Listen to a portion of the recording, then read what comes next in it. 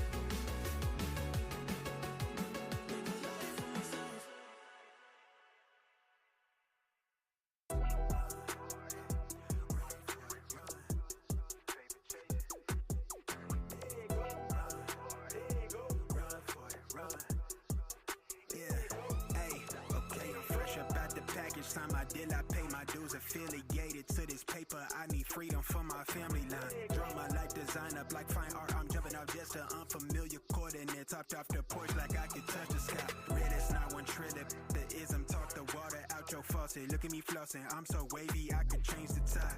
My intuition sense the hatred in your ways. You imitated forging lines, claim meaning means that's just to justify. Yeah, right. West side, born maritime. Creole baby, my bloodline. My lungs clouded, my thoughts crowded. Say all I see is these dollar signs. Finna make a play and that sound delay. On mamas, I testify. Run for it, run for it, run. I'm out here paper chasing, looking for the funds. Run for it, run for it, run. I'm out here paper chasing, looking for the funds. Run for it, run for it, run. I'm out here paper chasing, looking for the funds. Run for it, run for it, run.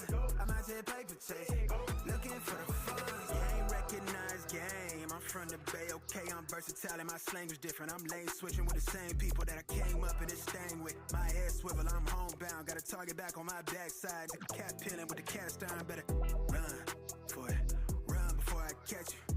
Pick it out, ball it, block it. Trying to stop my blessing. Gamble with your life, don't bet it, don't bet it. They can't stop my blessing. You do best not to test it. Yeah, you're right. Real all in my blood supply. Dig it ball up top, finna make a play. I cast a lob like I'm Jalen, baby. No cosigner, no co-pilot. They pen pals, my flow designer. My brain signal out of range with it. My palm mission, it's a dollar sign. If I say it twice, then I meant it right. My brain signal out of range with it. My palm mission, it's a dollar sign. You know cosigner, no co-pilot. They pen pals, my flow designer. My brain signal out of range with it. My palm mission, it's a dollar sign. Run for it, run for it, run. I'm out here paper chasing, looking for the funds. Run for it, run for it, run. I'm out here paper chasing, looking for the funds. Run for it, run for it, run. I'm out here paper chasing, looking for the funds. Run for it, run for it, run. I'm out here paper chasing, looking for the funds.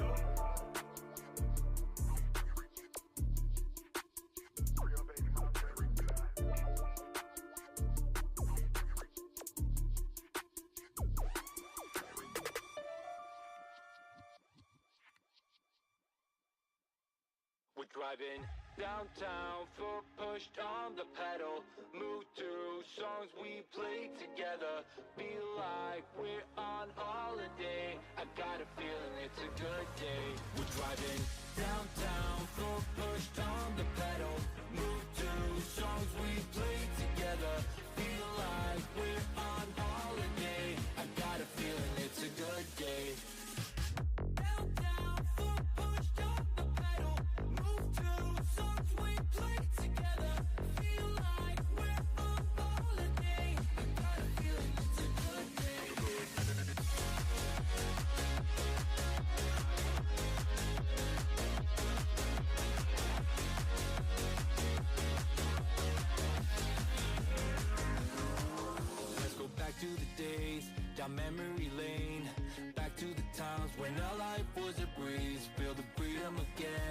My mind was at ease, the sky was so blue when we rolled down the street. So, hey, I just wanna catch your vibe, I just wanna catch your vibe.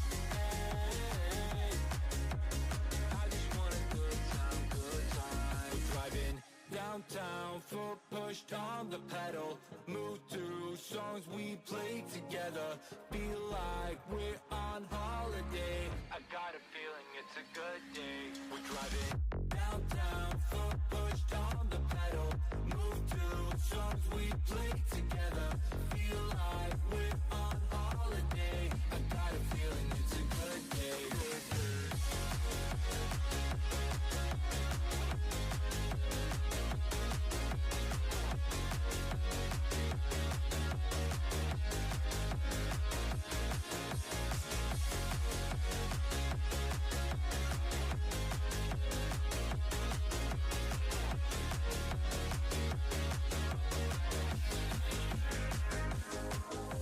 Sun going down, living the dream. Everything's clear, but the lines are the freeway. We'll do it again, like back in the day. Nothing can stop us from living the feeling. Hey, I just wanna catch your vibe, I just wanna catch your vibe. Hey, I just want a good time, good time. Driving downtown, foot pushed on the pedal.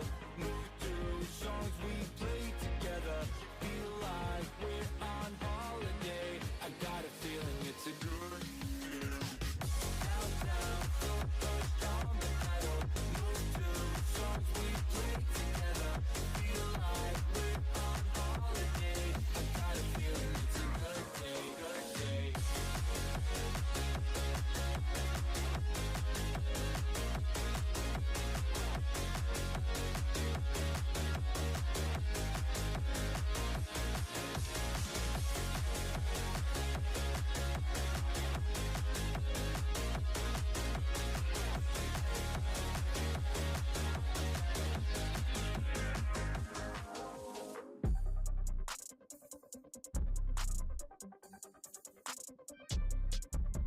Hey.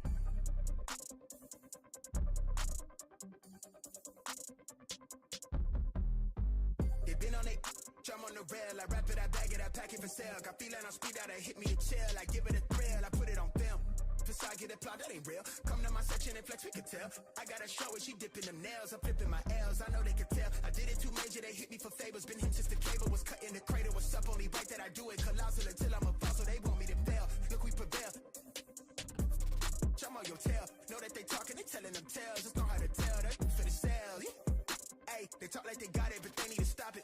I'm leading with logic, my heartbeat is frosted. I seen it, got optics I needed from Shawty. She mean with the top and it's obvious. They need him a target, I'm dodging in darts, make 'em reach for the stars. I'm dumping, I'm forcing the pun off the runs. I'm moving with caution, I'm saucing my nigga is nothing. From nothing to something they'll never be. Tycoon and I'm Jay with the thizzle face. I'm nothing my section has ever seen. Run the ice so I'm clutch, I don't need a screen. I'm Curry, I spit it from 30 deep. Do the pin in the pad like a surgery. She the curve at you just to flirt with me. Totally tucked out, but the jewels out.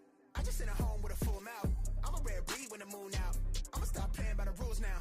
I been ran plays, need a new route. Queen said she needs space in a new house. Mom told me that she pray for the kid every day. No wonder I'm getting paid for the tunes now. Hey, ass, bitch, I'm on the rail. I wrap it, I bag it, I pack it for sale. Got feeling on speed out, I hit me a chill. I give it a thrill, I put it on real. This for sure, get applaud, that ain't real. Come to my section and flex, we can tell.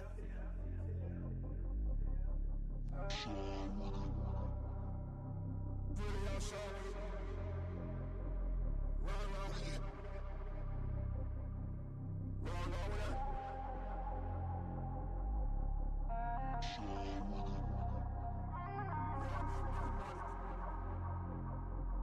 Run around with that.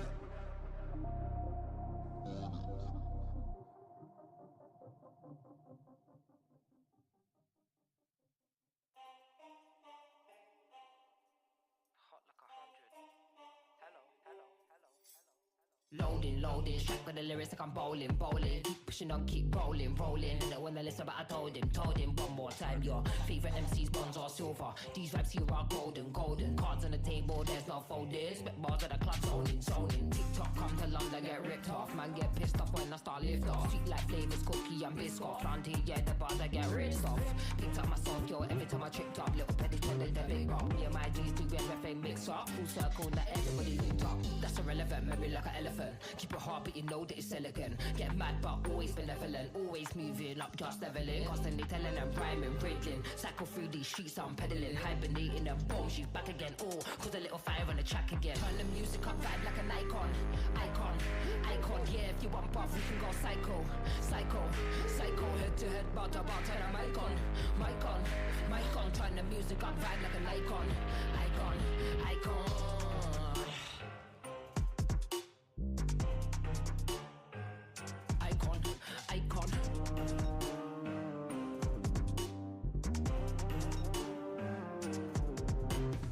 Yeah, it's clear, it's evident. Yeah, I don't mind, I'll do it for the hell of it. Yeah, elevate bars, I regulate. Yeah, UK, wheel up the tune, just meditate. If it didn't get it by 9, then it kinda late. Man thinks he's a bad man, but he's kinda bait. Live every day like it's my last, celebrate. Mind on the task, we calibrate. Loaded, strike with the lyrics like I'm bowling. Keep pushing on, keep rolling. Didn't wanna listen, but I told him. One more time, your favorite MCs, bronze or silver. Too bad these vibes here are golden. Cards on the table, there's no folding. Spit bars at the club, zoning. That's irrelevant, maybe like an elephant. Keep it hard, but you know that it's elegant. Get mad, but always benevolent. Always moving up, just leveling. Constantly telling them rhyming, riddling. Cycle through these streets, I'm pedaling. Hibernating them boom, she's back again. Oh, cause a little fire on the track again. Turn the music on, vibe like an icon. Yeah, if you bump up, we can go psycho. Head to head, bar to bar, turn the mic on. Turn the music up, vibe like an icon. Who's the icon? Who's the icon? Icon.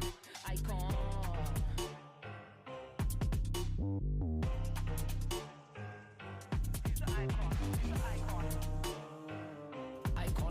Icon.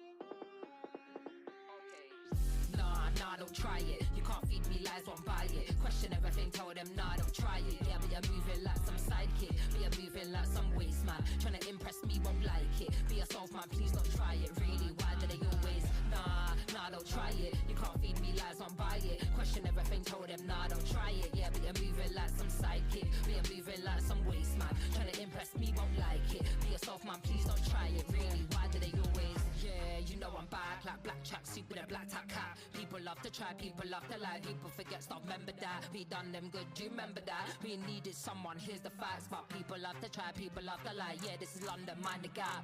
Living life just multitasking. Smile like a horror movie, I'm laughing. Motivated and focused, crafting. Dash something in a break, all your eggs in a basket. Can't handle it, why you asking? Can't handle it, why you asking? Can't handle it, why you asking? Please don't try it.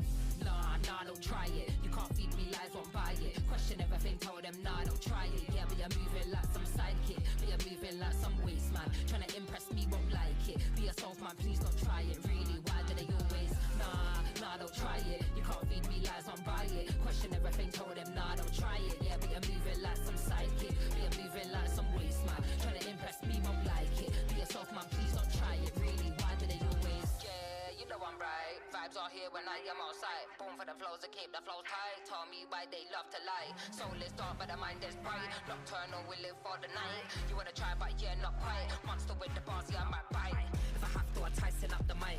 See me, I don't do it for the likes. Keep it Air Max, yeah, like my knives. Ooh, I like to plan before I strike. But what do they know?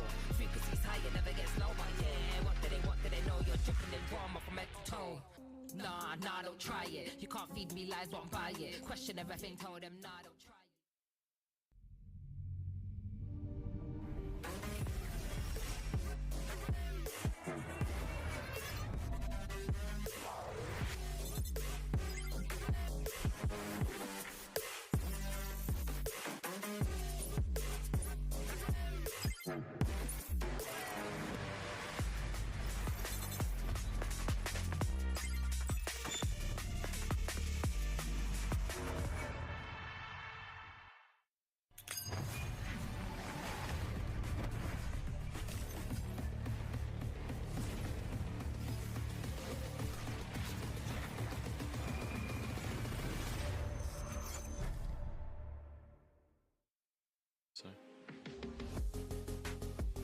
Samsung Odyssey Challengers Day 6 of the playoffs, and we have some great games for you. We've already crowned our top 4. We know who is going to be playing for Northeast in Challengers EMEA, but it's time now to do a little bit of seeding. We've got 2 best of 3s left to go, and then we have the lower finals and the grand finals in a couple of weeks. So today, for our exciting games, I am joined by none other than Eccles, Northeast royalty, I would say at this point. How are you doing, sir? Doing fantastic, mate. Always good to get back on the Northeast stream. Enjoyed my time playing here for a few seasons, but yeah, it's great to be back. Yeah, and you we had a little bit of a panic before we got on broadcast, but it's fine. We got it under control. I think your shirt is a little bit wet, but that's, we won't talk about how that happened. Anyway, we've got some exciting games to come up for you here. So we can take a look at the bracket to see how we got to where we are, who we've got playing for us in Challengers EMEA. In case you haven't, look, sometimes you don't have the time to watch all of these games, so you want to join towards the end of the playoffs. So as you can see here, our 4 teams that are going to be playing for the next 3 play days, sorry. Detty Elise and Enterprise Esports in the upper bracket, and Team Liquid Academy and Boars Gaming in the lower bracket. So exciting stuff. Yeah, I can't wait to get into the Detty Elise and Enterprise Esports. Enterprise is probably my favorite team at the moment. The way they play, some of the old dogs, showing they've still got some new tricks. So it's great to watch, really. So I'm really ready to get headfirst into this matchup. Yeah, and then of course Team Liquid Academy and Boars. Obviously, this is kind of I would say the old guard versus the new in terms of Northeast. Obviously, Team Liquid Academy are not old guard whatsoever. They are new players for 2025, but they have been around since Stage 1. They were the Stage 1 winners of Northeast, and Boars completely new, right? They formed this team right before Stage 3, and they've absolutely come barnstorming through. I'm excited to see what they come up with because they are a really impressive team so far. Yeah, no, Boars have a great story. Obviously, forming like through Premier to come all the way to making challengers is like insane of a story already. They're obviously a full Ukrainian roster, which we don't see too often, like full international rosters these days. Normally, it's a bit of everywhere. It's a full Ukrainian.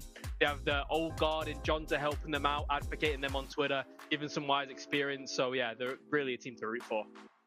All right, well, I mean, we can get started with setting up our first match then. Obviously, Deti Elise versus Enterprise Esports, two teams from the East that have been incredibly good over the course of the year so far. Deti Elise haven't quite made it to this stage just yet, but Enterprise Esports, as we all know, have been, I mean, just consistent throughout the whole year. Incredibly impressive stuff considering the rotations of teams that we have had between each stage. So making it obviously into Challengers EMEA every single stage so far, winning Challengers EMEA in stage 2. This team is full of talent.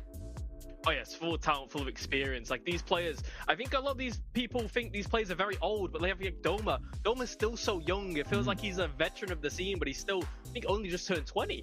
So he's got so much time to still improve, and like all these players, like it's like really David versus Goliath. Enterprise versus Deti Ulce in the terms of experience. Like you have Zeke, who's played for G2, Doma, Fnatic, Starkey's been like a top level player in Counter-Strike and Valorant. Jazz more of an up and comer, and obviously, how can you forget Copa Mundial world champion Killers as well to round out the roster? Well, let's take a look at Deti Elise first so that we can set up that game, because, I mean, look, these guys are not going to be the favorites coming into this one, but they are an upper bracket team, right? They've had a great run going through Full Box 200, another new team from their region, and then through Boars Gaming, who did make it eventually into the top 4 through the lower bracket, but now coming up against their biggest challenge yet, right? Enterprise Esports, and they have kind of been scraping their way through in terms of, you know, lowest seed coming out of Upper Swiss phase. They did lose, actually. Their first game was against Enterprise Esports. They lost on Ascent for that one, but they have made their way through. You know, it doesn't matter whether you are in right at the bottom of that seeding as you come into the playoffs or not. If you're going to win your games, you're going to win your games. You're going to get into the top 4. And not only that, but in the upper bracket, right? They haven't lost the game in the playoffs yet, and that's the most important thing, because they have that safety net. Yeah, of course, the safety net's there, and I think that safety net's going to help them with their play style. They're very aggressive, running that double duelist, and it's like, as I mentioned before, David versus Goliath story. Here, I imagine they're going to throw themselves at Enterprise, and Enterprise are going to have to deal with that. It's not going to be easy. Yeah. Also today, without their coach, so maybe the tack pauses don't come in when they should. So I think he's got, obviously, the building grounds for a really interesting matchup today. Well, maybe not a David for this team. Is Maxim, you wanted to highlight on this one, has been, you know, playing you know better than I, playing on multiple rosters recently. Yeah, Maxim, I'd say, is probably the most experienced person on this roster. Recently swapping roles. Obviously, we had him in Formulation Gaming, and things weren't working out too well for him on the Sentinel device. Yeah. Come back in, role change, playing more of the smoker, initiator kind of flex. Like, this guy in the past 60 days has played 7 agents. Like, he does everything for his team, and you got to respect that out of a player. Real Swiss Army knife type guy, which I'd love to see. These are my favorite types of players. So I think he has like the experience here where he's played in like the league for so long. He's there to help out the other boys, you know, it's okay, chill, we'll be fine. And yeah, I think that's the most important thing today.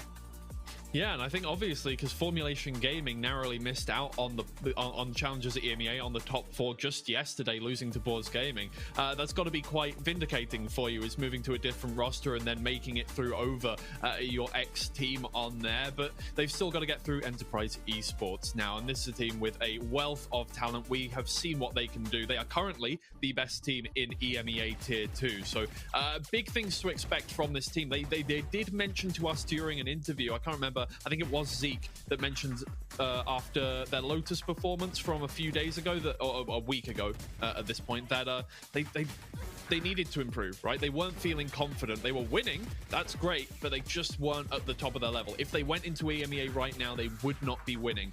So hopefully they've made some adjustments. Yeah, I think with this type of team, honestly, it's like kind of like the motivation, I think, is like the biggest factor, right? We have some players that have played on the biggest stages in World Valorant, and then you come into online matches versus teams that maybe they're not too familiar with, right? So I think it's more of like the discipline in there. We see that with Alex R coming in, like a big boost to the roster, probably holding people more accountable and forcing them to keep the standards high. And I think that's like the biggest thing for them, right? Because they're all fantastic players, all incredibly individual skilled, that any one of these players would walk onto any other roster in the league if they wanted to. So I think for them, it's like they're their own biggest challenge this year. And I think that's going to be the biggest test for them. Yeah, and I think when you mention, all individually skilled, there is that kind of wealth of experience. And we were talking before the show about kind of how a lot of coaches want their players to play on lots of different roles, want their players to be adaptable so that if the meta changes, you're able to do something different with your compositions. Doma is one of those players. He's been all over the different roles. Yeah, Doma's transition in Valorant has been great to see. Obviously, one of my dear friends and favorite teammates. As you see here, he's become more of a consistent player now these days, and I think that's like perfect for what he wants. Picking up the initiator roles, Bridge, Sova, bit of Yoru, bit of Raze. He's still got it on the Raze. Like, people don't forget, Doma back in the day was like the Durkee Fnatic before Durkee came in. Doma was the hard carrier Fnatic on the Raze, and he was doing absolutely amazing things. He can still do that now, but obviously people, I think, don't forget how young this player is. He's still 20 years old. He's still a young dog. He still can, learn a lot of new things, but seeing him here, on the initiator role is like really good to see. And I think he's someone that tier 1 teams are going to be looking at in the future. Like the lower end tier 2 teams that looking now solid player, lots of experience, still young time to go. I think he's going to be up there next season. Let's take a look at that agent pool that Doma has. Just stick on that topic for a second longer, because it is kind of insane. As you mentioned, lots of different agents, but not just, playing different agents from the same kind of role there. You've got Initiate, you've got Duelist and Sentinel going on for this player. So really adaptable, and that's helpful when you want that kind of wide map pool that you need to have if you want to be getting the top 2 seeds, right? You need to be winning best of 5s. Yeah, I think this is something that's going to be like really important for like towards the end of the year in like the playoff, the Ascension type tournaments, where maybe you're going to throw in a gimmick comp here and there to throw off your opponents. You have the players that are able to do that, because realistically, that's when it really matters. Like, you can have one-trick players, but like, you get VODs, you can watch how they play, and they're still playing the same way, same agents, all this kind of stuff. It became quite easy to anti-strat. So having like the flexibility that Doma has in a player, where if you need him on the duelist, he's going to perform. You put him on the killjoy, he's going to perform. And this just comes from like aspects of him just being a good player overall. It doesn't matter what role he's going to be on, he's going to use his util well, and he's going to hit headshots. And at the end of the day, Valorant is an FPS shooter. You need people to hit headshots. You can be the perfect player in the world. If you're not shooting back, nothing you can do. Yeah, well, I mean, that's all of the things we can set up for this one. It is now down to what happens on the server. So the map pool that these two play, I don't think we're going to see any surprises on this one. I do think that, that there are certain teams that like to bring out interesting maps. Team Liquid Academy like their Corrode and stuff like that. But I think these two teams are going to be we have kind of created this format standard in Northeast, and that is let me see if I can list them off: Haven, Lotus, Ascent, and what's the other one that we're seeing all the time? I can't remember at this point. Haven, Lotus, Ascent, and Sunset are the 4 maps that we see a lot of here. Just having to run through every game that I've seen in Northeast in my mind, but that is basically what we see from all the teams, right? And having mainstays in kind of at least 3 maps is obviously incredibly important if you want to be getting past upper Swiss phase where you're playing from best of 1s into the best of 3s. But when you do come up against every single team that is comfortable on the same maps, it means that you really do have to perform every day. It doesn't mean that you can have, like Team Liquid Academy, a mainstay map like Corrode, and then they also have Ascent in their locker as well if that doesn't work out for them, if it gets banned out. And it means that you need to really perform on every single map.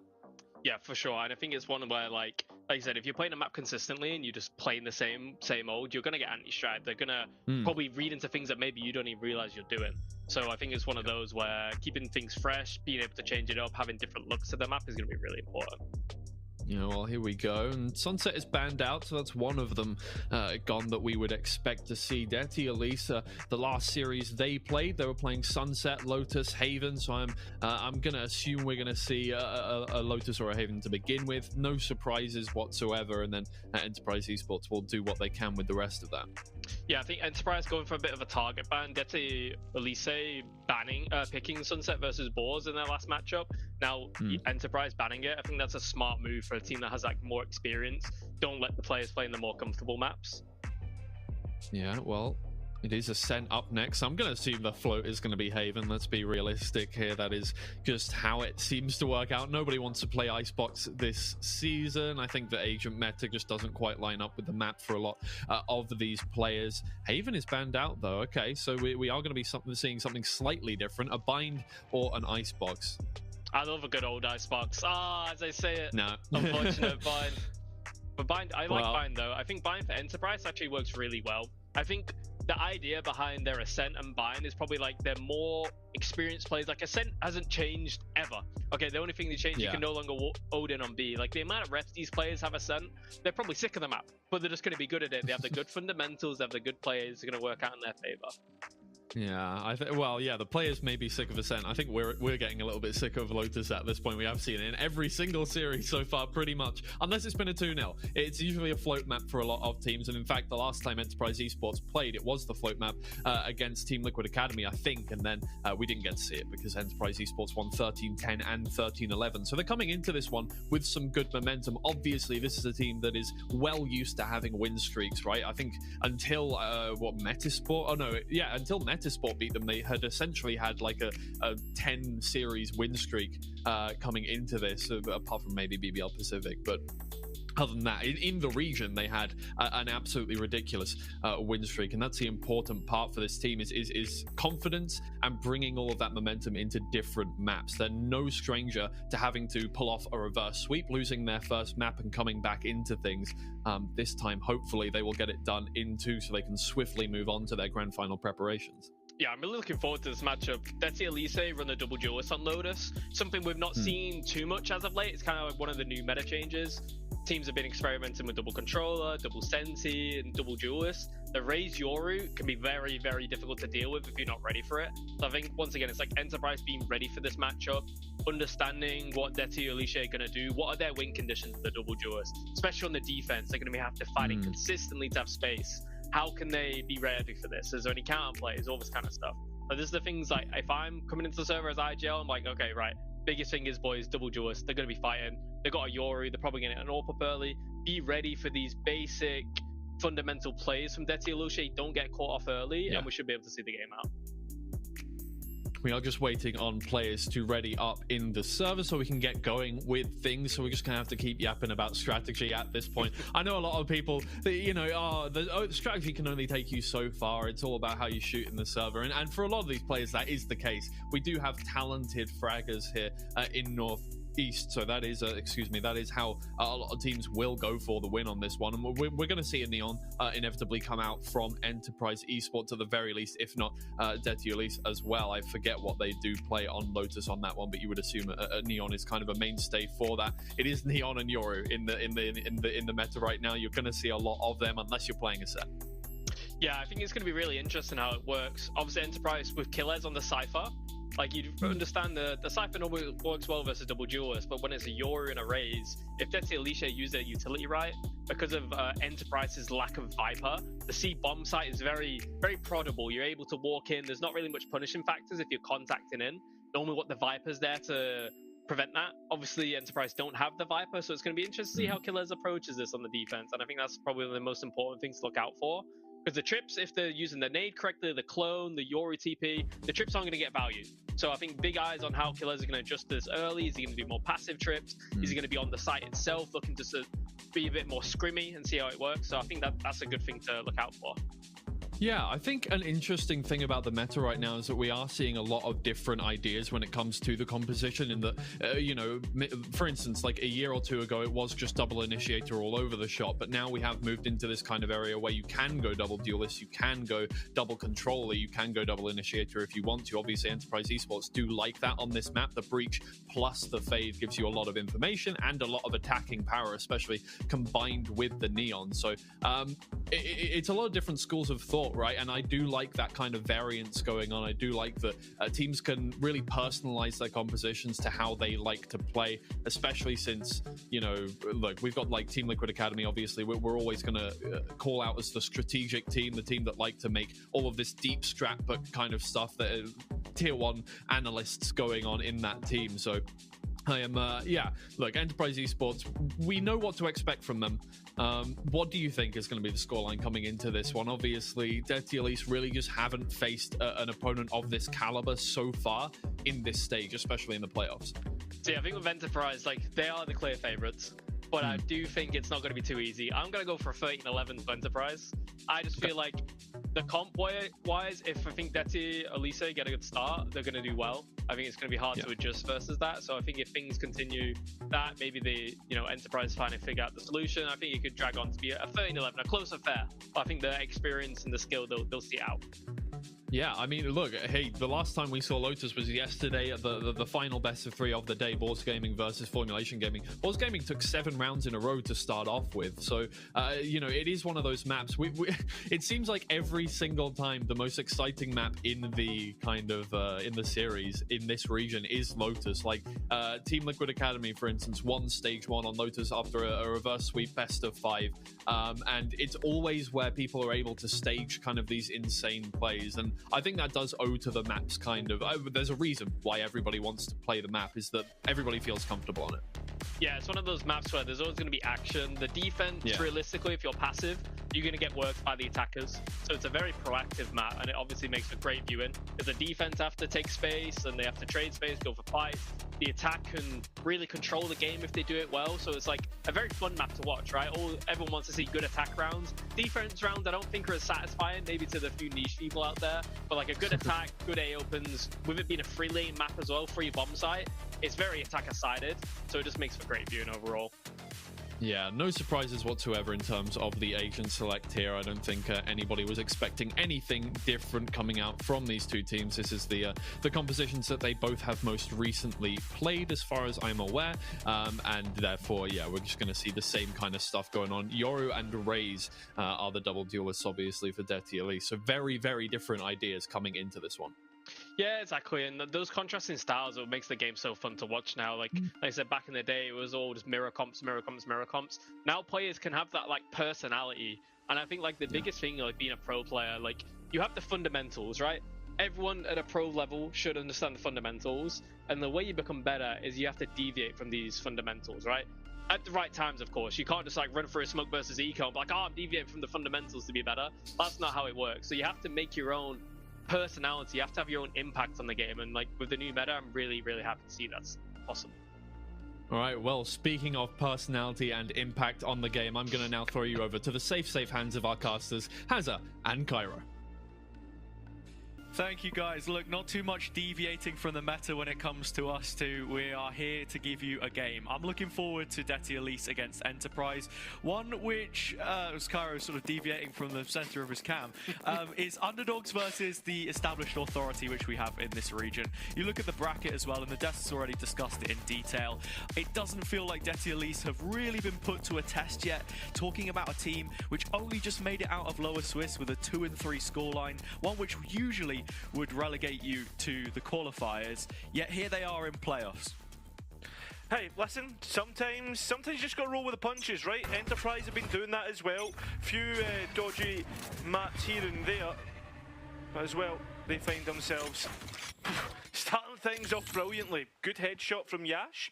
None will have to be careful moving through the rest of this round. And if you are Dirty Elise, it feels like, especially with this veto as well, they've got to get off to the best possible start.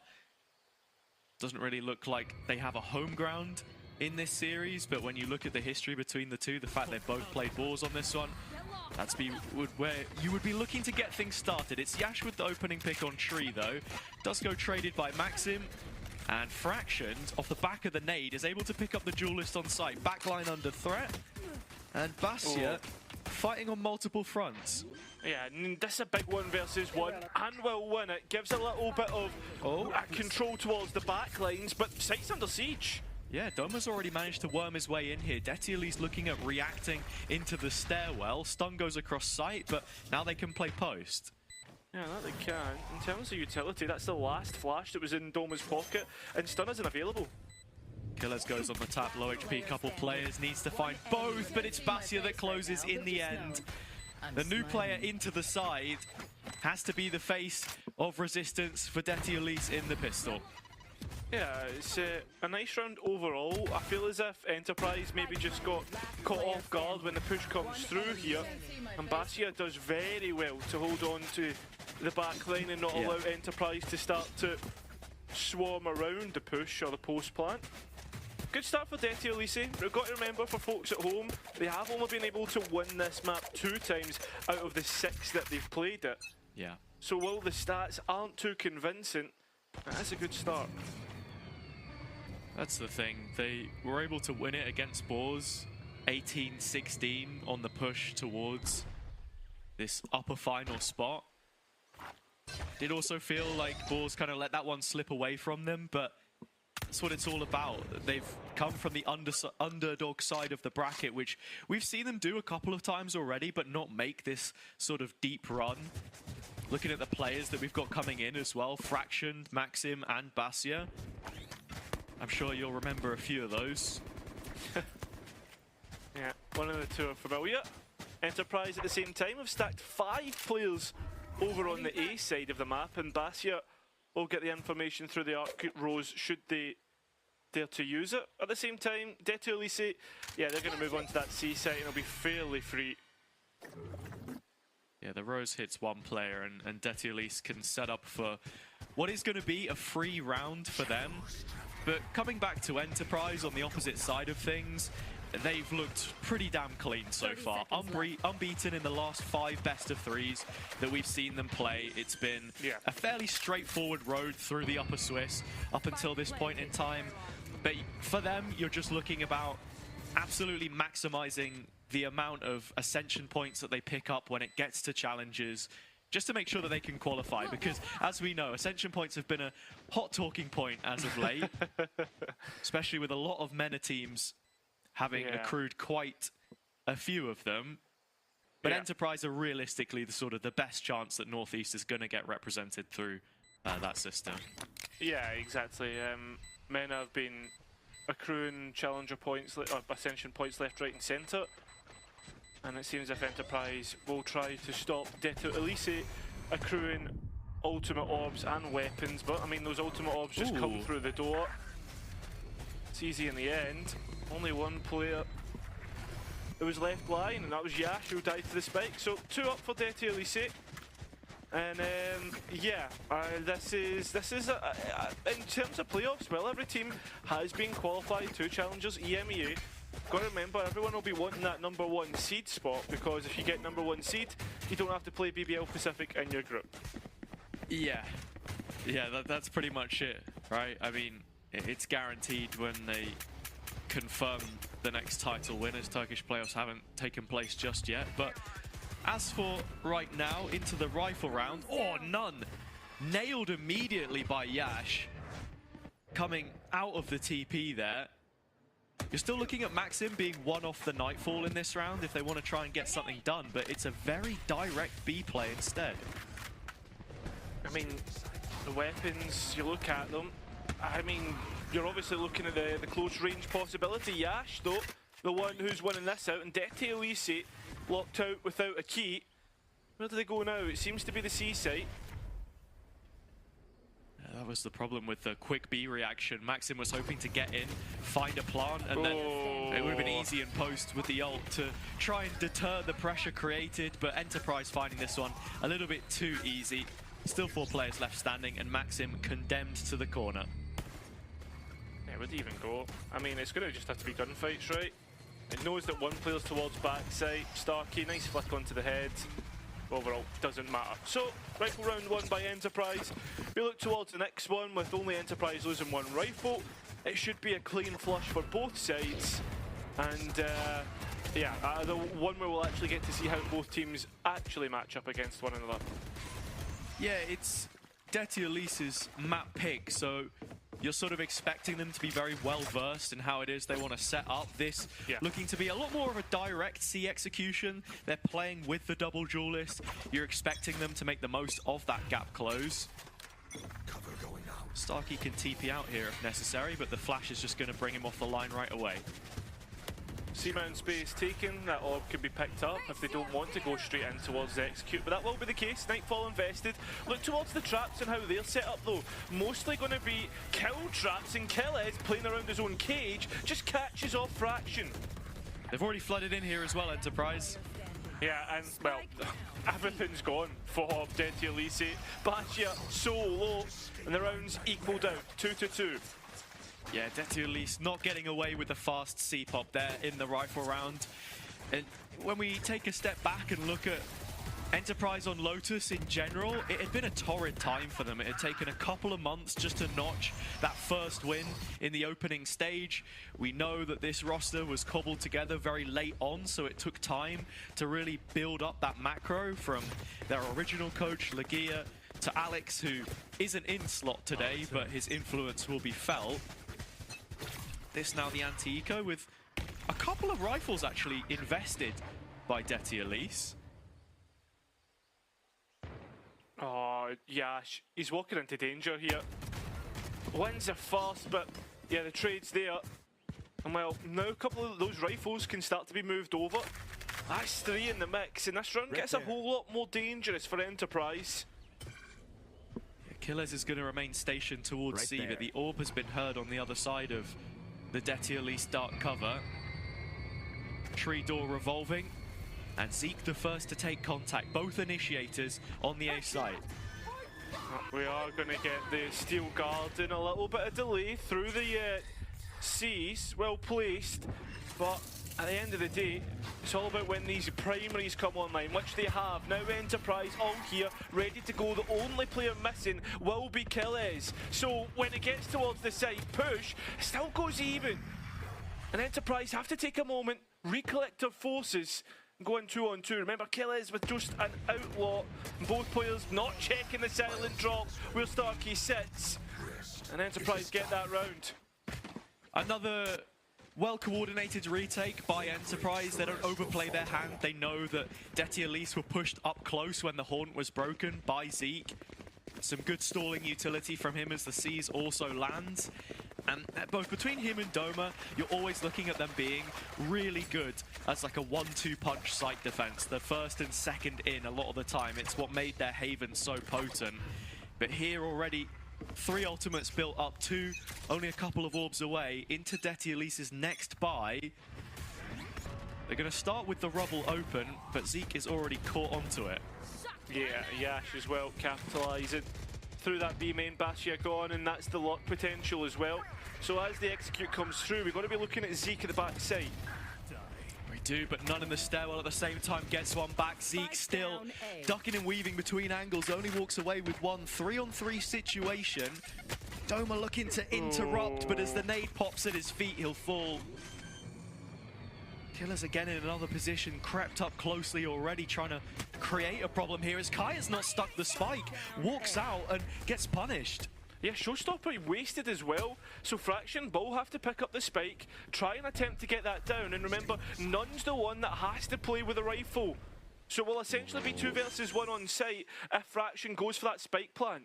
It's the timing from the paranoia. It's set Killez up, played in to walk to sight, but Nunn fleeks and catches him off. With Starkey's position already revealed in the round, he's relying on that smoke to cut up the angles, expecting someone to take the firefight early, and Nunn does it all himself. 3 kills from him, and Detti Elise with their 3rd round at long last. You could put Killez in that same situation 10 times and he would never miss again, right? He's that type of player, always dependable. Can't believe he's missed it there. Yeah. And it's because he changed away from the Champs 24 Phantom, bro. Yeah. He was running that for how long, and he never saw him miss. Yeah, but Detti Elise essentially got let off the hook there. They should have been caught. And now we're actually going to see Killez go for a stinger, so money not looking all too hot for the defense, and that's what we expect. Going to see that dimensional drift used towards the A site. There is a defensive Nightfall. Yeah, Nunn's actually crept all the way around the back, and now through drop with the clone placed, finds another opening pick. Doma is down, and all of the stress is on Yash playing from tree, peeking out. How does he lock to the head of Frag? And how on earth Was he going to get away with that? None finally punishes it. Starkey first on the scene. Enterprise need to be careful here. So did Detty. Yeah, oh, Starkey does find one at the very least. It's a quick trade. Still down in numbers, but none prowling the back lines and just goes completely overlooked, meaning that Zeke is left in the middle of everything and his time in this round is already up. Another multi-kill from Nunmeister takes the lead back for Detty Elise. Mate, some of these rounds are just turning into deathmatch. You see some of the positions, you're like, how the bloody hell have they got there and no one's caught them off guard? Like, fair enough, none here uses the ult, but Starkey TPing in. Like, yeah, it's a bit messy. There's a hero rifle on Enterprise with Starkey. As we said previously, on the desk, Echo's saying about the timeouts maybe not coming through as well because the coach is not in slot. Sometimes you need that fresh perspective to really reset here. Starkey dropping off. Rogue rifle brought into the mix, the rest just with shrapnel. And Detty Elise have to be getting those rounds, the scrappy ones, you know, the 50-50s. If you want to beat Enterprise, once more, it's important to reiterate, we're on Lotus, the most played map in the region at the moment, clocking in for its 40th time here, 10th already in playoffs. Zeke, the solo anchor of A. And this is where Detty Elise should be looking to build up some more advantages into that next gun round. You can see Maxim's not too far off a Nightfall here either. Oh, Zeke just a tree by himself. I mean, still Enterprise wait to collect their forces, but Doma takes the time and gets one player ahead for the defense. And it looks like they want to invest the ults here. Yash has the overdrive as well. Surely he's the player you send in, and he does. Yeah, it seems to be the case. A set play to get in towards side, but time getting low, and Detty Elise needs some comfortability to get that spike down. But instead, no. A 1 versus 1 to win out the round, but the shot's not good enough. Killers. Oh, just when you think Maxime shuts him down, the rifle winning out against the Sheriff. Yeah, he hit a couple of bullets, but just needed one more. And that would have been the round for Enterprise. When they came in with next to nothing, another situation that Detty Elise will be happy to get away with, because there is always the likelihood with a team of their quality can punish you in those situations. It was a big investment to see the Rolling Thunder and Overdrive come in, but with Yash now bringing out the op for the first time, why not? It seems to be the difference since Yash gets that opening pick. Yeah. And you were kind of waiting for Enterprise to have enough money to get him on this op, for him to be taking those more aggressive lines, making it more difficult to scale, because it's been a bit too easy so far. This already looking like a B pivot. It seems like it possibly could be, but Doma well aware of that and looking to set up Kellis, who needs to be careful of a bust through the trap from Bass here in main.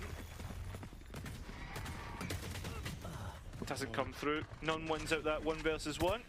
Paranoia just to delay through the main player, and still Detty Elise committing bodies to the site, and as they do, Enterprise rout them out. Now an ultimate to try to get towards C, but Starkey may be a step too far, and well, that plant will go down towards CT. Yeah, it's given the Steel Garden to Basia as well, so this post plant is a lot stronger.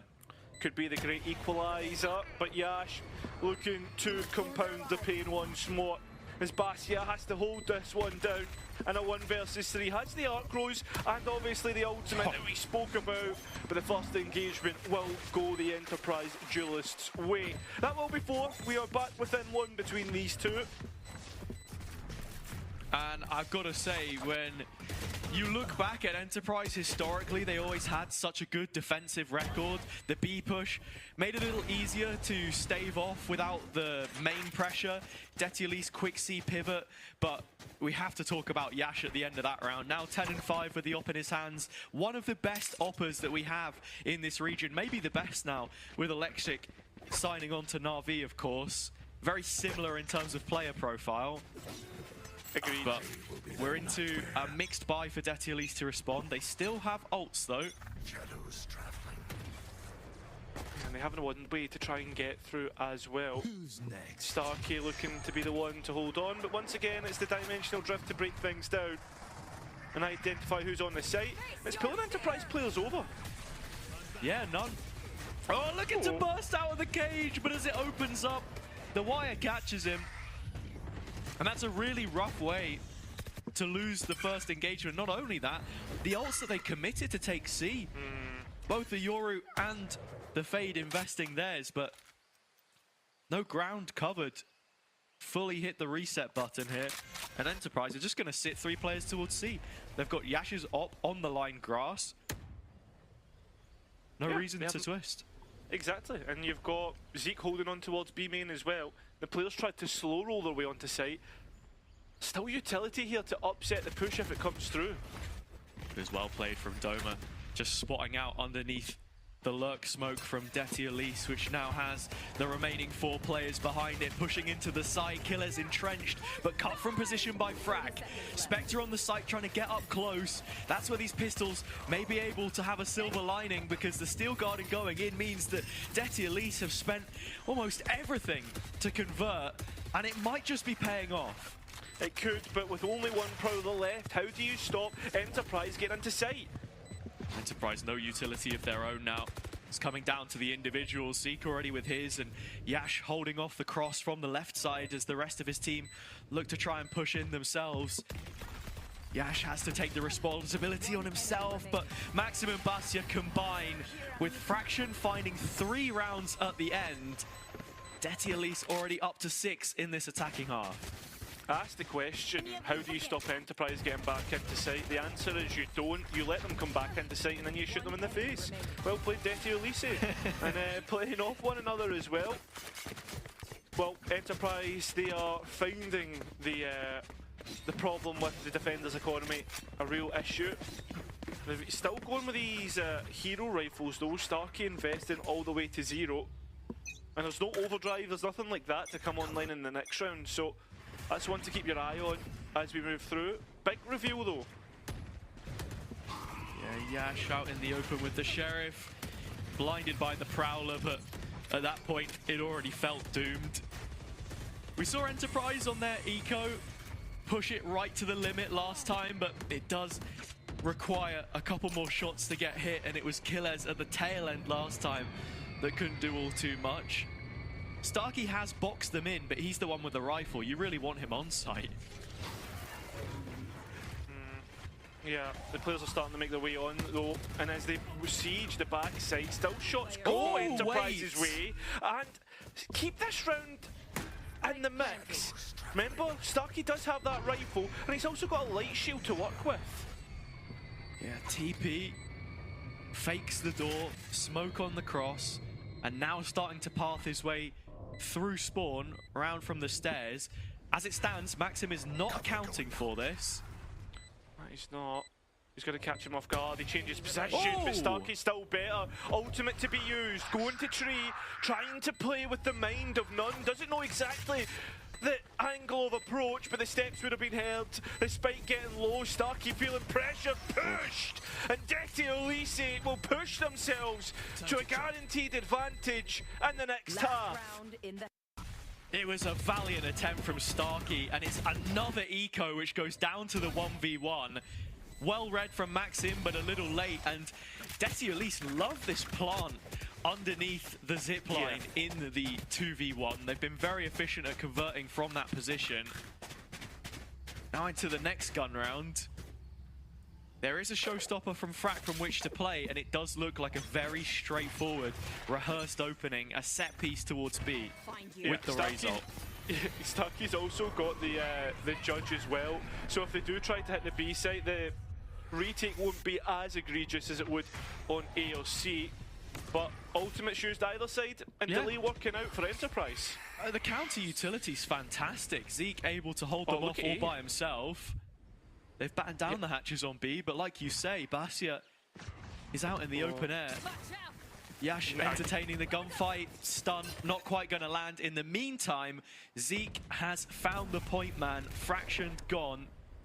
Still none alive, and he's done a lot in these rounds. It's been one of the duelists making it happen for Detty Elise, but time is running out. Oh, Doma in the corner. Do they clear him? Doesn't look like it. And the rest of Enterprise have arrived as well. Rolling Thunder coming through to put a bow on the end of this defensive half. 5 rounds isn't the biggest of takings as far as Enterprise are concerned, but they've grown into the game brilliantly. It's a flawless round to finish it out.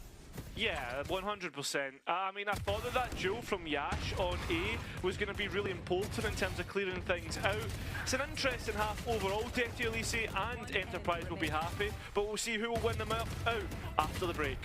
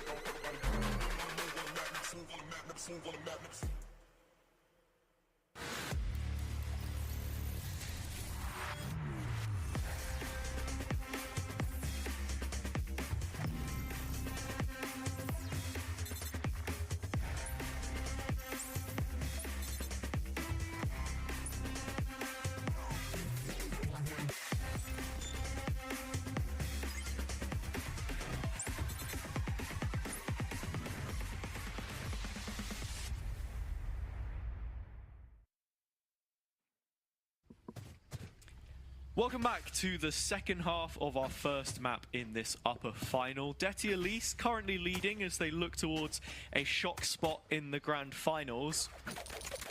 For now, the pistol rounds. And on the defender's side, you can already see none set up solo C. Enterprise love these quick hits on the left-hand side. I can foresee a retake here already, Cairo. Yes, I can. As well, I can also see a C-mount trap if it was to be triggered, but instead, no. Enterprise being pretty careful with how they're moving around the map, respecting the utility that's put down, and Detty Elise just missed the timing to push forward and catch a couple and rotate. It's very well read. And the defense equally prepared for it as Enterprise now look to set up for this A execution. Both of the Vice Thorns have been purchased by Bastia, so he can stall them out for quite a bit here. Not going to be all too much to get past, and as the util pours in, Detty Elise fill Enterprise with lead. Still stuck in grass, no B main control. This pivot to the center of the map is even more difficult, and Fraction is starting to close in on their position. Yeah, you can see him common as well, guys. Don't peek, let them peek into you, and he activates at the right time. Brilliant work from Maxim. And Starkey's left with 25 points of health, and perhaps a little bit of time to talk over what exactly went wrong. You can see he's not the one getting vocal for now, at the very least. And would probably prefer not to give away any ult orbs. But in terms of what Detty Elise did well, yeah, the preparation in terms of those C execs that we commonly see Enterprise go for, very nice. The A setup, getting everything that they want. It is flawless, in fact. Yeah, perfect round overall. Like, even with the little flank coming in, Fraction with the confidence to push forward and test the limits that Enterprise set up. It seems as if Enterprise, even though they didn't get that spike down, are going to try and force up here. So Detty Elise, if they don't pick up some real hard-hitting weapons here, this could be an interesting round. 4 rifles still looks like a strong purchase, but it's a double down from Enterprise. The pistol ante was there, but are they prepared for the second coming? It doesn't seem like it. Enterprise, with their stingers, run straight through the sandhold. Maxim hanging back in water ball, but flashed off the line. And we'll have to respect this. Yeah, that they will, but look at None already up high, waiting for that smoke to disperse. And there is other players here for Detti Elise to try and force back in, but at close range, these stingers are going to be most powerful. Spike isn't in yet though, and the HP is torrid for Enterprise. Quite a few within range. One of them will not be Yash. He can stand his ground for a moment longer. None snatching back on Zeke, one of the other healthy players, as the herd is cut down to size, put through the tenderizer. Look at the health bars, there's barely anything in it. Maxim is killing 3 here with 1 body shot, but it looks like he's going to go for the save instead. Yeah, so Enterprise get away with it. It's whether like he gets overpowered by numbers, or like if he can even hit the shots. He goes for the percentage play. And you want that Guardian for the next round, or is he thinking about just getting some damage here? Yeah, just wondering about the exits, but in terms of the play called from Enterprise, as Yash should be the first of those to be shown the door, it's really well called. I love the decision to just hit C. If you're thinking maybe Detti Elise have looked at the tape, Enterprise Lotus, we know how it plays. They love the C hits. They had the setup in the pistol. But are you really expecting the Force and just the exact same play in the next? It didn't feel like they had the protocols in place this time, perhaps. And None getting very aggressive in front of the cage goes punished. So there we are, back within 2. Anyone feeling generous? Seems as if we are going to get the outlaw from None though at the same time. So only really 2 players within touching distance, striking distance of that outlaw. And Enterprise still being a little bit cautious with their buy because they want those rifles online in the next. So with that being said, a couple of pings going out towards C, None swinging out there. So their Enterprise get caught off guard. Well, there we go. Starkey already has one of the light shielded players, but one of a few who does have heavy shields, and also the aim on point is Zeke.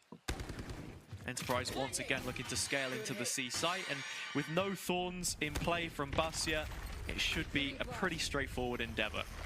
I think the most interesting part is the wall wasn't placed either. Maxime, the only one with any sort of weapon taken out, so that's going to get picked up as the spike goes down.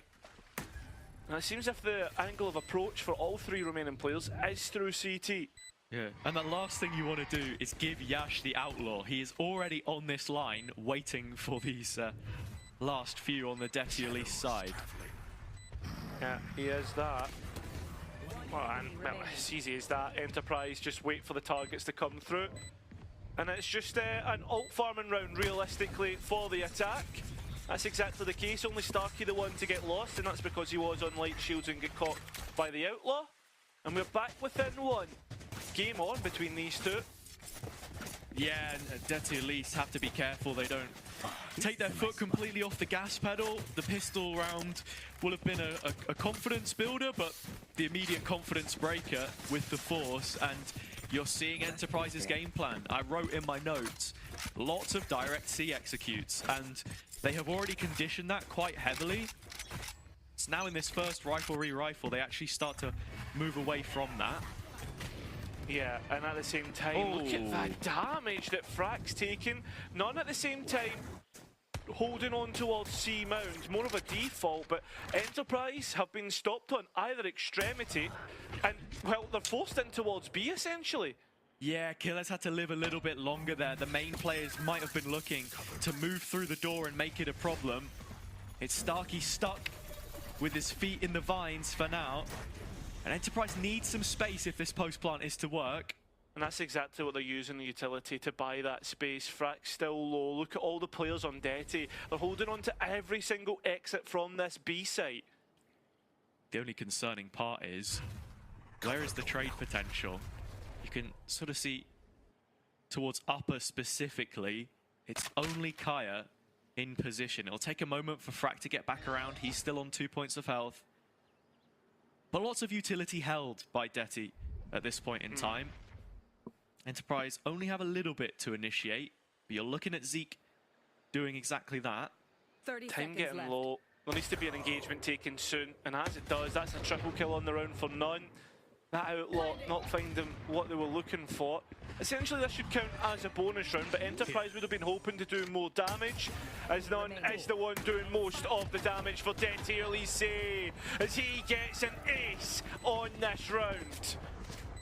We were talking about confidence coming into the round, but that is one way to continue building it if you are None. Someone who has played in East for a number of years now, from the setup with Bait, the partnership between him and Wanzeru brought to Detti Elise as they looked to create this project from the ground up, and he has really taken to this map so far with a sense of grace. It's looking far too easy a lot of the time. If they're not able to shut him down, he is the main driving force behind this defense. Yeah, seems if we have a little bit of delay coming into the next round, but with that being said, yeah, as you said, nice confidence builder, and also those ultimates starting to get close to being online. So as we hit our first ultimate cycle, it is None, the player to have his online, the dimensional drift, and we've seen a few times how that works when they were on the attack. And the Nightfall nearly online for Maxime as well. Yeah, you got a lot of synergy there if you want to make plays. The Nightfall and the dimensional drift. We saw Foot last week go for that with CNED, where you can just pop back out of the Yoru ult, and if the players have been deafened, then they can't hear you. It's the same with the Omen, of course. Even just the standard Shrouded Steps, the short-range TPs. Yeah, 100%. How did that result go for them? No, I'm only joking. Look, I wouldn't know, mate. I wouldn't know. Yeah, I mean, I know they won last week. Actually, it was the week before. I was just about to say, like, that was one of the better maps for them. Actually, that was one of the 2 maps that they won. So I don't know what you were talking about. Yeah, maybe I'm lost in the sauce, mate. Absolutely. But with that being said, Enterprise first rifle round, big one for them. Couple, like, what, 3 players will probably be at that the kind of swing round-esque type of buy, just being like towards 200-300 credits. Yeah, I know what it is. You're sourced up because you're back in Scotland now, so you have access to Iron Brew. You've got like all of the home comforts. Do you know? Me and my mum were having this conversation last night as I was getting driven home from the airport, and then she was like, "Do you want me to get you some Iron Brew or anything like that?" And I was like, "Mum, honestly, I actually don't drink that much Iron Brew anymore." Yeah. I was like, you brought me a couple of those bottles though when you first came to Berlin. So yeah, how did you enjoy it? Yeah, it was all right. It was all right. Straight from the taps of Scotland. That's a fun. It does taste a bit strange though. It's not like anything I've really had before. Right. I'm just gonna. But it reminds me of my. It does remind me of my childhood a little bit because at school. No, listen. At school, we used to have like the knockoff versions of everything, and we had like a knockoff Iron Brew that you could buy in school in like a tiny little bottle. So in your primary school, you were able to buy fizzy juice? No, like high school, like secondary school. So in secondary school, you were able to buy fizzy juice from the canteen? Yeah. What? Mate, yeah, no, but it was like you either paid with cash or there was some. Oh, you paid with mum's credit card? No, like your parents put money on it and you had like I don't know, man. Yeah. I was gonna say, I mean, you did go to private school, so that's the. I did not go to private school, mate. Shout out to the City of Norwich school, bro. Shout out. City of Norwich private school. No. Norwich School is the private one, I'll have you know. Oh, right, okay. Look, if you couldn't already tell, we're in a technical pause right now. No way. If you couldn't There is a player who's having a couple of internet issues. I'm assuming that's safe for air, but I've said it now, so, you know, what can you do? They're saying that there's a break ready, but like you know, tier 1 and gets an ego. Jesus, man, what are we doing? What? How's that an ego? No, because think about it. It's like if it wasn't safe for air, it's like a player's dog has died or something. You know what I mean? Like if it's just internet, it's fine. Dog's died? No, it's fine. Mate, you're saying a lot of wild statements here. No, you're winding me up. I mean, you're usually the one who falls for the bait anyway, so I'm just not having it. Like, you know what? I might even go so far as we are just in this pause to just have a look at Twitch chat and see how they're doing, man. Just tap in, let us know how you guys are feeling and who do you think is gonna win? Yeah. Right? Who do you think is going to win this game? Who's going to win the league? I want to know. And who's your favourite out of me and Hazza? If you say Hazza, I will ban you from the chat. Okay. Do you... I don't think you actually have VIP, do you, Cairo? No, I do not. I don't know. And I do, so unlucky. let's not play those games, man. Okay, interesting. Let's not play those games. Do you know when we were on our travels? Thank you, Twiggy. I really appreciate that, mate. Since I've been on my travels, obviously I've been watching a bit of I watched a bit of Happy Gilmore 2 the other day, so I did. And okay. I can't believe I'm saying this, but as the second film has come out, I felt as if I really resonated with Shooter McGavin, because every time he hit a shot, you know, he goes shooter. I felt like that's a bit of me, you know what I mean? Like hitting a clutch, and I go shooter. I don't think you're really like that though. You're not. You're usually just molding in the games. I don't feel like you don't have that kind of cold exterior about you. Yeah. No, usually when I clutch, I usually do a big exhale, and then I'm just like, Jesus, man, my heart is going. You know what I mean? Like, yeah. Usually my heart's thumping like mad, but I never usually win clutches anyway. Well, look, I think the people have heard enough about us waffling about our own lives and that kind of stuff.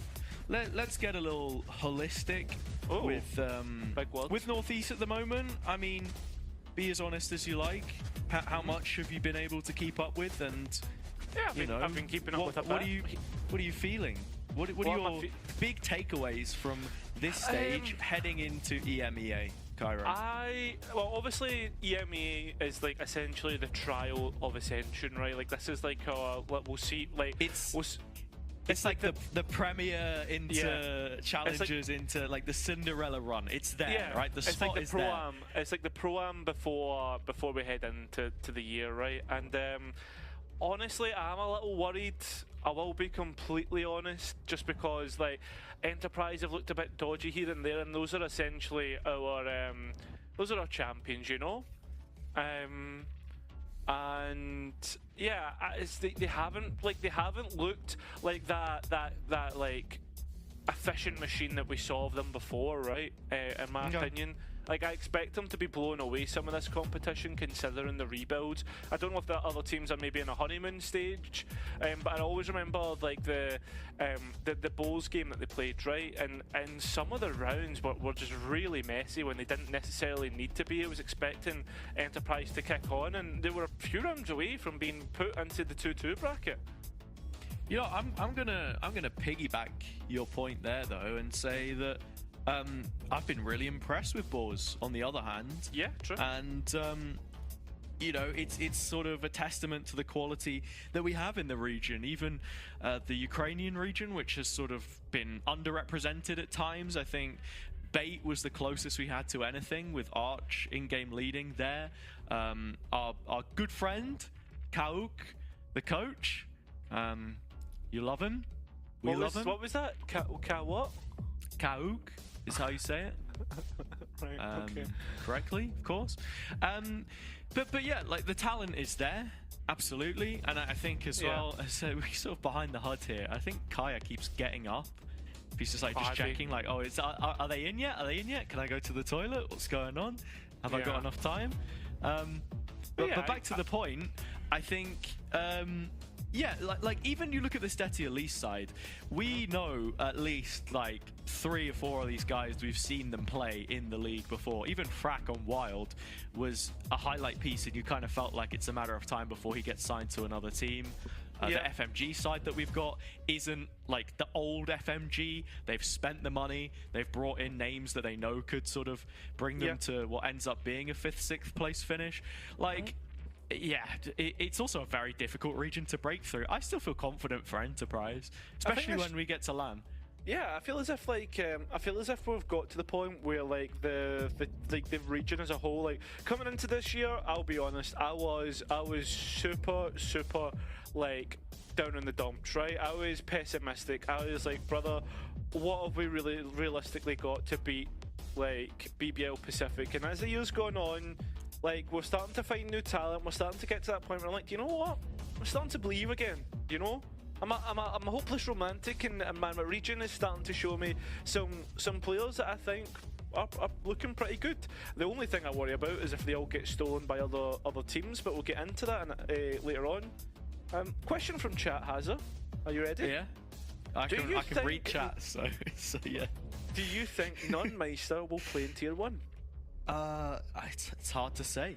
It's hard to say, because we didn't really see him playing on Duelist before.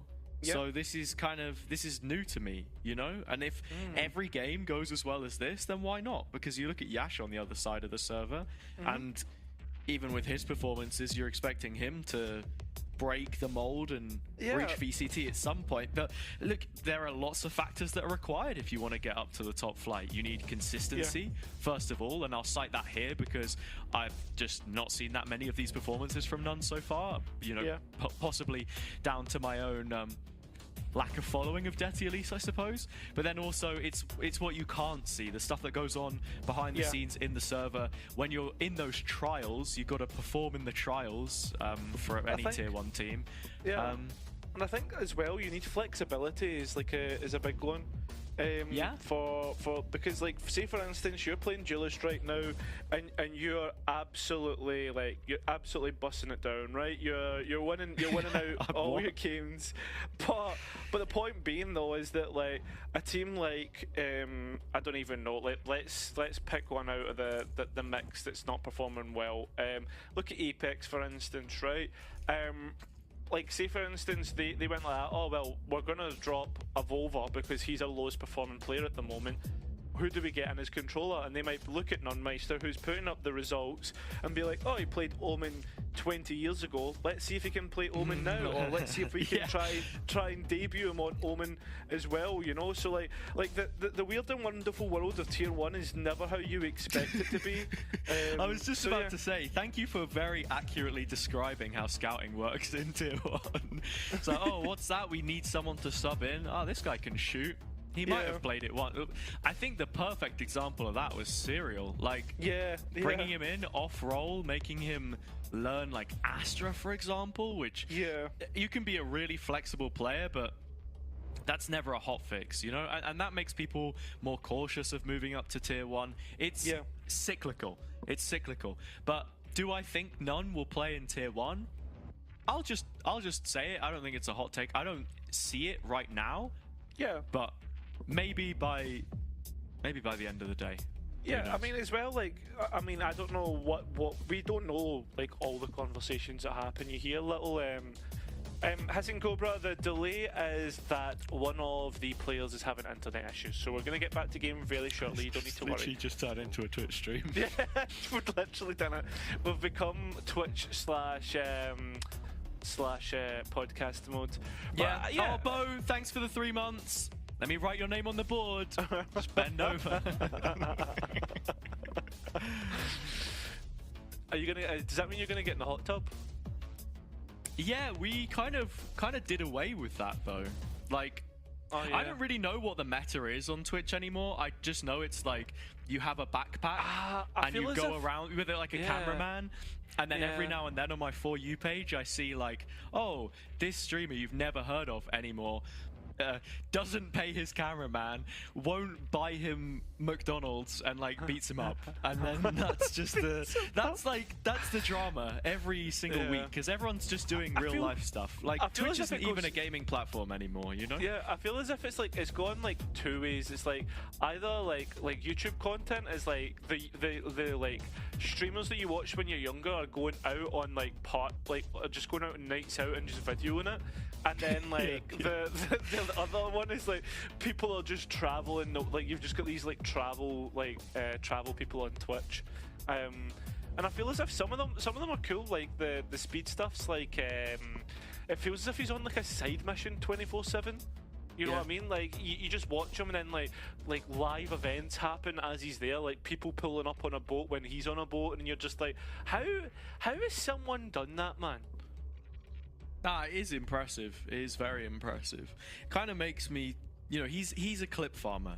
He is a clip farmer down to the DNA. Yeah. I'm wondering, do you think is there any way that we can farm some clips right now so that we get more people in to watch the stream? Oh yeah, I've got a good idea, right? Why don't we pretend to have an argument and then we'll cut to like we can go and cut to break, and it's like delays because Caster Duo have fallen out. Okay, what would we argue over? You stealing my Iron Brew. Okay, that seems valid. Yeah. Oh right. well. Right, here we go. Hazza, what's this? You've drank my Iron Brew. Yeah, you're gonna do that again. You're gonna do another take because that was poor. That was poor. Hazza, where the heck is my Iron Brew? I drank it, mate. I'm sorry. Mate, I've not drank water for like the past 3 days. I was saving that Iron Brew for when I got dehydrated. What? Well, yeah, apologise right now. Yeah, nah, I'm not apologising, mate, because you said that I could have it. You said that I could have it, so. Well, you said you'd bring me an Iron Brew. Nah, this Caster Duo is done. I'm quitting. Bye. Dude, the problem is, as soon as you started shouting, "You've taken my Iron Brew," the first thing I could think of was, "What are you doing in my swamp?" Like, it didn't sound believable at all. Right, I've got a question for you, right? I've got a question for you. See if Duloc, whatever it's called, see if that was an actual place in real life, would you visit? And how much would you pay to visit? Like the swamp? No. What? No. No, I don't know what you said. Like, so no Drew Duloc. Lock, an American quarterback. For the Seattle Seahawks. No. No, Duloc, the place where Shrek goes to do the wrestling. And he goes to like save, is it not, he doesn't go to save Donkey, he goes to like, that's where like Lord Farquaad is.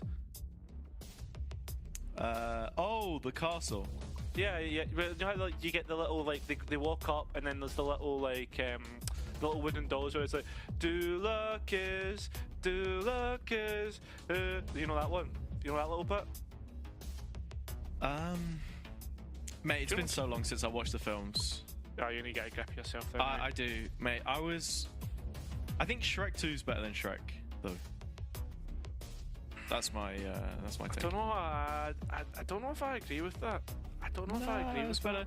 Mate, Gingy, when he gets massive and then he's falling into the water as the bridge. Actually, and it's like the I need a hero, yeah. But like I've got like the song is like welcome to Duloc, such a perfect town. Here we have some rules, let us lay them down. Don't make waves, stay alive. Dude, you've looked it up. You've looked up the lyrics. Duloc is a perfect place. Okay. Stop. Okay. It's getting a little too crazy. Apparently, for everyone watching in chat, he's back in the TeamSpeak. Oh, I don't know who he is, by the way, at this point. Could be anybody. Can't name them. Could be anybody, yeah. Can't name him, because they might get angry Twitter DMs. No, it's not about Twitter DMs. Might get people saying that they stole the fizzy juice. It might be Avada Kedavra, you know. It might be Voldemort for all you know.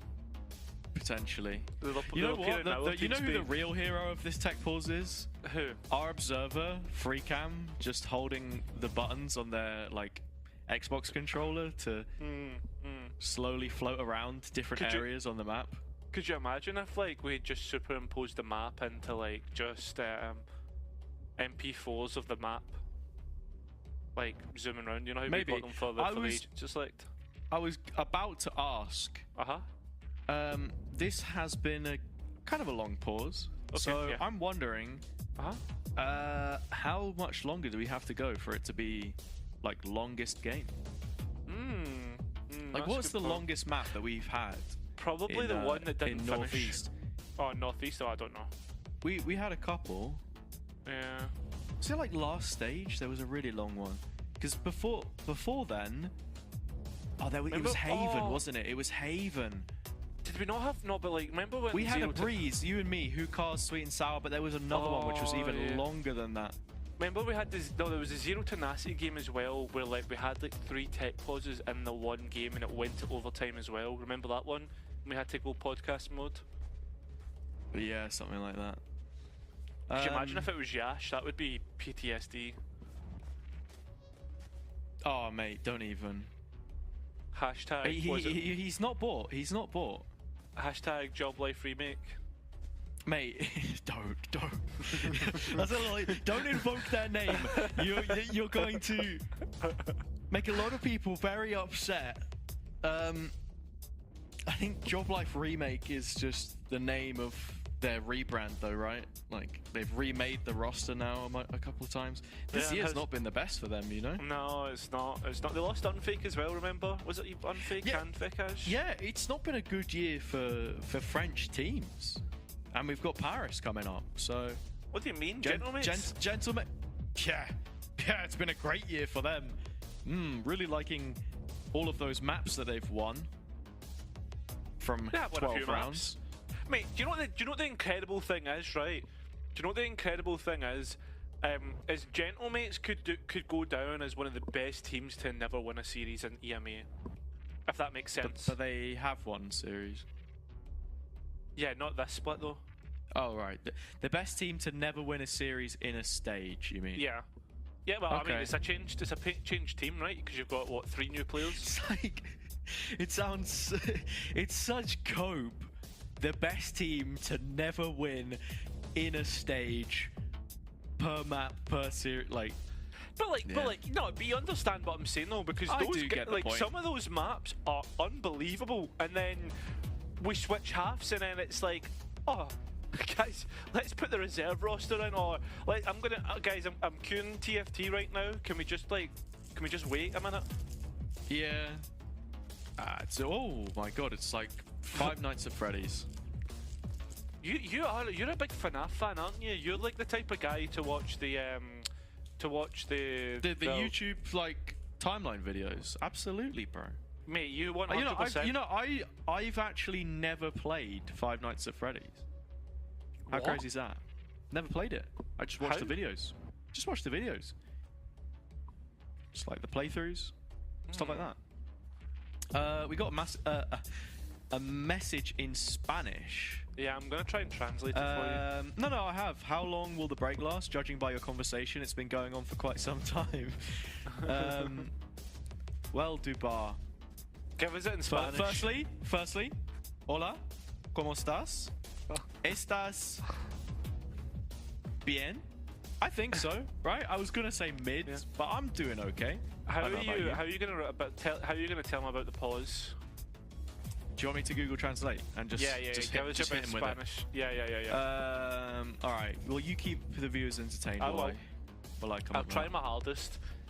I still can't believe you've never played 5 Nights at Freddy's, though. I feel as if that's a little bit of like sacrilegious, you know? Just the fact that like you've never played it, even though you've watched all the videos. Like, how do you even know what a Freddy Fazbear is, even apart from the videos? Like, do you know that like? Okay, I have it. Here we go. Okay. Hola amigo, la transmisión se retrasó debido a problemas de internet. There you go. That sounded pretty convincing. The stream is delayed due to internet issues. So now you know. It's funny, like, because we're like obviously 3 minutes ahead of the stream, so it's funny seeing like chat catch up with like the conversation. Yeah, this is a Spanish guy, probably might not even be there by the time he receives the message. It's like we were astronauts in space and we sent a message back. Don't go to Mars. It's kind of like Interstellar. Yeah, it is a little bit. This one maneuver has cost us half the day rate. That's one maneuver has cost us 15 ascension points, and now the top 4 is just meta teams. Enterprise, with this one technical pause, will not be going to Ascension. It's going to be Twisted Minds. It's going to be Gamax. It's going to be Rad, the Ultimates, Alcazia. It's MENA. We're sending MENA to Ascension. Apparently, Alcadia is a football team. I found that out the other day. I didn't know. Yeah, linked to a football team. There you go, mate. Interesting. Yeah, I mean, there's always some really. I find that interesting. You know how you have football teams come in, you have like Barcelona and stuff, and then just all of the traditional esports orgs. Yeah. I'm wondering, what's your favorite like org name that we've had in the past, like team name? And chat can get in on this as well. Let us know. Keep them coming. Definitely not Who Cars. Like whoever made that name as a team probably needs to get a bit of imagination, you know. Yeah, I agree. Fish 123 is a good one. Yeah, that's a shout. Fish 123 was chill. I feel like it's great that we have Eccles on the desk today, you know, because he played in it. He was in an academy. Was it Fnatic Rising? Yeah. I've seen him post a couple of times how he was scouted through a TV show. It's basically like the Love Island of esports, amazing. And he played on Liquid, so he's ready for. Boaster, can I pull you for a chat? I think that C play was terrible, bro. Mate, you know what as well? Boaster doing that interview in the hot tub with Henry G. Oh yeah. We should have recreated that for the summer week. You know what? That's like a lot. Like there's been a lot of things that I have like seen how like the LECs like interacted with the summer stage, and I was like, why did we not do that? Like Medic and Vedius like jumping up from the hot tub to introduce the matchup. I was like, bro, that's like such us. Yeah. Well, we did our bits, mate. It's fine. Just summer only comes around once. Yeah, tonight. Tomorrow night. Back to the team thing though. The one that always gets me is Team Queso. I just didn't realise that it's literally Team Cheese. Bro. Yeah. Another Spanish one there. I used to love. What was the Finnish team? I used to love pronouncing their name. No. A peanut orchestra. A peanut orchestra. Yeah. I used to love pronouncing that. I love just pronouncing any Finnish name, like Jokka Baby when he used to be. We actually played a game in the VC one time where the admins were reading me the names of the players, but like their actual names, and it was. Could I work out what the username was from the player name? Because it's all on like Liquipedia and stuff. Yeah. That's quite a good one. You wanna give that a whiz right now? Yeah, go for it. All right, let me just look up some random players. I want to start with like an easier one that you might be able to get. We'll start with. Actually, I can't. What if I pronounce it wrong? Oh, here we go. I need a British name. Hold on. Who we got? Who we got in the league? We'll start with this one. Your boy Ross Pendleton. I guess that's going to be Ross UK. What? Wait, what? Anguini, mate. Anguist. Oh, is it? Yeah. His name is Ross? Apparently. I feel kind of bad for this, actually. Some other ones. Who else we got? Have a look. To be fair, do you know something that actually threw me off? What threw you off? Was I looked at the call sheet today, right? And I saw Eccles' name on the call sheet, and I was like, wait, his actual second name is Eccles. Like, I was like, that's crazy. That's just a random thing, innit? It's impressive. Le Petit Bouffons was a good name. Yeah. I like Le Petit Bouffon. That's a throwback. Man, the thing is though, I feel like some casters just get rocked with the names sometimes, you know? Yeah. Like, I had some interesting. Travis Mendoza's just iconic, though. That's your boy Link right there. Yeah. I mean, this is the thing. I think it's cool, kind of though, when a player associates themselves with their like government name, because then there are some really cool ones in CS. I feel like we don't really have that in Valorant. Robin, cool. Yeah. That's quite a good one. See, to be fair, Link is probably like one of the funniest people that I've ever met in my entire life. Like just letting him yap and just listening to him like as if you're on a podcast or watching YouTube at dinner. Like the guy has some amazing stories. Like Link and your boy Lewis when we went to Madrid was arguably one of the greatest experiences of my life. Yeah, that's crazy. I mean, we got Eccles dumping some lore in here. That's actually unbelievable. Do we just get like the desk in for a little bit before we go? Maybe. Apparently, we're 50% of the way there with the player getting back. For those in chat, so nice. Do we just get Eccles in for an epic land? Me, you, Eccles. We'll get Twiggy in as well. +1. Who's the +1? Don't know. Do we just get like do we just like ask like a Derka or something like that, and just go? Nah, I reckon we get Billy IDK in, you know, because she loves challenges Northeast. So nah, I don't know about that. I don't want to be rage baited the full time on my epic one. That's understandable. I feel as if like if I'm going to Epic Land, I wanna like just have one. I wanna enjoy myself. I don't want Billy to be there. That's crazy from you. That's crazy. I was gonna say, like, see if I was to go to Epic Land, right? I would want one player, like just like 1 or 2 players that I know will guarantee me the win, so that like when I walk away from Epic Land, if people try to say that I like you know what I mean, like it was a fraudulent one because people carried me, I'd be like, well, how many Epic Lands have you won? You know what I mean? Where's your pool? I just want that on my accolades, like, you know, like that you were carried. Yeah. You want people to know that you were carried. That I won an Epic Land, and I want to confirm it. I want to win it once and never go back. It's kind of rude. Yeah, fair enough. I mean, usually we don't address this kind of thing, but I sort of want to anyway, just because I think it's quite funny. I have someone in the chat saying that the match was disqualified, apparently. Now the game's over. Oh, yeah? Enterprise have already won. That we should check the official page, whatever that is.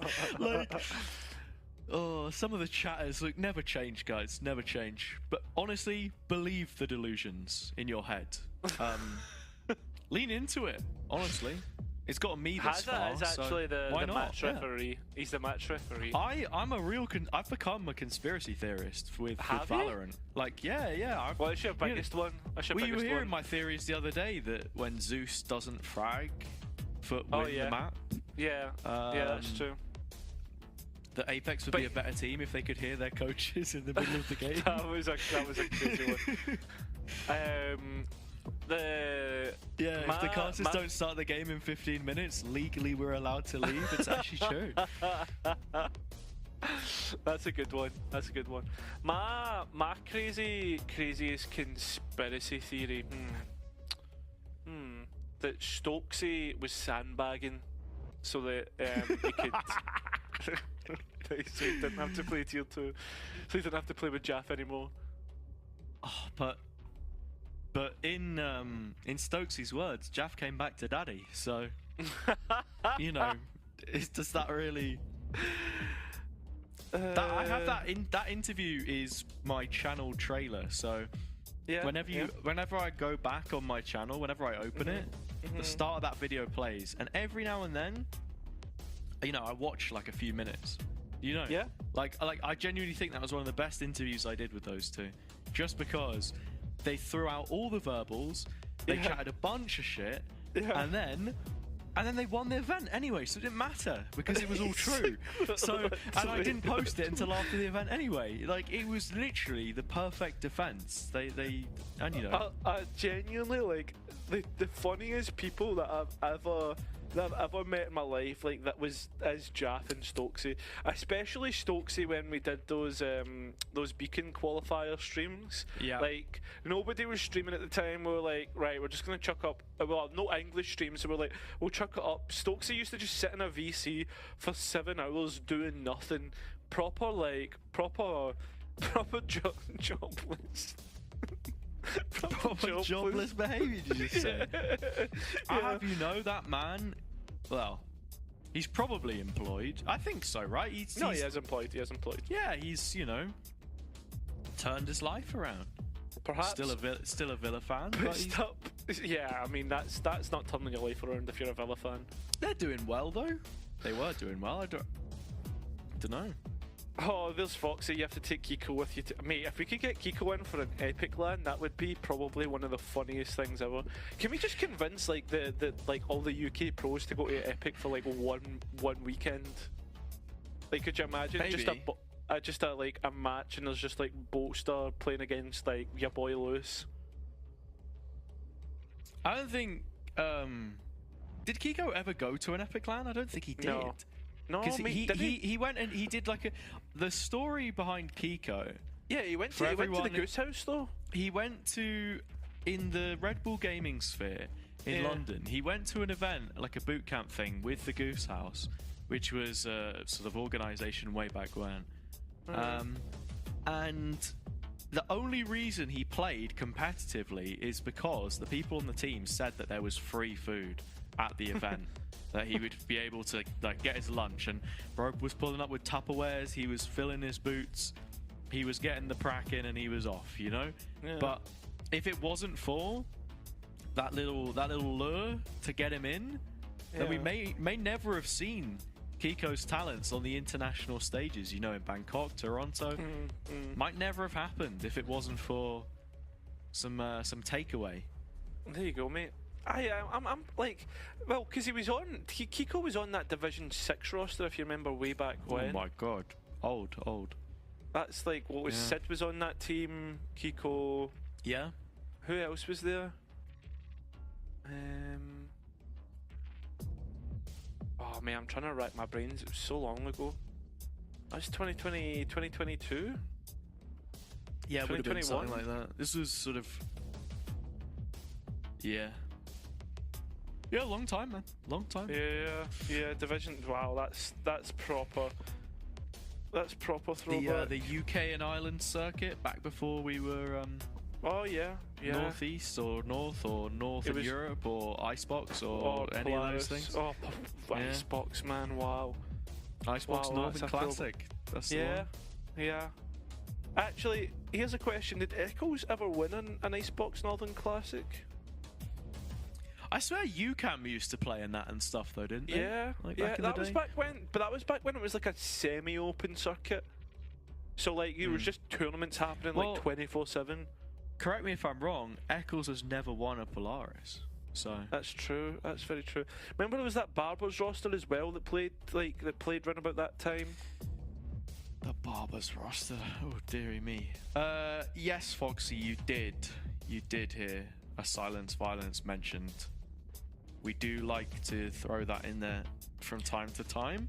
I mean, literally, most of, if not all of the theory that I know about Valorant is because of Mr.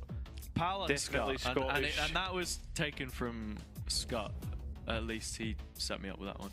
I mean, that's Pal's thing. That's Pal's thing. Pal's. There you go. Pal's silence, violence, or silence. Speaking of the man, Lotus, the one map that he ever played in Challengers France when Foxy had a similar issue to what we've got here, you know, couldn't get in game. Oh yeah, that set him up for his 48% headshot percentage. Do you know what? See for a man who like obviously like had to make his tier 2 debut through like being a sub, right? Coming in with a 48% headshot like rating is not too bad at all. Mate, even though he stuck the kills, gap up. He had but he stuck the gap up, but it was fun. No, he had like 8, did he not? It needs to be VAR'd. It needs to be VAR'd. Yeah. But we know his illustrious career spans all the way back to Gregory's Angels, among others. Yeah, basically what Eccles is saying is if you get him on LAN... he did have 8 kills. You remember it well. Thank you. If you get Eccles it on was LAN, 39 headshot. 39? I thought it was 40. Yeah, me too. But they won that game as well, did they not? They did. 3 times Epic LAN winner. But who's on that roster again? Right? Like different game though. Yeah. Surely. Sapphire, Foxy, Hero. Who else? Who's the other two? I can't remember. Bit toxic to Magic. Oh, and Hype. Yeah, it was Magic. The same and Hype that won Ascension. You're just a hater, man. I'm just a hater. I apologise. Magic, good lad. Valid point raised in the chat. Been a year. Start the game. Detty Elisa. Whoa, hang on a minute. That's not Lotus. Whoa. Bro, I knew that this was gonna happen. They've put on the MP4s for the map select. The production's going home. Mate, Production's actually no. going home. Just keep taking us to different places. You know what we could do, Cairo? We could play like a little quiz game. We'll get production to set us up with a random map, and whoever says what the map is first, Breeze wins. Yeah. Okay, let's do it. Okay. Right. Well, I don't know if we can get counted in or something. And do a little quiz. Yeah. Bit of filler content. Yeah, feel free to all play at home as well if you want. I feel as if this is going to be easy though. Every time it cuts. Oh, here we go. Right, here we go. Icebox! Yeah, I got it first, surely. No, you didn't. I got it. I never. Oh. Alright. Right, here we go. Icebox is such a pretty map as everyone well. knows where this map is, right? Because the guy wrote the document about it, and if you didn't know where it was, then... The 100-page... Siberia, the 100-page... Corrode! See? Do you know, I set you up for failure. Do you know where Corrode is? Do you know where Corrode is? In France somewhere. Yeah. There you go. It's loosely inspired on France. Yeah. Salt. It's got salt mines or something like that. Yeah. Big purple crystals. Oh, I never noticed that big. The big. What, the storm? one that towers over half of the map? Yeah, I never noticed that before. Just shows you how aware I am. I'm just locked in, mate. I'm just locked into the engagements. Pearl. I got that, surely. I think you can have that. Thank you, mate. Thank you. Do you know where? Do people know where Pearl is? Portugal. Under the Portuguese tides, my friend. Yeah. What was the? I had a fact for you. Yeah. Portugal and Lisbon is home to the oldest library in the world. There you go. Quite like this broadcast. It's turned to an absolute library. Is this a library? Is this a library? Is this a library? Oh, next one. Is this split? Oh, surely I get that. No, I think I had that one. Surely not. I had that one. Yeah.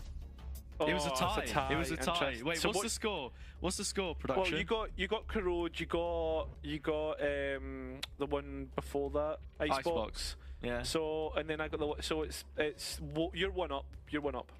All right. Next map.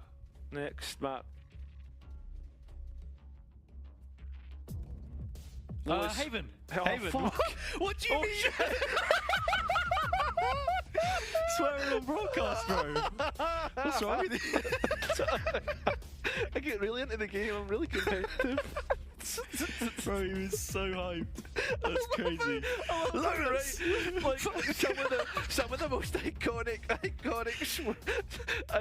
like swearing on broadcast, like Cadro swearing when Gumayushi stole like a baron, and then there's me swears in a tech pause because he got too into a minigame. You're two up. Yeah. Next. Crowd. Again. No. Easy. Oh, it's Corrode back. What do you mean no? It's also, for me, I would say visually the nicest map that we have in the game. Big fan. Not bad. Yeah. No, I think Lotus was when it first came out, but now it's kind of like it's played everywhere, so I'm just like, ugh. You know, I like the bright colours. But it's also like the concept though. Yeah, and the like architecture. visually, I think it looks really nice. It kind of reminds me. What's my Haven enjoy? I'm up 3-1 right now. Yeah, 3. Fine. 4-1. Woohoo. No way. What? Yeah, I'm just too quick, man. I'm just too quick. Brother, please.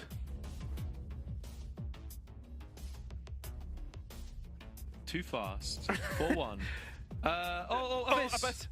Oh, you got that. 5-1. Come on. Mate, you're absolutely smashing this. Yeah, well, you got to think there's only a few maps left, so if you just shout, that's above mid. That's above mid, yeah. That's at the back of mids. Yeah. Top mid. That's in spawn. That's sunset. Sunset.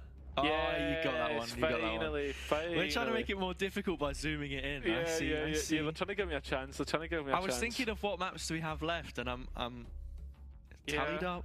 Yeah. Okay. Interesting. 5-2. 5-2. Scores in a dose. Yeah, I'm locked in. I'm locked in.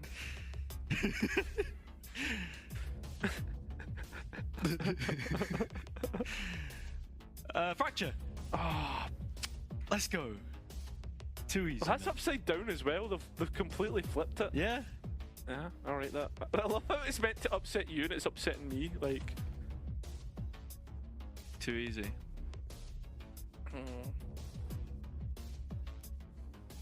That's is that main? One of the mains? That's site. That's site. Yeah. A site? A site. I think it's A site. I always forget with this map A and B. Everything's so. Yeah. Yeah. Right. Oh.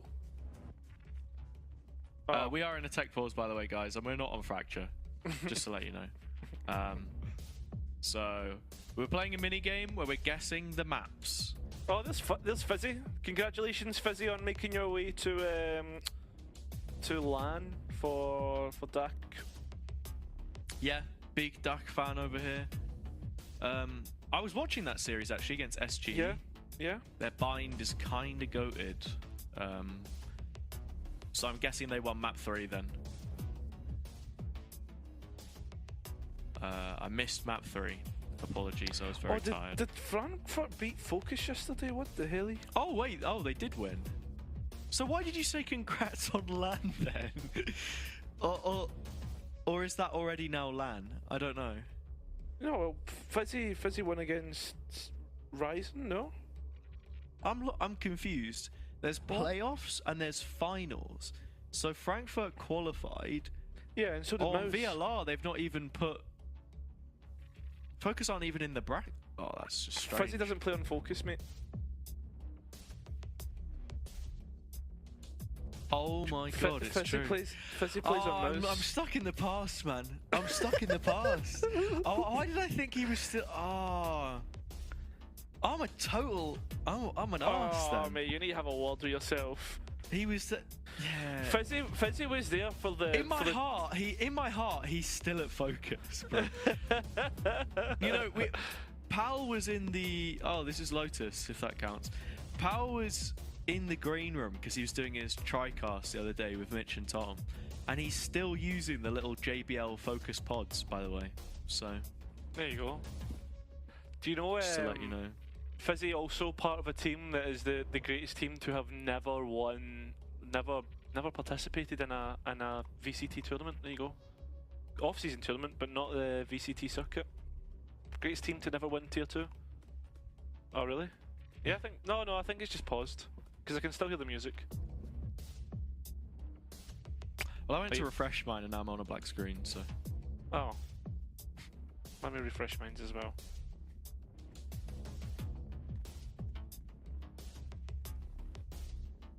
Maybe we shouldn't have refreshed.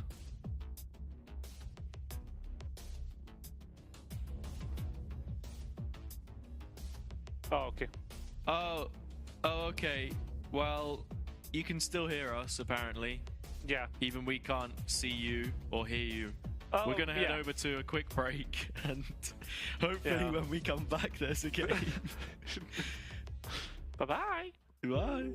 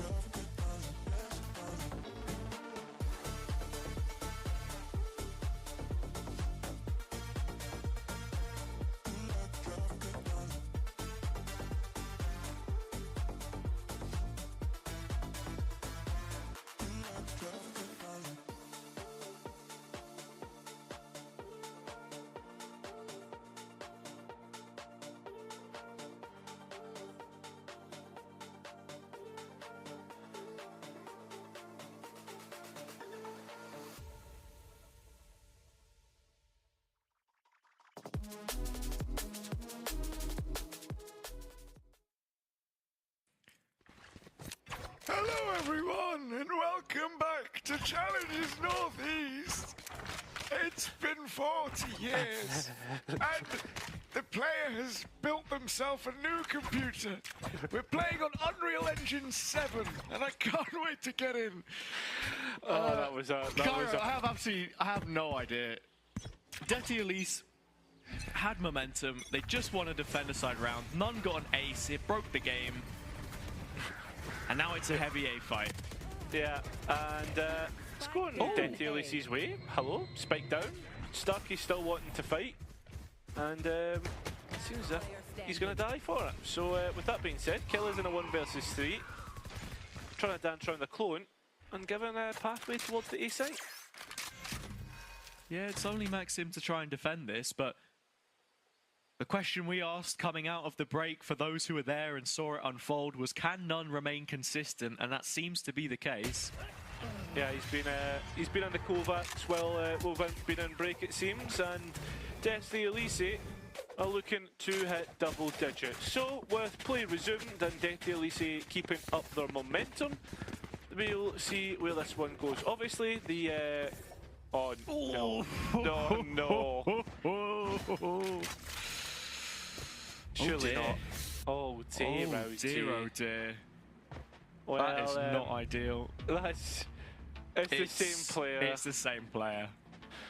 And that sort of narrows it down. Yeah? It's either Starkey, which people were saying in chat, or Yash. It's Yash who... Hashtag EP remake. No. Hashtag NE remake, bro. And this podcast is brought to you by Samsung Odyssey OLED.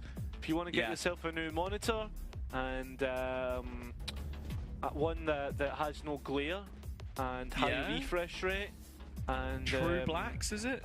Yeah, True Blacks. Yeah, and then if you want a way to keep your monitor cool during those warm days, so it doesn't overheat, that's the boy for you. That is the boy for you. You know, I wish I had one. A boy? Oh, there we go. A Samsung Odyssey OLED monitor. We've got the 3D one. Wait, is this a different... Wait, is this a new... A new ad? We didn't have... This isn't the normal break ad, is it? Yeah, no, it's not. It's usually with the spaceship, but we got we got an axe. Yeah, I mean this is specifically brought out for the podcast. They've epic screen, epic play. Odyssey 3D, Samsung. Thank you, Samsung. Oh, this is the one that we usually run though. Yeah. Samsung, you know, if you're watching, you think, hey, I'm going to tune into the broadcast you're sponsoring. You know, I wouldn't mind the 240 hertz refresh rate one. I actually, you know, I met the Samsung people. Oh yeah, in Berlin, because they sponsor Apex as well, and they were watching the game with them. Yeah. They just seem like nice people. So if you want to put some money in the pockets of some nice Norwegian people, or Danish, or Finnish, or Swedish, because they have monitors all across the Nordics and probably wherever you live as well. Take a trip, take an Odyssey, man. Speaking of Odyssey, have you watched the new trailer yet? What do you think? I have. It played before Fantastic Four. I thought it looked pretty cool. Yeah. there was this guy sat next to me in the cinema, right? And he was like, that's good. He was like barefoot, sat on the chair. Yummy. See, look, for me, especially with the new like reclining seats, I do like to take my shoes off and just sort of stretch out a bit. Yeah. But we're about to go in game. Anyway, he looked bewildered. He looked like he'd never seen a film before in his life. Like he'd been trapped in a cave. He was absolutely loving the trailer, which has already been out for a while. But so has this game. I think it's time to wrap it up. It's been a blockbuster in some senses, and for Detty Elise, more a rubble control. No kills this time, and a quick reaction from Enterprise. Yeah, very quick indeed. Don't want to deal with the A fight. There's a TP over the way towards the A side of the map, so if none TP's out, we are going to see Basia stuck in a difficult spot. Instead, Basia is the one to get a triple. Make it 4. Is that another ace on the cards? Perhaps. Let's just hope it doesn't break the game like we saw last time. It seems as if Deti are going to try and give the ace to Basia. That's not going to be the case as they hit number 11.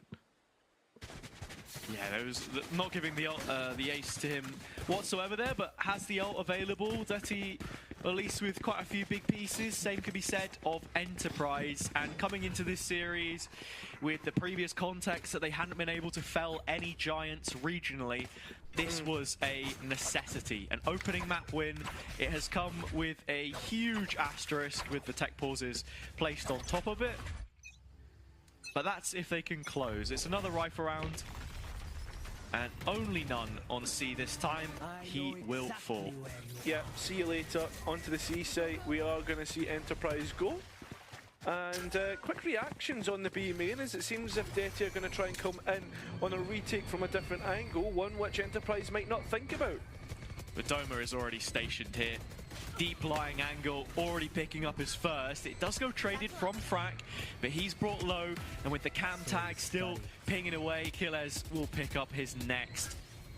Fraction has had his time in the sun, as have the rest of Deti Elise. Enterprise looking to crack down and doing exactly that. Twice the numbers, as Deti Elise will just play for exits. Yeah, and they're important exits too. If you look at the money, it could be hugely valuable.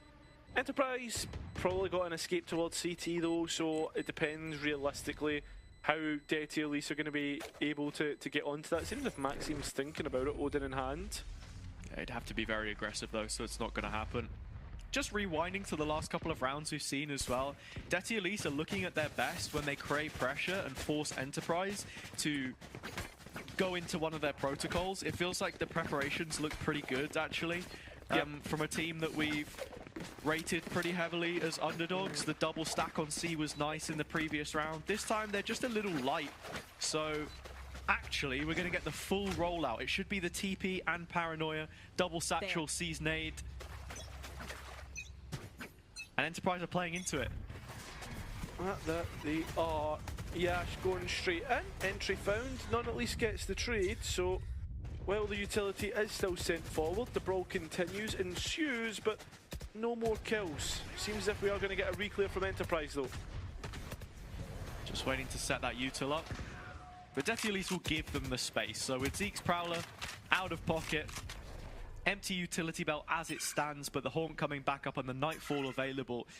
Enterprise have the tools to take the C site. In the meantime, some proactivity being shown by the defense, looking to re-clear the belly of the beast by moving through B main and A lobby. They've already done that successfully. It's a forfeiture of C though, and that is going to allow Enterprise to take this all for themselves. Yeah, using the Nightfall to do so because of the utility, but there is also an investment of the Rolling Thunder, so pretty big one all in for Enterprise here. They need to be finding the value. Spike going down, and well, Doma has to try and hold down B main, which he can. So yeah, and Deti Elise have huge ults to retake with. Enterprise need to make a move. They can't force to play static on site. Yeah, well, they aren't being static. They're trying to move towards C, trying to move towards those extremities of the site and through Waterfall CT. But they're all falling to the wayside. It's looking easy for Deti Elise as they look to finally finish out this map after a little bit of delay. Yeah, and it's rigorous planning on the Deti Elise side. This is another really well-called round from Kaya. They lose the initial engagement after calling the set aggression. Was usually expecting the Paranoia, Satchel, and like the Fade Haunt that you see. If you blind, then it lets you, in the one-way, find the revealed player. It's usually really strong. But off the back of that, they get proactive outside A, they clear B, they have a really strong path for a retake, and the ults were perfect. Perfect, perfect, perfect.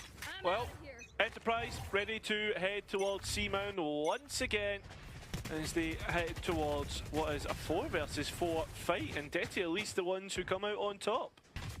Yeah, the Phantom Sprays getting kills, a couple of them on either side, and Zeke with yet another here, just reconfirming Maxim, his counterpart, that Enterprise are still hanging around. This is what they'll do a lot. If they can't send it directly, they will freeze and re-hit. You're not often going to see them clear other ends of the map. Detty should be gambling. It seems if that needs Maxim the case. He needs help. Doesn't come through. At least trades 1 for 1. 2 versus 2. And the approach again is through me, through the revolving door, and Detty Elise look to revolve Enterprise out of Lotus as they'll finally close out the map. It's a brilliantly played map in the end. I'm sort of caught not even ready to be back on a camera after what was a long intermission, and I think it's important that we address that here as well, because that naturally affects the flow of the game. Enterprise really didn't look themselves in those final few rounds, and we had questions about their attack previously, questions which resurface here in a fairly awkward way. For Detty Elise though, they found their map, the map which we gave them the biggest chance of winning coming in, I think, when you look at the history that they have there. Both teams playing Boars, Detty the only of the two able to win it.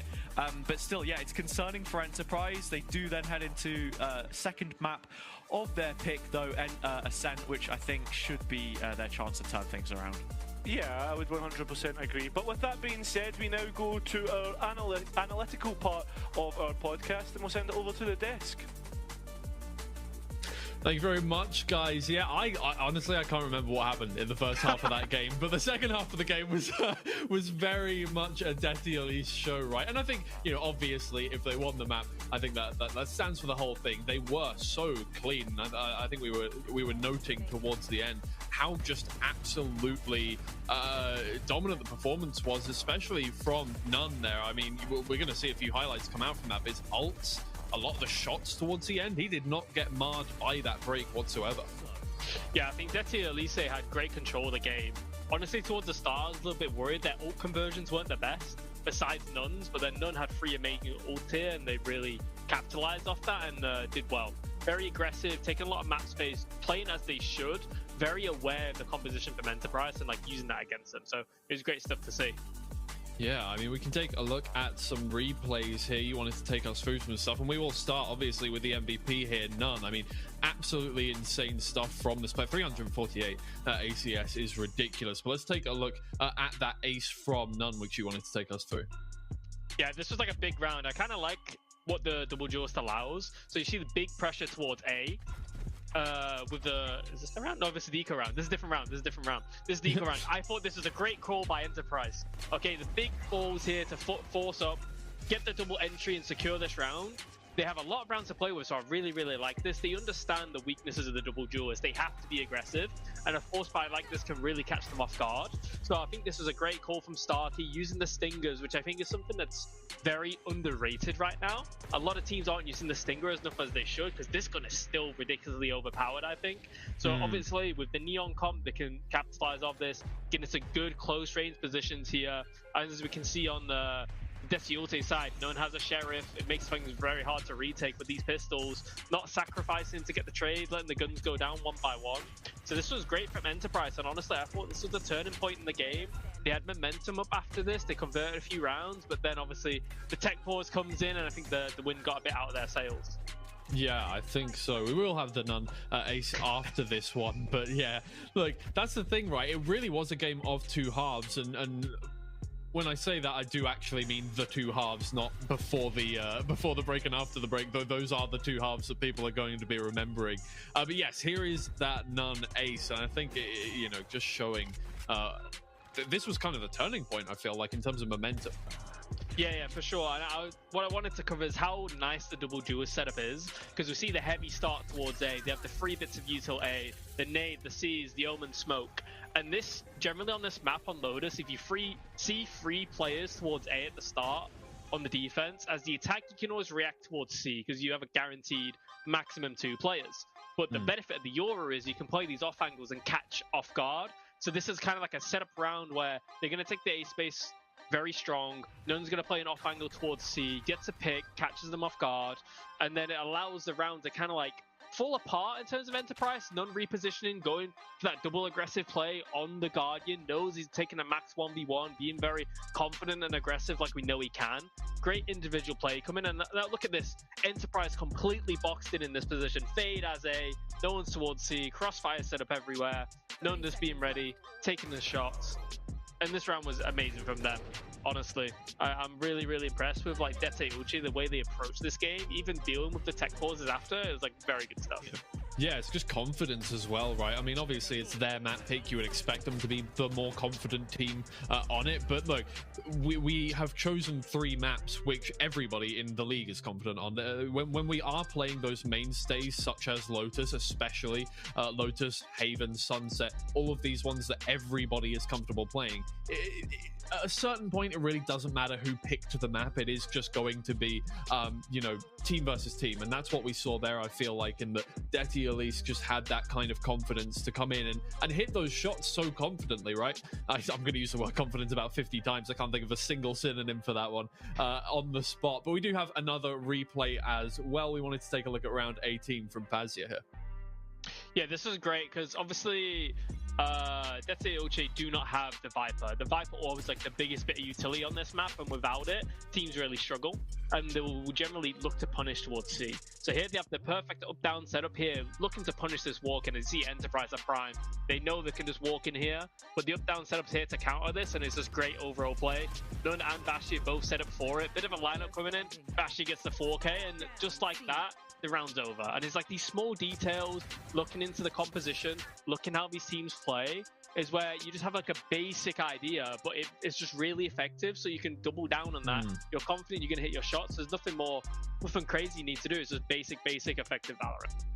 Right, well, that is it for map 1. We really took our time getting going with that, so we will very quickly get going with the show so we don't have to wait between these maps. Next up is going to be Ascent, so don't go anywhere.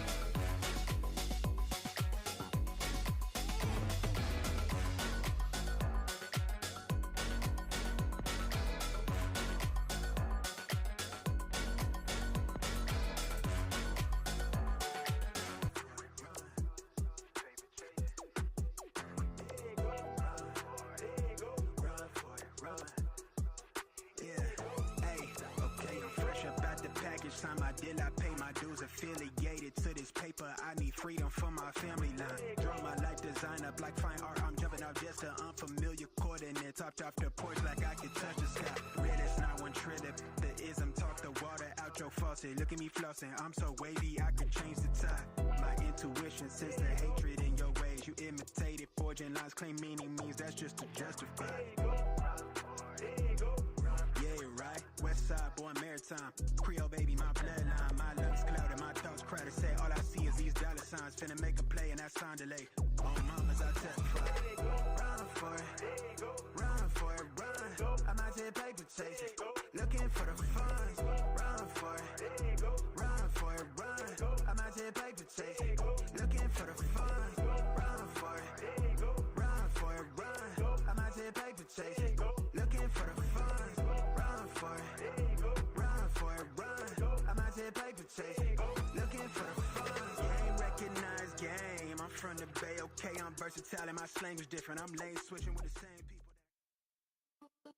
Welcome back, everybody, to Samsung Odyssey Challengers Northeast, and we've just got one map done so far. Unfortunately, you may be looking at the runtime and you're thinking, okay, we're almost done with the series. Well, maybe. If Death Elise win this map, then yes, we will be done with the series. They did win Lotus in very, very, I would say, confident fashion. It wasn't dominant, but it was definitely confident. We are going to be moving to Ascent next, and it will be Death Elise starting on the defense side, which I know that you were interested in keeping up to date on. Yeah, Ascent is one of those maps. Death Elise aren't comfortable picking it. I think it's one where you allow teams to pick against you. And a lot of teams have done this on Ascent where the defense side is just so strong, right? I famously know from my experience, the defense is very strong. So allowing teams to pick it into you always guarantees the defense start. So maybe if it's not your strongest map, you at least get to start on a very strong side. And if you can get good momentum up there and only need a few attack rounds, compared to starting on the attack side where it's a real slogger of a map, you're going to really struggle against it, maybe if you're not comfortable on the map as well. So I like this approach from Death Elise. I think it's quite smart. However, it is one of Enterprise's best maps. Yeah, it really is, right? And again, Enterprise have done incredibly well on this map over the course of the season so far. This is where they beat Death Elise the one time that they came up against them this split, which was in the first game of the Upper Swiss. And so running it back here for this one. And, Death Elise have changed it back up to the default comp, I would say. Well, Killjoy, I mean, definitely not as common nowadays as the Cypher on this map, but still, for the most part, that is pretty much a mirror matchup, let's be real. Yeah, I think the Cypher value is a lot better starting attack, so it's better for Enterprise. The cage towards B main is super strong for conditioning, making those question marks, as Sliggy famously says, right? You don't know if they're in there or not. Kind of like Schrodinger's Cypher cage, I guess you could say. So it's very good for taking a lot more map space, whereas the Killjoy, I think you need that a little bit more help, especially towards B main, especially when the AWP is up. And this is like one of the biggest things on this map. The Jet is so strong. If you get the AWP up early, it can be an absolute nightmare for the attack side. So if that happens, and like Odyssey did get a good start on the last map, if they get up early, get the AWP up, it's going to be interesting to see how Enterprise attack the map. Are they going to change things up? We see teams on this map going for a more direct style versus the operator, because defaulting it is just so hard at times. Yeah, well, the last time Death Elise did play this map, they got another chance to play it after Enterprise Esports played them on it, and it was 14-12, a difficult matchup versus Twisted Saints Esports, so a very different caliber of opponent up today. We're going to find out how they do second time around versus Enterprise Esports with Hazza and Kyra.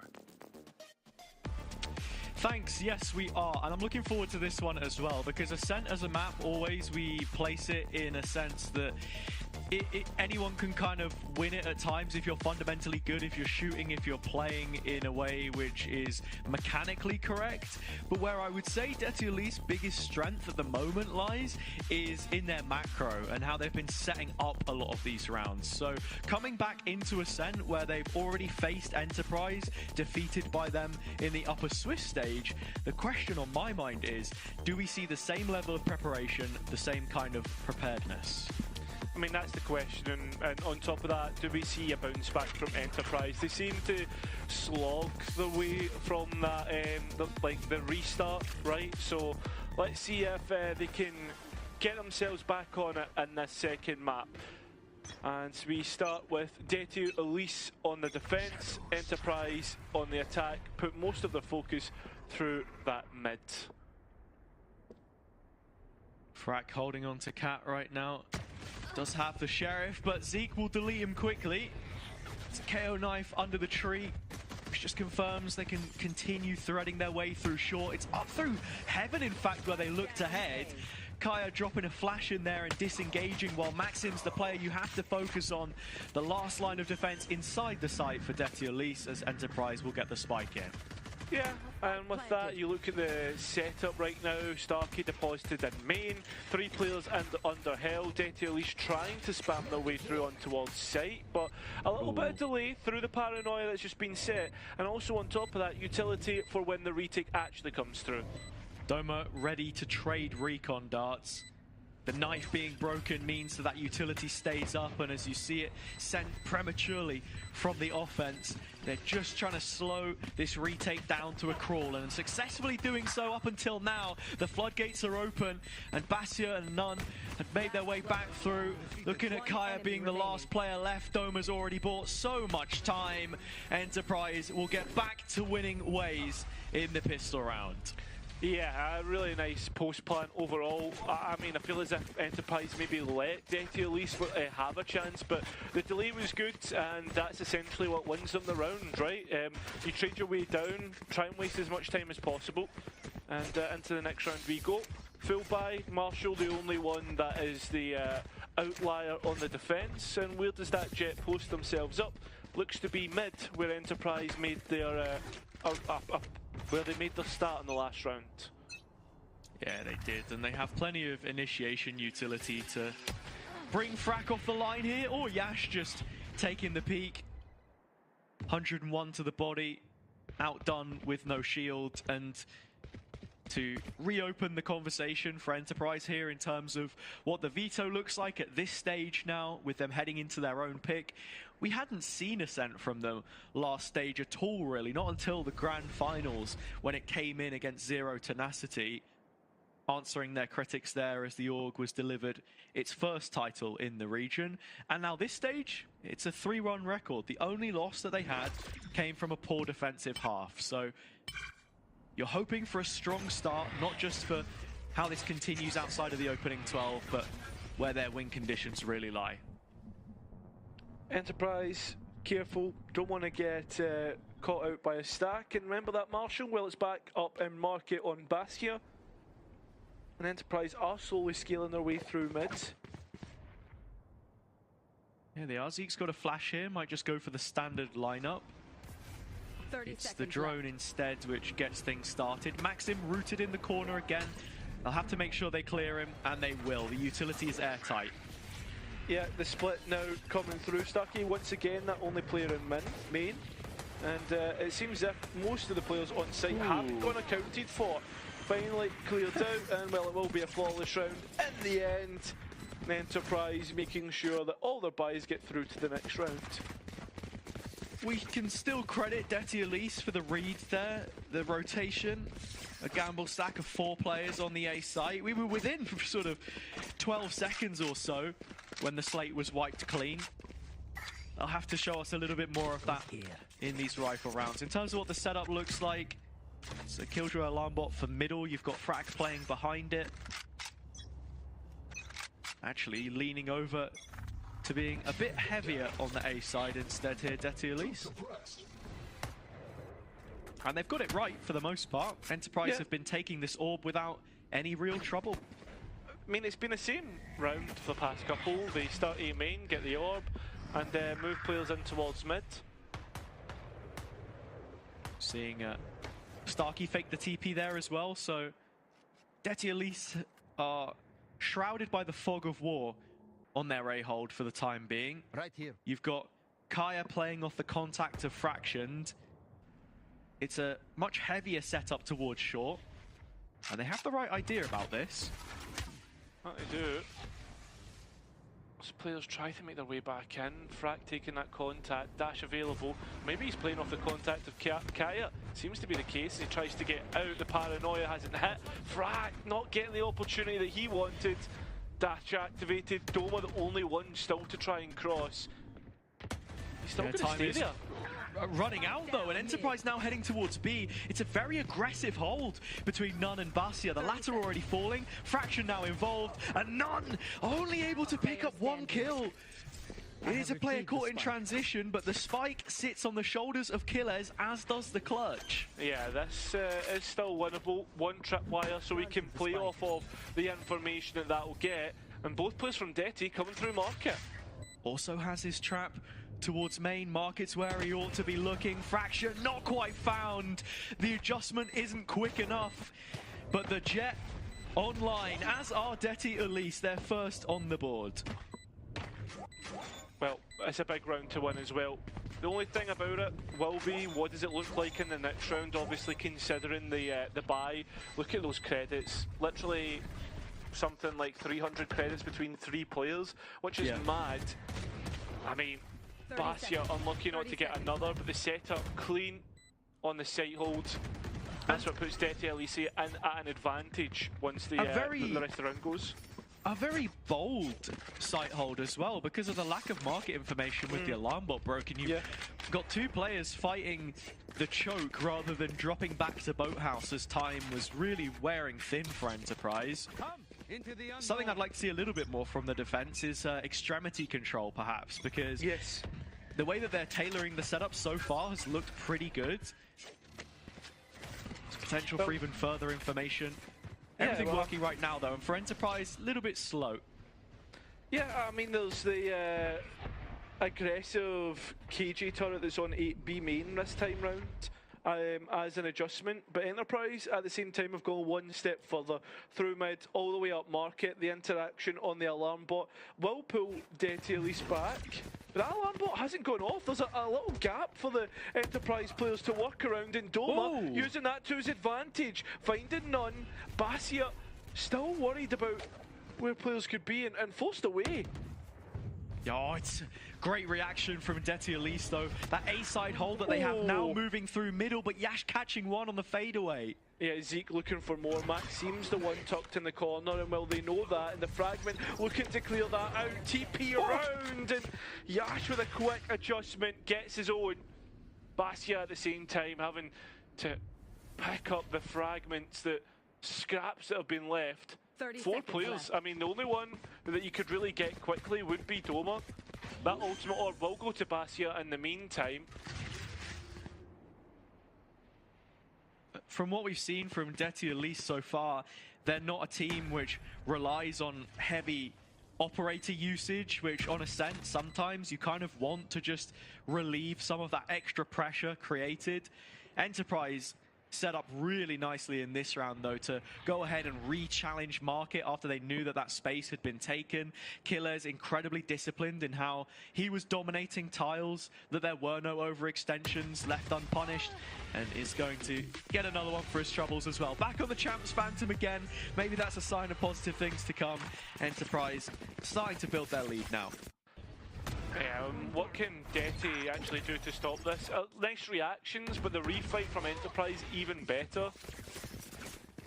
I think as well, like Detty Elise maybe not understanding the, not necessarily understanding, but not getting a good picture of how that setup looked, and the fact that that alarm bot didn't catch Doma moving in towards market. It feels like a massive fumble. It's none caught sleeping, but to no fault of his own. Starkey set up in the beginning of the round here. There's a flash drive from Zeke thrown in with the TP. And that's a main control early. Enterprise have put a high priority on this. But like I was saying earlier, Detty Elise have not often looked to re-clear this space as the round drags on. You've still got that turret on B, the other side of the map. And with just pistols, you've got to be making a play together. Whatever the call is, you do it as a group. And with mid now re-cleared, there is strength in numbers for a B hold. Yeah, but there's also strength in numbers for a B push. The utility going offline, and that might be the button pressed to hit towards the site. Unfortunately, the shot's not hitting for Detty, and none known about at the back of site. Players just getting caught off left, right and centre here. Enterprise surgical in their take, and they're looking for more. Yash being the player to find it, and Frack will only get one as Enterprise get their fourth. Yeah, Frack finally picking up his. Missed a slight opportunity earlier in the round when the push was first heading in, but it's situations like that that show you why Enterprise is such a high quality team. That reveal catches none backside, and instead of forcing the issue on the player boathouse, everyone is looking towards spawn, waiting for the flood, knowing that he needs the support to come in. Managing a lot of difficult situations really well right now, and lots of ultimates available. They might just be looking for a quick send with the null command. I mean, that paranoia shows you the intentions for this A site, and Deti gonna respect it, but got to be keeping an eye on the Yash here as he moves up short. Yash will find Basia, and while there's one more which he'll get through the smoke. That's ridiculous. That site well in Enterprise's hands. Yeah, right off rip, they just set the play, and Yash to end it off with a triple. It's incredibly efficient from Enterprise. Yeah, last map maybe had a bit of a longer state of play. This one looking to be nice and quick. And now Deti Elise. This is where they'll maybe start to come back into the rounds because of the ultimates that they have in play. It's just whether they have the firepower to back it up. And that's why you're going to see the timeout called, so they can actually build around what it is that they have. One of the key differences between the comps, the only difference in fact, is Basia on the Killjoy. And the reason why you pick this agent, not just because of the utility damage and stall that you get from her, and some active information really with the turret that we've seen them using, is the ultimate, the lockdown. It's really, really good for retakes, which maybe they'll be looking at leaning into a little more heavy on the A side of the map. You saw the previous one, it was literally Zeke just using the null command to get in. Basia very instinctive with their utility to open that first nano and buy a little bit of time, but they have to be aware of the potential of a short push coming in. I find it crazy that Yash literally just dashes down Cat to get there first. Really playing around with the timings you'd usually expect. But as I say, they've got plenty of tools to create a plan of how they want to set this round up. It actually looks like it's going to be pretty much the exact same as what we saw in the previous with the Killjoy on A.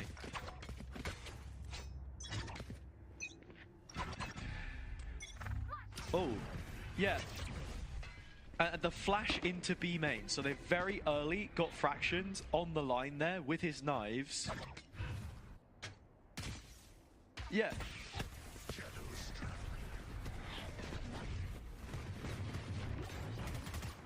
And now this is where they are set up a little bit more for the retake, playing off site towards short, but they've let Yash in, and that's a serious problem. Be faster. Spike planted.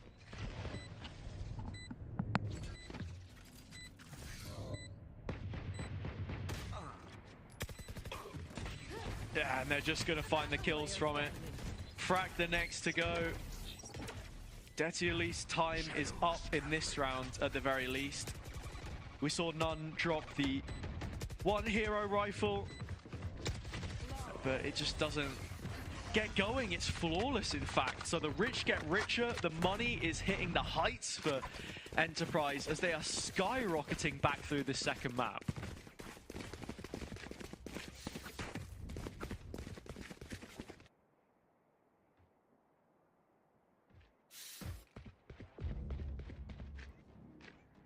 Most importantly,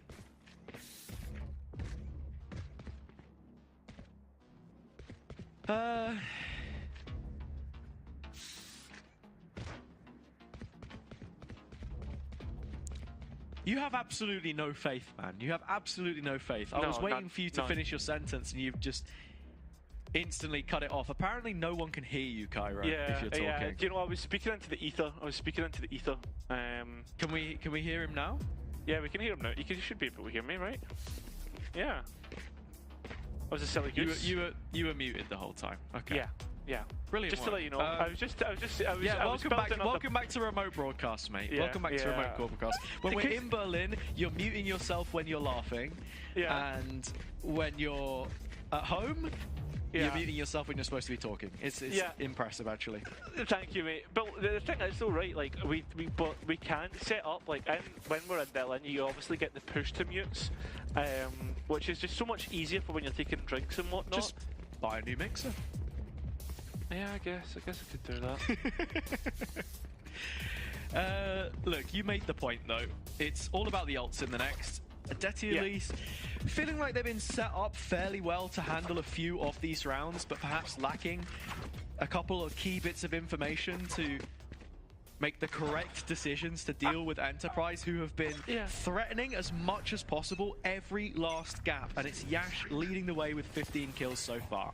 Yeah, and I think that's the key point that you make there. Starkey, though, he's been a bit aggressive, and he's even going to pull out some utility, but the Hunter's Fury ripped in the other direction, and Bastia ripping Yash off the server. So, at this moment in time, you're looking at Detti Elise being in the perfect position, and Doma needs to get himself out of that one. Yeah, and I like it. Detti Elise showing a little bit more aggression in the mains, like I said. That's how they picked up Yash. Doma and Bastia both low on either side, but the off is on the line, and Detti Elise have 3 players B for this execute. Yeah, it's a nice flash as well. As Enterprise begin to collect all the forces, creating that pressure pocket. So pivot from Enterprise back through short though. Both Detti Elise players are here. They're not going to be able to reposition main just yet though. You see a pivot through shot for Enterprise, but it's just Starkey here and all alone, found out and untradeable. The map becomes even more in Detti Elise's favour. And Frack, he's still on this line. He's not moved at all. He's been just sitting holding down mid. Crosshair move towards top mid. Doma still alive. Finally hit by the alarm bot though, and there's just not enough time to make this push happen. 10 seconds left. It needs to go, it needs to be successful. There's only about 2 seconds to get that spike down, and while it's on the floor, it's gone cold, all cold, as Detti look to get their next round, the second round in what has been so many for Enterprise. Finally an answer back. Yeah, and it doesn't come through the cost of any ultimates for them either, which is a big win. Zeke using the Hunter's Fury to try and re-clear the main space after they were able to create so much pressure as the defense, which made it a little bit more difficult for Enterprise, especially if you're just leaving the alarm bot in market as well. Very passive information, forces the attack to be incredibly diligent, leaning on that same setup with the knife in A main this time, but Frack has brought the op out. Yeah, that they have. And with Doma potentially using the drone here, they're not going to have any way to clear him off the angle. I mean, the Keo flashes were good last round to get him off angles, but still Frack looking to be dynamic as ever, repositioning himself. But up through mid, we see Enterprise go. That's fantastic. Off the alarm bot, flash comes in, but 2 players cornered. One of them, Bastia, has not stopped so far this map in defense of the B site, but Enterprise finally break their way through. Frack has his shot, but the Blades bear on down. An off head-to-head, a big exchange, and Yash will cash it in. Now a 2-on-2, and Yash still going, still punishing the Detti Elise retake. Maxim caught in front of the trap, has the TP out, but that's him in the open, and Yash with 3. A fantastic turnaround from Enterprise. Yeah, I mean, they shouldn't have got a look in for just the way that this mid-play goes. This is an absolute disaster. And with that being said, Zeke's the one that breaks the mold, as well as we see Killers is locked through main. And once that head-to-head duel, and you know what Yash is like, he gets going unstoppable. So the money not looking great for the defense once again. A lone hero rifle in Frack. Yeah, Detti Elise could be doing with a lone or 2 here. Not all too many credits. It's the standard link push flash in with the Hunter's Fury will collect one kill and tee up Maxim for another. Enterprise should be thinking about a quick A excursion, but Basia's managed to hold them off. Yeah, and Zeke's trying to hunt them down, not going to get anywhere near it. And 4 players strong already for Detty on this side. Yash had to be hunting for some kind of an advantage. Enterprise not even putting the spike in just yet. They're expecting the lockdown to come through from short. Basia still holding on to it. Actually, Enterprise just fully reconsidering. I don't know about this. They've closed the door, so if they ever do come back towards A, it's going to allow for a safe plan on that site. But Yash still holding on to that space at the moment. And Detty should start to get an idea about how this round looks. Enterprise trying to win the round by playing with the factor of time, but as Nunn clears out tiles, he should know that it's the A finish as expected. Zeke, the one to get the plant in, still holds on to the knife. Will hope to suppress Basia here, who shouldn't be playing too close to the site before the lockdown comes in. That's the win condition. 10 seconds left. And it's a big one. The knife, though, doesn't hit. So with that spike going down, lockdown straight in, and will Enterprise going to be forced towards main? Basia has both nanos, so if he knows the lineup, he can catch both players in wine, but it's not going to happen. They get smoked off. Instead, trying to play back through.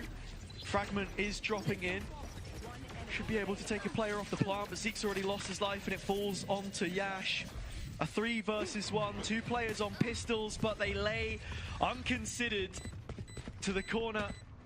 He is claimed. Shameful performance. Maxim on the defuse, and Detty Elise restoring the round count with a thrifty. Yeah, a bit complacent overall. Enterprise caught off by a couple of engagements there. Especially Basia absolutely gambles the round, walking in towards main when doesn't necessarily need to. Like, you lose Basia there, you may be like, mate, what are you up to? Like, why are we giving him that pick? But it's also such a smart timing from him, though, because he knows that I'm going to get away with this because Enterprise are going to be focused on trying to quickly take A. And that's where you're going to punish this side. If you can catch them at the wheel. Yeah, but could you imagine the head loss you would have if you missed out there? Flash already used from the Keo to create that pressure, that conditioning, that they're still in A main and still fighting for it, Enterprise.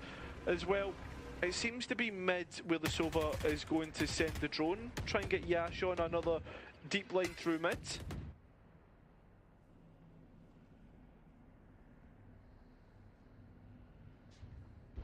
Just double up in short right now as Enterprise have Detty Elise on the other side, waiting, ready to receive. Maxim with his flash, but not yet investing the paranoia. It's Basia playing over the top. And the angle's worked out for him. Entry kill through on towards Doma, and no command used. Enterprise feel as if they have to force their way onto the side because the KJ playing so disciplined. It's not going to work out. Kelly's now. How does his trigger discipline look? Not too great. Pushed even further, and Kaya will get that kill. But still, Yash looking to get that trade. The flash looking good. But that spike being worked on, the time ticking away. Shot the next player, the next approach, and it works out for Detty.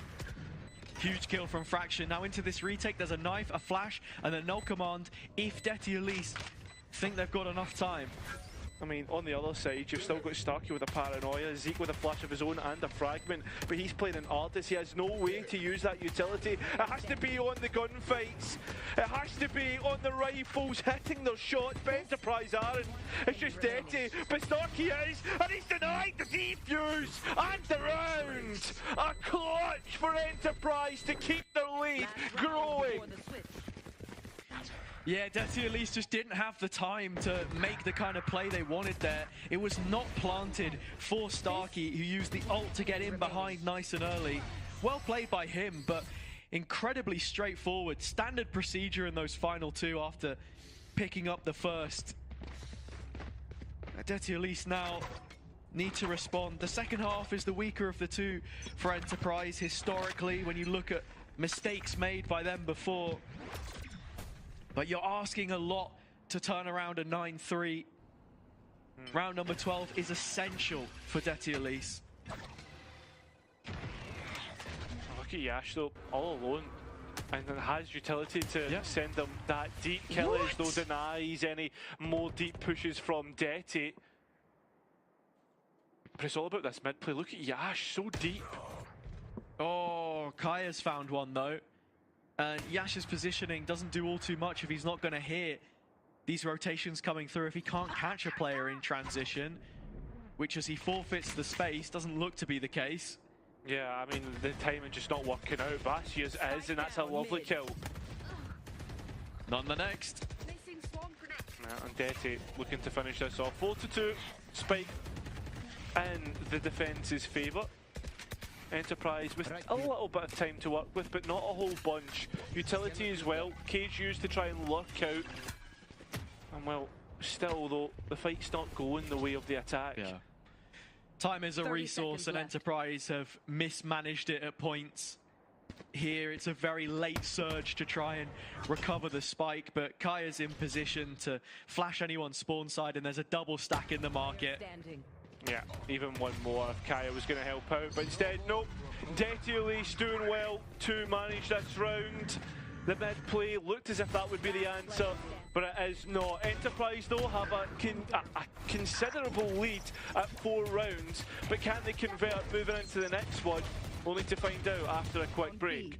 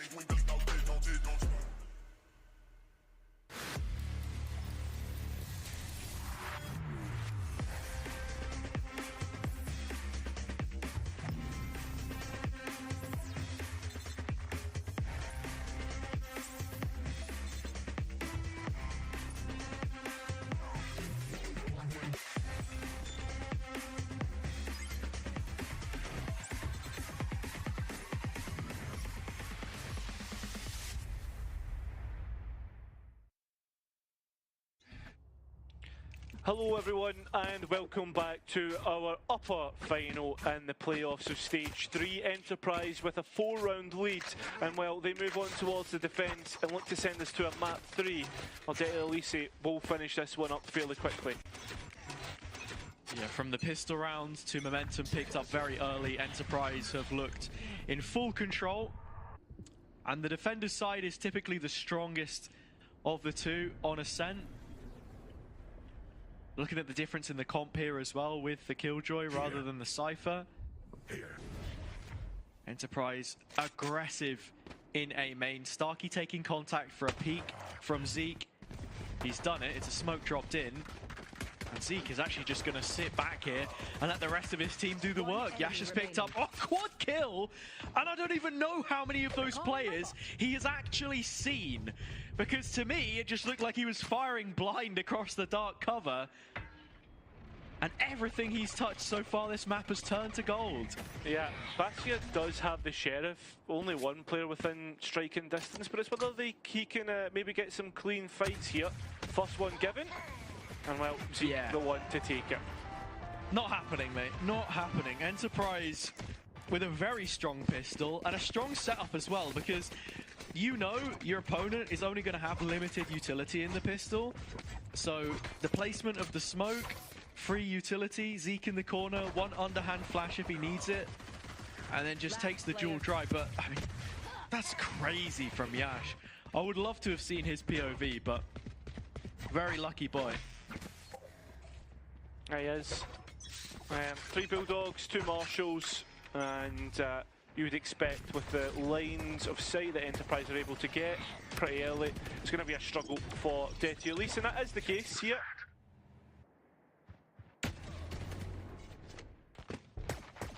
Yep. Easily handled. Doma 2 more under the arch. As Enterprise continue to push. And it's a flawless second round. You can barely begin to think about anything else. I was sort of saying, it was a really strong performance from both Zeke and Doma last time. But here it feels like everyone's at the races, and then Yash is just having a standout himself. Getting the op in potentially. Looks like he's opted for the rifle instead, but double digits now. Detti Elise, this is a must win. If they don't, looks like we're going to be heading to bind pretty soon. Yeah, 100% agree. Just that economy, once again, we always have to highlight, it can just be extremely tough. Detti, though, start this round off fairly slowly overall. That's a big knife in terms of identifying the hold through the marketplace and the map. Yeah, and the recon as well, so they know there isn't a player bench in front of it. Much deeper hold, but Zeke throwing the flash from short. He's trying to set up Yash here, who still has the tailwind. But as that dash stops being able to be used, we're seeing information being collected by the defense as Yash just jump spotted and caught the Sova. But now we look at Frak making his movement in towards the deep space. It looks like a B split, but the spike is still not picked up. Yeah. Kaya has been spotted in short. Time getting low. Spike waiting in tiles. Detti Elise need to make a decision. It feels like they've covered quite a lot of ground already, but aren't still totally set on what the finish is. It will be the B side of the map. Just as Yash starts to move away, he has to double check market and wins his duel. Yeah, I don't know if there was steps to be heard coming through main at the same time to pull players back, but it's a 1-for-1. Both players off the line, or both Jet players, sorry, off. Killies though, and the cage doesn't work out, and Detti allowed on towards sight. The clearance of the smoke, not good for Enterprise, and Detti nearly get a flawless round. Right, very well played in the end from Detti Elise though. They managed to take away that negative space. Take it back for themselves, I should say. With that initial first wave of signature utility, the dart and the knife, they wanted market. They got market control late. Little bit of pressure towards A to drag Yash out of position. But if Enterprise had dropped back and played a little deeper on B, probably wouldn't have been so lucky.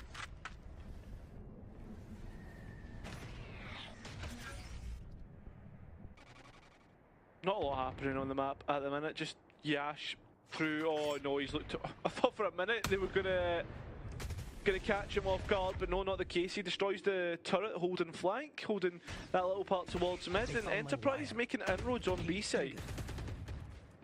Yeah, Killers has the one-way cage here, opens it up, and breaks the alarm bot which Basia had placed. As Fraction feels like a deposit for now, detached from the rest, but he's given his orders to group up. With the mid-smoke gone, the use of the knife is intelligent from Kaya, just to confirm that Yash was hanging around there, as his outlaw has already been spotted once in the round, breaking the turret. Players now starting to group for the attack. Starkey, the only one actually playing contact in main. Yeah. And because he's main, it's a really strong short setup which Enterprise have been allowed to play here. Yeah, there's space to move deeper. The Outlaw gets its first kill. And now the utility for the execute coming through. 20 seconds left though to get that spike down. And Enterprise are dealing with everything set their way. And that will be 11. 1 off of 12. I'm glad to know that you know your numbers, Cairo, but as you say, the significance of it, it's map point. And in terms of what's done really well here by Enterprise, it's that aggressive line that I was talking about. The drone does take off the first player, but then Yash is immediately following it up. That's all enabled by Starkey having the main control, which Detty Elise were very slow to run into. Yeah. And also a slight change in setup. We had a trap placed in market, just meant that Detty Elise needed to commit bodies to that area to actually claim the information this time. At the same time, Enterprise playing aggressive up through main. Look at Yash already so far up towards top mid, and this play is almost read. I say almost read. It's basically read by Enterprise at the minute. As Detty Elise are forced into this. Paranoia back. Killer's playing from lane. Trap connecting. Players lit up, and finally Enterprise are able to shut it all down. Detty Elise can barely breach the gates. They are accosted by Enterprise, and that is 12. The attack struggling to get that round number after 5, but before 7. I don't want to see it in case starting on thread. But yeah, Enterprise playing really well at the moment, and lockdown for Basia is probably what would bring themselves over. Let them set up a confident post plant, which realistically we haven't really seen from the attack. Claw through them. No, they haven't been in that position. The one round that they won was the eliminations, stopping the Enterprise flood with all of the time pressure. Maxim very quick to place himself in wine, comes at the expense of both TPs. Lockdown available, and now online. Yeah, there's still pockets so much to play with though, and Detty moving through mid will catch off Killers, but and that's a Cypher player as well, so now they're starting to wonder, okay, would it be hit work? No, double down on A. Yeah, it seems to be the case, and Zeke has just sent it out. At the same time, like, look at Starkey's on 1 HP. This is not looking good whatsoever for the defense. As Detty look to send this one home. Looks if that will be the case, as Doma has just got an Odin in hand, and to clutch up from here would be something special. It would, even if he went for it. That's if he goes for it. Doesn't look likely. Body language suggests that he's just waiting for some exits. And now revealed, Basia all the while has been working on the back line, getting himself into position. Doma's just going to walk away empty-handed. As are Enterprise. I felt for a moment there Detty Elise had maybe rushed things towards A after that pick on Killers, but all is good that ends good. Yeah, there will be that number after 5, but before 7. Detty Elise 6 on attack. I still don't understand how people mistook that for 6. Like, honest to God, 6 on the attack, 6 on the attack. Yeah, you just said the number. If you, like, we know how many rounds they have. What do you mean? But what else could it possibly mean? Yeah. Huge round coming up. Yes, yes. And you wonder what the spacing of ultimates looks like from Detty Elise, because last few credits Enterprise, a chance to make this 7 or 8, but Yash has the op back out, and with Doma droning through B main, you'd be thinking about maybe putting him on a more aggressive line. Did he not have responsibilities elsewhere? Yeah, someone's got to be looking for market. Yeah, I mean, they've just noted Frack, and that's why you're seeing Zeke, sorry, not Zeke, Doma, the player to move towards CT. Yeah, it's a very nicely tuned setup from Enterprise. Now they have the op where they want it, aggressive. And Doma's going to be ready to rotate with his dart as well. Yeah. Practice just break the market door. Yeah, well, it seems as if right now the ult command being brought through is pulling players across, but Spike's heading elsewhere at this moment in time. It's not totally convincing 30 seconds by left. Detty, so Enterprise could be in position to try and flood back through. Doma catches the players moving through Mark. This is a disaster. This is Enterprise to win map number 2. As Detty seem to have shot themselves in the foot here. As once again, Enterprise look to send us to map number 3. Defenders win. Flawless final round from Enterprise, and a very well set up one too. Skyro pops out of the molehill, and Enterprise bounce back immediately. There is no repeat of map number 1, fortunately enough for us and those watching at home. We are going to head over to Bind, but first we got to hear from the analysts and see what they thought of Enterprise's pick, which looks exactly like you'd expect their pick to. Hey guys, who am I? Who am I? I'm Cairo. I'm Cairo, guys. Yeah, I mean, look, almost a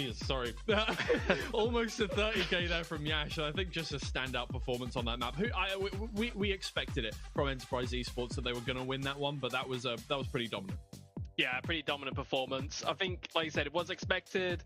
Detioche do let the map go through generally towards the end of the vetoes, try and get that defense start. Normally they're running double duelist on all maps. We saw none have a standout performance on Lotus, then put on the Sova role. So not quite what we'd like to see. Maybe in the future they could go to the Jet Yoru comp made famous by Envy. Something like that might suit them a little bit more. But yeah, today it was absolutely fantastic performance from Enterprise and Gaz, of course. Yeah, no other way to put that one. Let's just take a look at. So, I mean, look, here's the thing, right? We requested a Yash highlight package, but we're also going to get the map highlights in just a second. I think it's going to be exactly the same thing, really. Like, we're just going to be watching Yash get kills over and over again for the rest, for about 10 minutes from now. But yeah, no, it was just very impressive from Enterprise Esports. I mean, we know they are the better team on Ascent. You would rate them to win in this situation, but there were just some really good choices, I think, over the course of the whole map. They kept themselves in the driver's seat. Never really gave Detioche a chance to get going.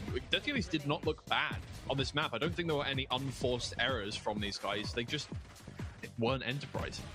Yeah, Enterprise worked the map really well, and it kind of set up Jazz for the success he had. Like the slow defaults they were doing. Starkey was doing the A main condition with a knife and the Omen TP across. Sometimes they changed it up in towards middle, especially when Fraction got the AWP up. They was using more utility towards middle. And just like allowing Jazz to kind of like free roam the map, work the space. Having killers towards the B side as well works really nice. Like that is the value of the Cypher. You don't really have to help them as much. They can guarantee that space over time. So like it allows them to focus on middle towards A to generally get the full map control. And if you're getting full map control on Ascent, then you're able to do a lot to the opponents. They're gonna have to gamble, guess, or they're gonna have to take fights. And Enterprise at the moment, they want to take these fights. Like Pekin Jazzy's gonna tear your head off, so it's working perfectly for them.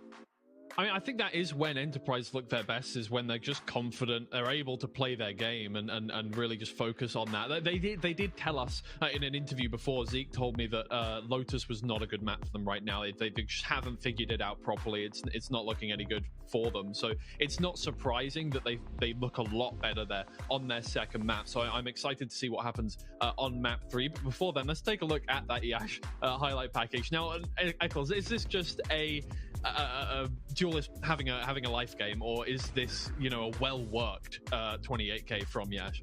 I think it starts off here because it's well worked by Yas. Obviously, he's hitting his shots, but even here, he's buying the Outlaw first going round. He's identified Detioche. They'd like to buy this half armor. So instead of going for a rifle or something like that, he's going to have the Outlaw. So this is not just like him hitting shots, running around like a headless chicken. Like, these are calculated, and all the stuff he's doing.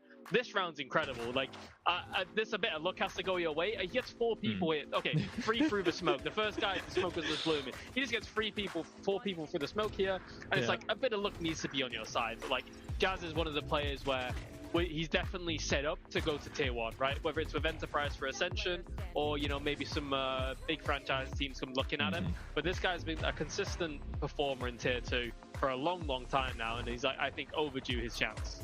Yeah, I think how many duelists have we seen come up through North and now Northeast where they are just set in the sights, the perfect player, the perfect kind of aggressive, dynamic duelist through this. Every team that we have had coming through, like in the first place of every playoffs that we've had, it's just been like perfect for that kind of tier 1 system, and Yash is definitely no different. I mean, this guy's been insane over the course of the whole year, and that map I think highlights it. But he has performances like that, you know, in the background as well. Maybe he's not getting a 28, maybe he's not, you know, being the main player on the team getting all of the kills, but a lot of the he's always consistently putting up, you know, a positive scoreline. He's consistently keeping the team afloat, head and shoulders above the rest. And right now it is Enterprise Esports who are head and shoulders above Deti Elise in terms of round differential. We're gonna have to see if they can continue that for map 3. We'll be going to Bind to close out our series just after this break.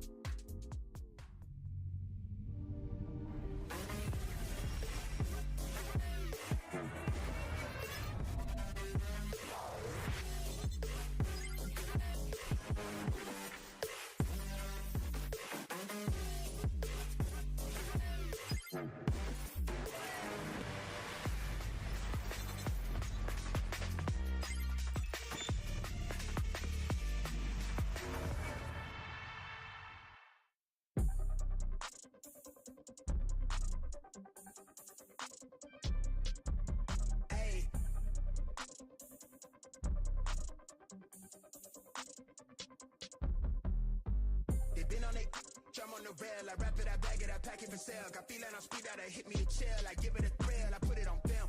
Just I get applaud, that ain't real. Come to my section and flex, we can tell.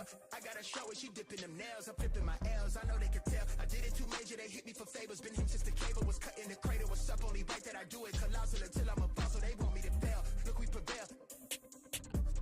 Jump on your tail. Know that they talking, they telling them tales. Just know how to tell, that for the sale. Hey, they talk like they got it, but they need to stop it. I'm leading with logic, my heartbeat is frosted. I seen it, got optics I needed from Shawty. She mean with the top and it's obvious. They need him a target, I'm dodging in darts, make him reach for the stars. I'm dumping, I'm forcing the punt off the runs. I'm moving with caution, I'm saucing my nigga is nothing. From nothing to something they'll never be. Tycoon and I'm Dre with the thizzle face. I'm nothing my section has ever seen. Run the ice so I'm clutch, I don't need a screen. I'm Curry, I special from 30 deep. Do the pin in the pad like a surgery. She be curving you just to flirt with me. Totally tucked out, but the jewels out. I just in a home with a full mouth. I'm a rare breed when the moon out. I'ma stop playing by the rules now. I've been ran plays, need a new route. Queen said she needs space in a new house. Mom told me that she pray for the kid every day. No wonder I'm getting paid for the tunes now. It ain't ass, bitch, I'm on the rail. I wrap it, I bag it, I pack it for sale. Got feeling on speed out, I hit me the chill. I give it a thrill, I put it on film. This for sure, get applaud, that ain't real. Come to my section and flex, we can tell.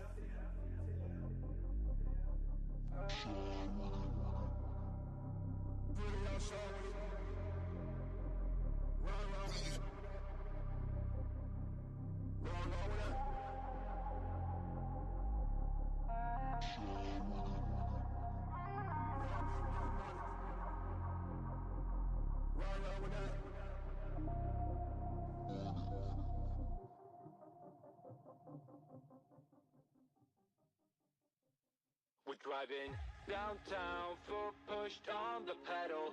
Move through songs we play together. Feel like we're on holiday. I got a feeling it's a good day. We're driving downtown, foot pushed on the pedal. Move through songs we play together. Feel like we're on holiday. I got a feeling it's a good day. Downtown, foot pushed on the pedal. Move to songs we play together. Feel like we're on holiday. I got a feeling it's a good day.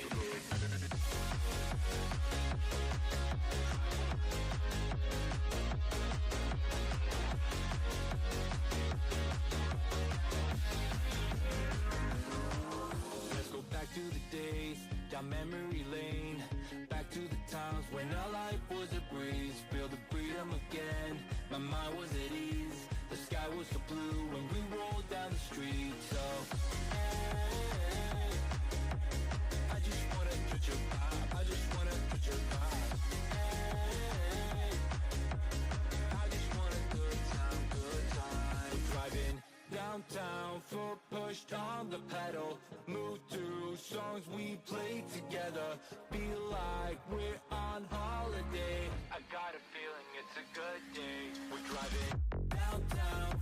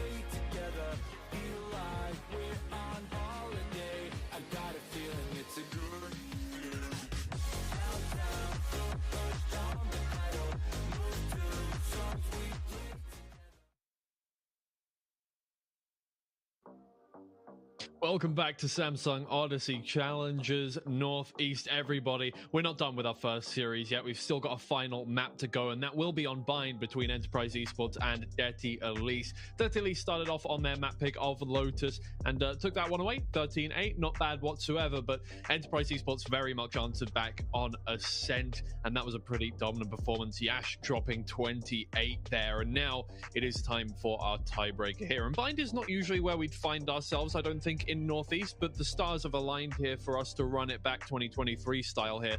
I'm interested to see how this one will turn out, right? Enterprise Esports did tell us that their Lotus was it left something to be desired, so I wonder how their bind will look. Yeah, their bind's interesting. They recently just changed comp, went back to the double duelist. So speaking of run it back, Doma on the Raze. I'm sure everyone can get behind that like the good old days. So that could be really interesting. But as well, Nunmeister not on the duelist on this map in the last comps. He's been on the Geckos recently. They're running the Gecko Sky, double flash, double initiator comp, something interesting. So we'll see how that's going to work, as we saw on Ascent. Nunmeister not on the duelist didn't work out as well, wasn't able to have the same impact he had on Lotus. And Bind is a map where Yori is very, viable. So interesting to see if they whip that out, or maybe they're just going to stick to the try to interested. Yeah, that is the question, right? Enterprise Esports, let me take a look at the last time they played Bind, because it has been a little while now. Yeah, Boars was the last time they played it. They haven't played it in the playoffs yet. They won that one 13-10 against Boars, and Boars are another team in the top 4, so that's definitely nothing to shake a stick at. But yeah, it's always kind of been a float for them. They don't particularly love playing it, but they don't hate playing it whatsoever. It just so turns out that Dirty Elise have brought them here this time around. Dirty Elise did win this one 13-5 versus Full Box 200 in the first game of their playoffs run. So yeah, there we are with the comps that we were talking about. Yeah, but interestingly, Zeke's now moved over to the Raze, so this is a bit of a switch up. Maybe thinking Doma's better and that's supportive. Zeke on the Raze as well. I mean, this is the problem with Enterprise, right? You've got too many players who can play these aggressive roles. Zeke as well, fantastic duelist back in his heyday.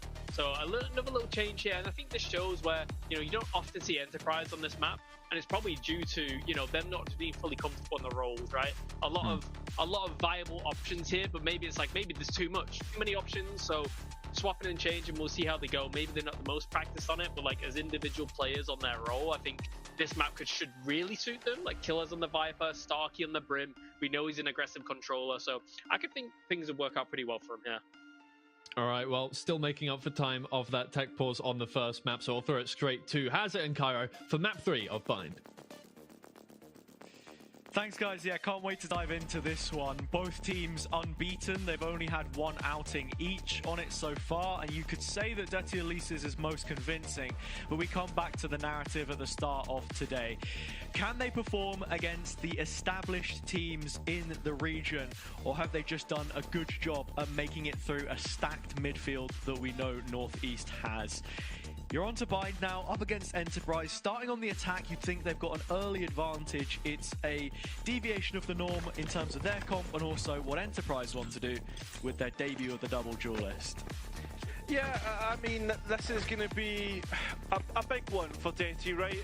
They've done well so far, as we've already spoken about, but Enterprise are looking to keep that flawless streak going. We know them as the Kings of Northeast, the best team in Europe, undisputed at this point in time after winning the last Challengers EMEA. Can Dirty play upset to that? So we're here to find out, and it starts off with the Skydog up short. Back in the agent lineup, as we say, don't see them all too often in modern Valorant. But it's a bit of a stalemate as Enterprise are looking to group up for this Showers fight. Frack on the angle, but very quickly relieved of his duties. And Gilles finding one through his own smoke as well. So 2-player advantage, Enterprise. Yeah, there they are, but Dirty are still moving up here. Gilles has to take the time. He goes for the jump burst. And at the second time of asking, none is going to be able to pick him up. Dirty Elise without the Showers control, and Basia almost out onto the B site is making you think they might call the rotation here, and it's what they opt for without the TP, but Basia losing their life has thrown the whole thing into jeopardy. 30 seconds left. Yeah, that is the biggest part. And you look at Enterprise and all the space that they have. I mean, you've got Yash right now who's going and re-clearing towards Lamp, so it should be pretty much as easy as that as Zeke finishes it out. The Enterprise confirmed that first pistol.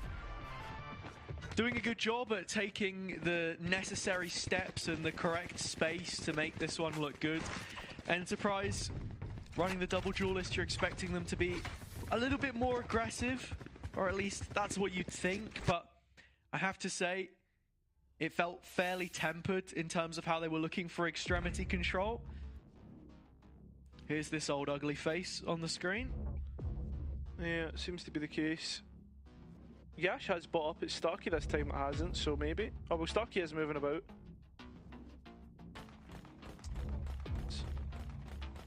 There. Is that safe for air? There's a fire alarm. Interesting. I know, Cairo, you know a lot about fire alarms, actually. Oh, don't. I got denied a very nice sleep because of a fire alarm. Yeah? Well, I'd already woken up, but... Oh, I'm glad you had. I certainly hadn't.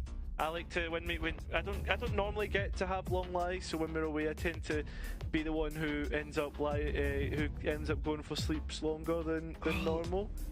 Darth Vader and the Empire had boarded the rebel ship, so they needed your support. They needed your support, but you neglected it. No, I didn't neglect it. They mustered me. And got up, walking down the stairs in a very delirious state, you could say. But it did sound like the ship that Darth Vader boards at the end of Rogue One. Yeah. And with that siren blaring, we're into the next round. Fortunately, there is no smell of burnt toast, and you can only assume that was a drill for whoever it was involved. For Enterprise, it's the real deal. They already have the pistol, and with the anti-eco set up, you're expecting them to keep pushing this one forwards. I mean, all that space taken by Enterprise, and already TP set up, rotates coming in. This is, as foretold, unless Detty want to really take their time in this round, this is going to slowly start to close in on them. And to take a step back, because Detty have put no real upfront into this round, this is what you're expecting from Yash on almost every round, for him to take that deep control, especially if he has a sniper in his hands on the Yoru, because you can just TP to the other side of the map and help your team out. They don't kill us, but just fights back into the space with a judge, no problem. Nade can't deny the plant. At the very least, everyone on Detty Elise an extra 300 credits. Yeah, Yash needs to be careful about that late flag coming through. But Enterprise already basically on that spike, and Yash going to re-clear it. Oh, doesn't quite get the fit he wants. But at the second swing, it connects. Enterprise with everything but a flawless round. The loss of the spike plant, I suppose, is the one nuance to it that you have to mention, because it means Detty Elise will be getting a full buy in this rifle round. They will.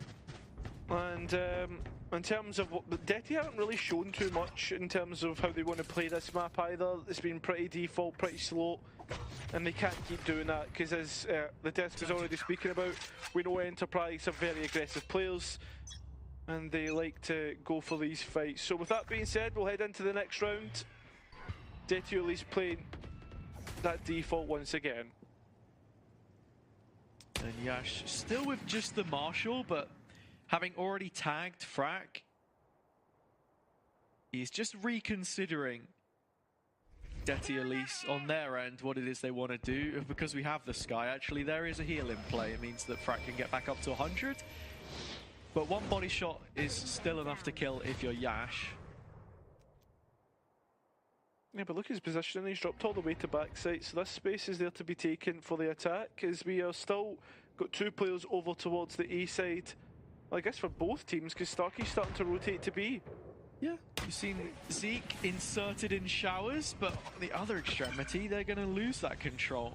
None does find the kill. Detty Elise already scaled up B long. It's going to be a moment before this execution as both controllers are just making their way towards Hookah. Looking like a bit of a 4-1 instead. Doma fighting this.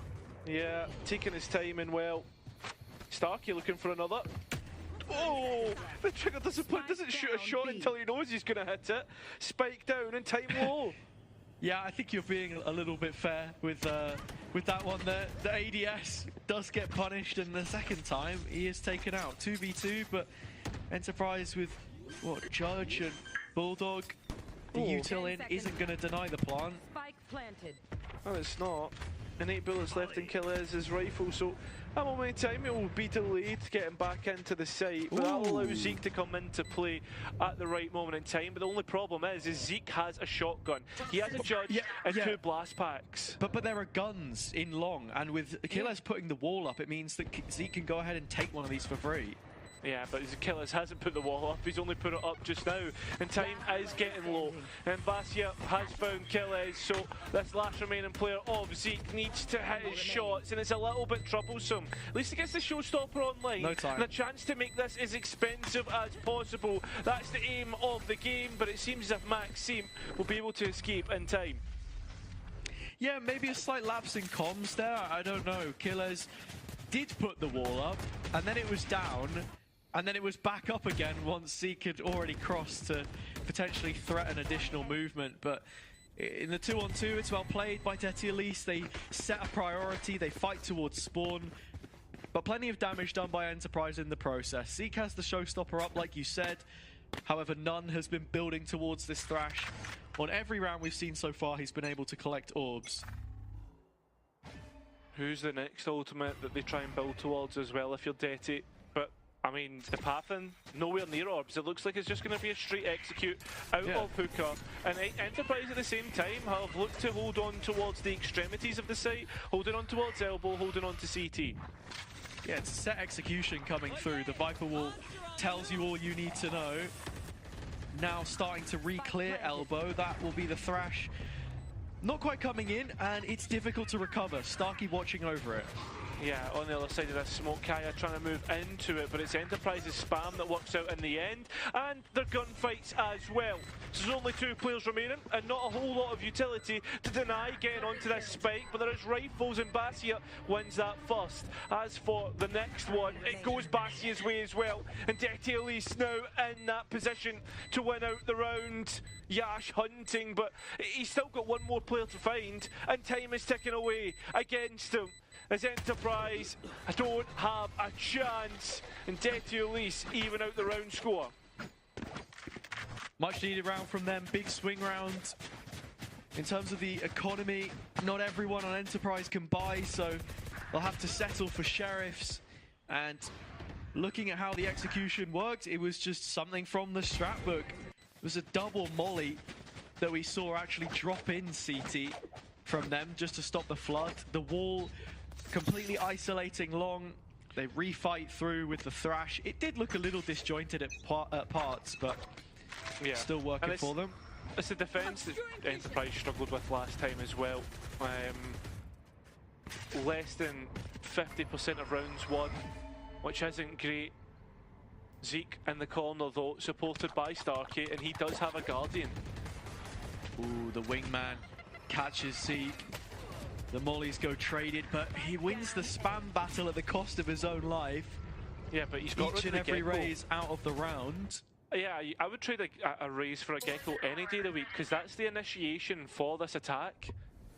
I mean, Kaya gone as well. It's absolutely massive. Yeah. Detty Elise falling flat now.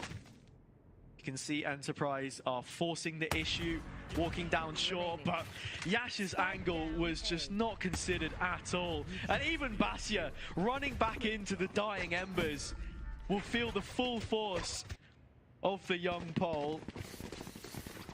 3-2 now, Enterprise back in the lead, and this one, after that first initial loss, didn't feel like Detty Elise had all too much idea what was going on. Yeah, that's a big round to win out as well. considering that Detty at least got the round previous. Showstopper for Frack if they can find an isolated engagement, maybe more with the ulti, but they're all outside of A at the moment, Detty Elise. Feels like it might just be the short hit. You have the showstopper, and we've seen before, they're happy to go for this. Viper Wall means they can walk up to the boost box. But the paint shells have stopped them for just a moment.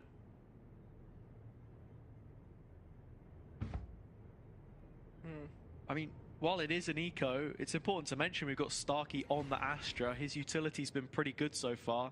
As a player who you see on Omen a lot, he does have it in his pool. Still more mollies and the likes to come through. Killers as Toxin's about to run out, and players respecting this push from Detty. And that Astra utility is just an extra layer. The star is still placed, and Zeke wins the first, but it goes traded, and actually, Detty with the next couple kills. Starkey still holding on to the shower space, but Maxim bears on down. And they're a man down. 2. Yeah, that they are. Doma now coming in towards backside. So delayed compared to the rest of the squad, and well, he's managed to get on towards the spike, and Detty at least are nowhere near this. The initiation does come through, actually denying half. Yeah, the incendiary from Maxim there. None still has the mosh pit, and you're just waiting for that to get chucked into the mix to confirm that Detty Elise can make this a tied game. Enterprise up against the half by another eco of swords. Will drop to the swords, and it's frustrating for them because as much as we say you just want to see them get through and represent Northeast at EMEA, as they've been one of only 2 or 3 teams that's been to every single inter-regional event so far this year, you're kind of hoping that now is a great time to build up some momentum heading into Ascension, because ultimately your whole season comes down to 1 best of 5, or maybe 2 this time with the amount of slots. Yeah, and I mean, the teams that are left that can still keep up that statistic, there isn't a lot. Focus knocked out from their own finals weekend, so they won't be able to go. And more from other regions, but at this moment in time... But no, Focus aren't knocked out yet. Yeah, they are. They're in the lower bracket. Are you sure? We'll get back to that one. Yeah, we will. Anyway, B-site, and an Execute looking to come in. Are you sure?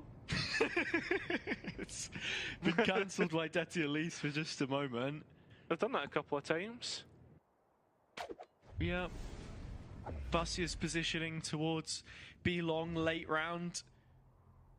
Could potentially telegraph that they want to head back here later on, but it's not able to get all too much done.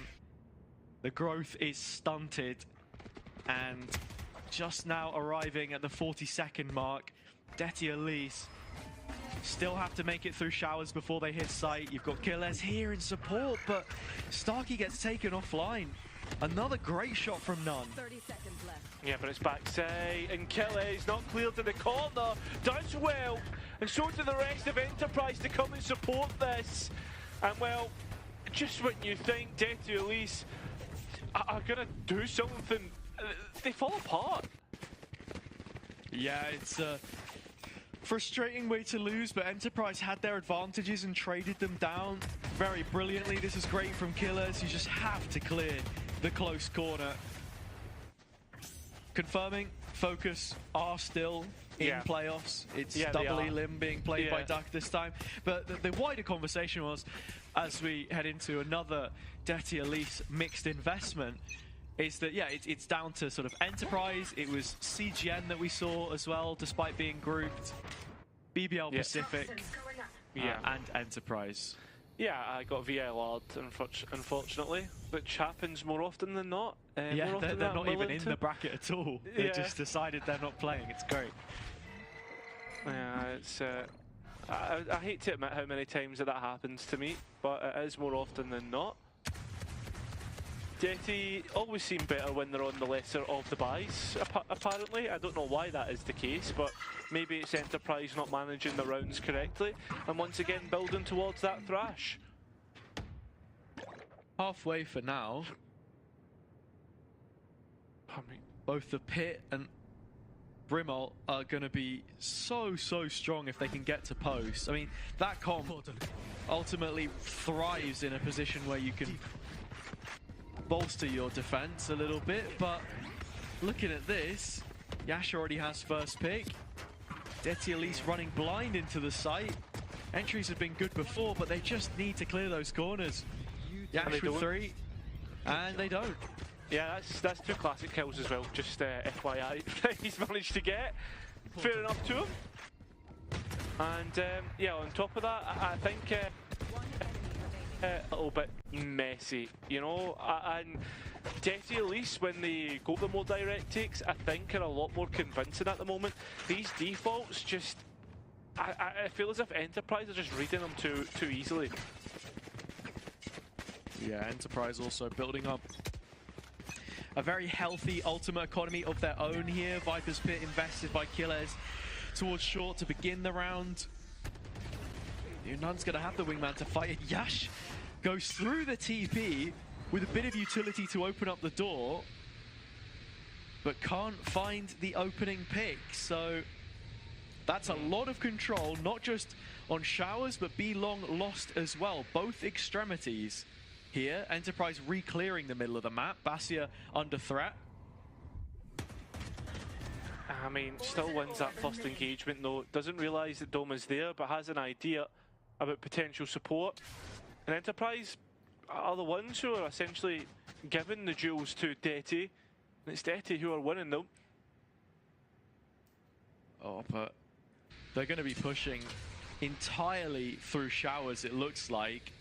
With that Pit still yet to be removed from short. There's a one-way here from Killers. Zeke has a nade. He has his ult. He has almost a full utility belt to stall this out. And time is starting to tick away. Yeah, the flash out. Oh, it's a double flash as well. So as he moves away, he could destroy the Dizzy. Killers takes his timing and Zeke does as well. There's an orbital strike in the mix. It's Detty Elise. They finally get that spike down, but lose all the players in the meantime. Doma in a 1 versus 1 and knows exactly where the last remaining player of Maxime is. And Tether. especially with that Z, he's catching him. It will be Doma to clutch out. So much up front from Enterprise. It's Doma coming out of his birthday week, still showing that he's got it. One of the youngest in the server.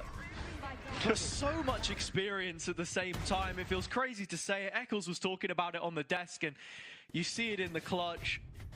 Maxim backpedaling, running out of bullets. Such a difficult situation to try and win, but yeah, it's crazy to think like who's older out of Doma and Alpha Year as well, considering how long both have been in the scene for it as well. Absolutely. And Detty Elise right now. I mean, one advantage they do have is still a couple of ults, but Bassi's got to be careful.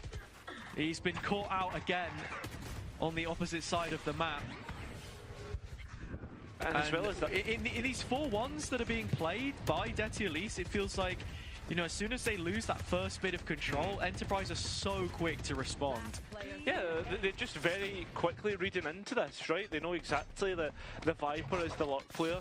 As soon as you route that out, it's like, well, Enterprise have literally all of the map space opposite to the stack. So you either rotate, put one on flank, or like do whatever you want. The world's your oyster. Yeah. For now, Detty have 3 ultimates that need to be used in this next round because they need the last 2, right? And they're 1 off of the showstopper, not too far off the orbital strike. Lose this round though, and that last round will be lacking firepower, shall we say. Yeah, I think Detty at least understand the stakes right now. You're anticipating 4 of the 5 ults to be at their disposal if needed, and Enterprise will put 3 players into the TP. Detty at least knowing there are player numbers here, right? Only the Yoru could really have faked it.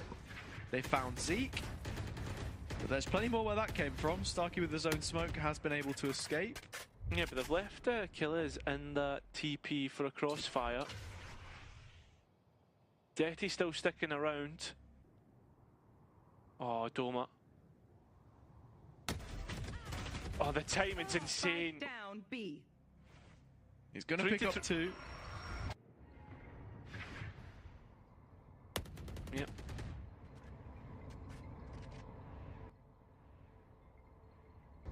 Killer's making his way back towards B. This is the stronger site of the 2, and Yash has them boxed in.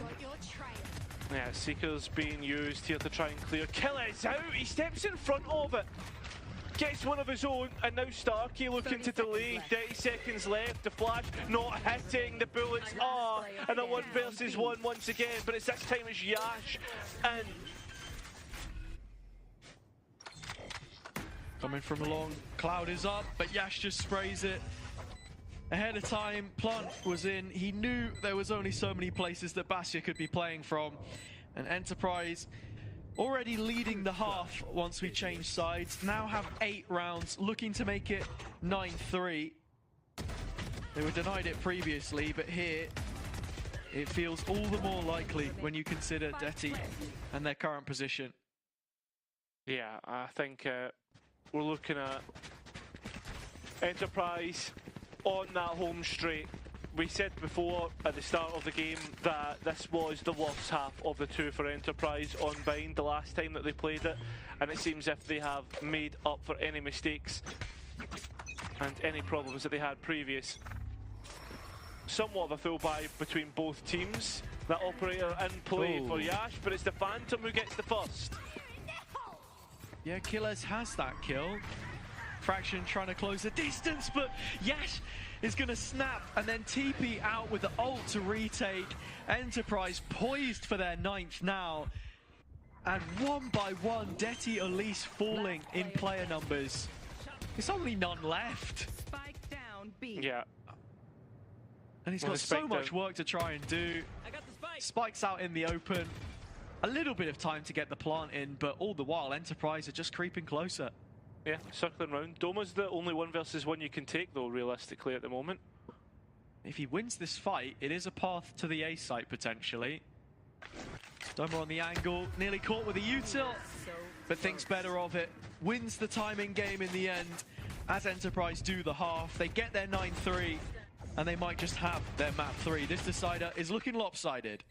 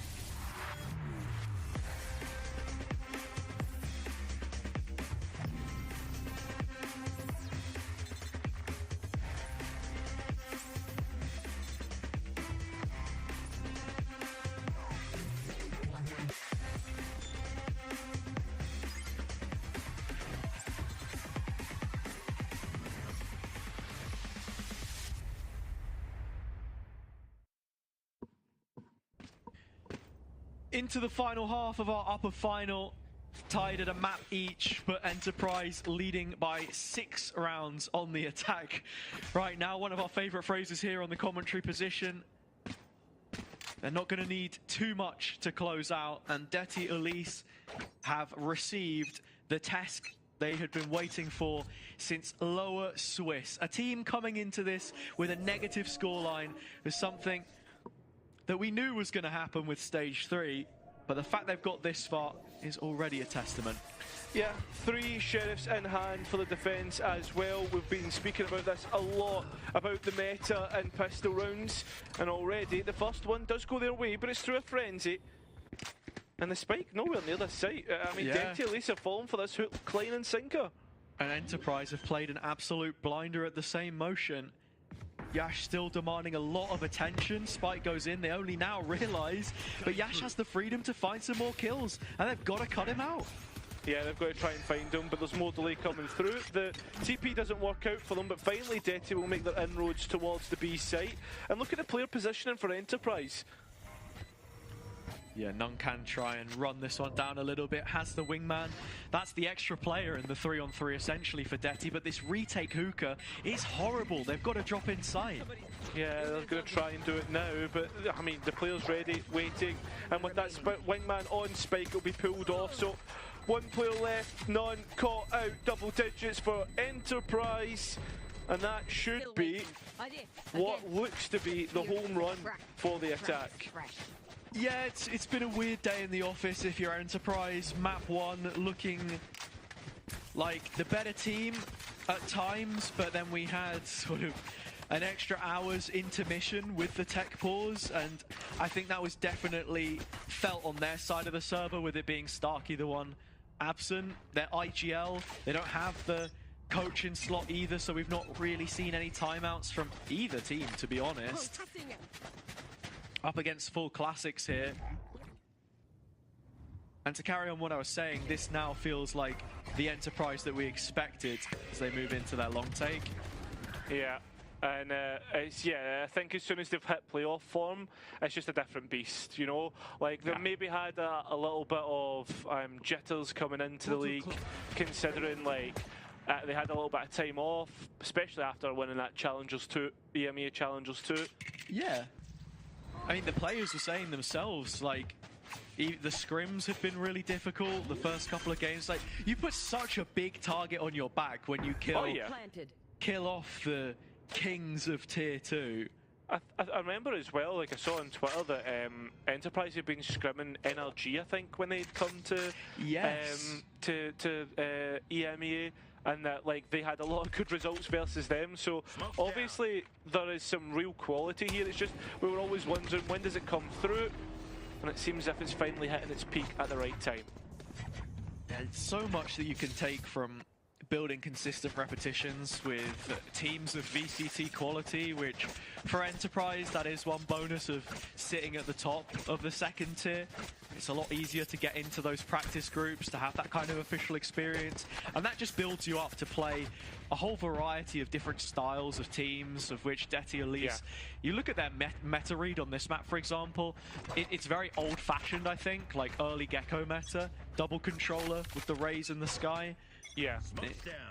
The one thing you can kind of see coming into this rifle round is they need to get that extremity information as much as possible, and to frack up first. You just knew which way that was going. Yeah. Before you even rounded the corner, Yash is damn good. I think that's the benefit of running a composition that's double duelist like this, is the fact that Yash can be so dynamic in terms of his TPs and getting around the map, and then also you've got Killez that can easily go in towards his own sort of lurks as well. Up B long, still surrounding that B site, and Yash still towards A, trying to scope it out, see if this is viable for a TP, but if they do, Bashia's lying in wait on the other side. Is using Killez's wall, asking for a favor to get himself into lamps again. And as the site starts to look a little bit empty, this is where Enterprise might think about the TP. Got to be cautious though. Basia is deep down short. Yeah, he's put up his wall. The players, it's going to be Starkey that's caught out, most importantly. Calling to his teammates is Basia. Everyone get to the A site, but they need to be careful about how deep Yash has got. And Enterprise need to be careful of this flank. Still not aware of the timing. Discipline play. Bastiano! Just about connects in the end, but it's anything but clean. Doma trading out. And the shower space retaken from Enterprise. Full retake spawn side, Detty Elise.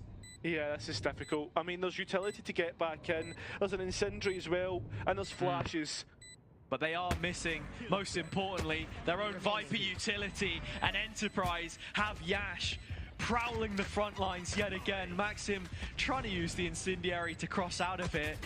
But there's an understacked setup on the other side, which he seems to melt through. Fair play to Maxim. He will be able to escape with his life and weapon in hand, and hearing the double TP, the reposition expected. But the headline is Enterprise on 12 rounds and a potential 4th grand final in their organization's history now queued up. I mean, the fact that they are in this spot shows you just how well they can adapt to the game. They've not even used a single timeout this game. That shows you how confident they are. Obviously, we know that the coach isn't in slot, but I think the players managing this this project for the day by themselves pretty well. Yeah, we know that it had actually taken a while for Enterprise to get their first coach of Legear. When he came in, it felt like a step forwards for the squad, and from one German to the other, Alex Saar's already proved his worth in taking them to the very top of this second rung in the competitive ladder. And for Detty Elise on the other side, it just gets from bad to worse. That first half's really sold them short. A string of 9 rounds now, and with no tangible ults to play off here. Maxim building there late towards the orbital strike, but even then you've got a challenge for an orb, and it's very difficult in these opening couple rounds to kind of figure out what does the theory actually look like. And on Enterprise's behalf, they already have the dimensional drift. They can kind of just send it at you, and it's very difficult to prepare accordingly. It seems as if the defense is going to just opt in for a straight up play, see if they can challenge shot. Time to jump. All the util to go in, frack at the front. Yeah, and well, Yash uses the dimensional drift to clear out. Killez will trade out even. It's the advantage, it's the next ensuing fights that go Enterprise's way. There is a late flank coming through from Nunn. An immediate reposition from Zeke, so he's ready for this flank. This could be the game. It could be Wingman in pocket, and Zeke wins out. Bastia right here, needs to try and stay alive, needs to try and go up against 3, but won't even get the first. That is Enterprise to send themselves to the grand final. Yeah, they can save the date for Sunday 2 weeks from now. Enterprise will be in yet another grand final. This team has found back-to-back success in the same way that that squad from 2023 was able to do, yet this time they are the ones that look like the favourites. Yeah, they look excellent, mate. That's the thing. I mean, we're all worried about them, but they are looking to take that #1 spot for themselves once again. From split to split, they said that, hey, listen, this roster was built late. This project built needs a little bit of time, and that time has certainly matured this, and they look like the real deal. So, with that being said, with them going to that grand final in a couple of weeks' time, I'm looking forward to seeing what that result is. Yeah, me too, and I said it at the start of the year, this is one for the future. Give it 3 stages and all of the challenger splits in the middle as well, and they're going to start looking like competitors. And sure, I don't think this Detty Elise game is going to be the rematch we potentially get in the grand final. We'll have to see how that goes. There's still a lower final that they've got to get through with a best of 5. It's a much broader map pool, the kind that Enterprise, we know they are already capable of. Yeah, lots of questions to be asked for them, but they've done a fantastic job to get this far, to take a map off and put themselves in the position. You can only bow your head to them. But that's all for both of these teams for now. We've got a second best of 3 coming up. Before we get to that, let's hear what the analysts have as their closing thoughts. Thank you very much, Hazza and Cairo. Lovely cast. And yeah, I mean, look, Enterprise Esports, it seemed like it was a foregone conclusion by about round 7 in that map there.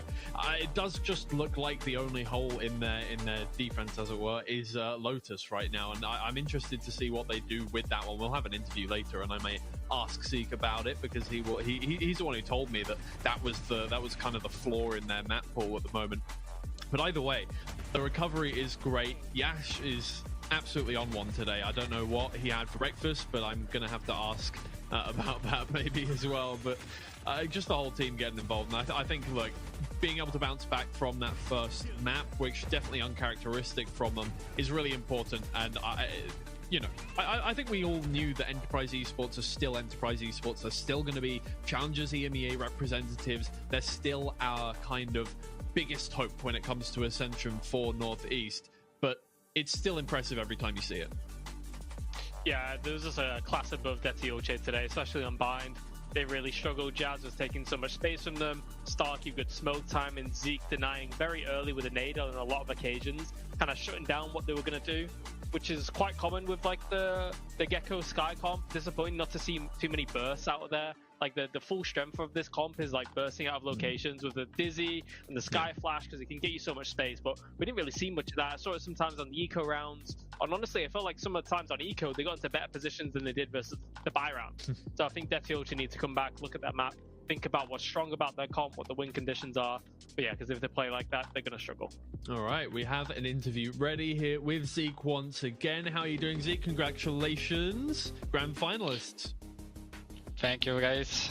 I don't have anything more to say. I mean, I think the technical pause on the first map drained me with energy so much that I'm just happy that we just finished this very quick, on the last two maps. Yeah, of course. I mean, look, you told me last time we talked to you that Lotus was your weak point, and once again, Lotus is the map you lose. Obviously, with the tech pause, who knows what would have happened if that wasn't there, but do you still think that's something you guys need to build on? I mean, no comment on the Lotus. I think our practice is looking very good on Lotus, and then on official we have some mental barrier, that we just cannot challenge. I don't know what is happening. It's only on official this Lotus looks like that, but I think the circumstances were also not the greatest today. We didn't have a coach, probably some timeouts would help us.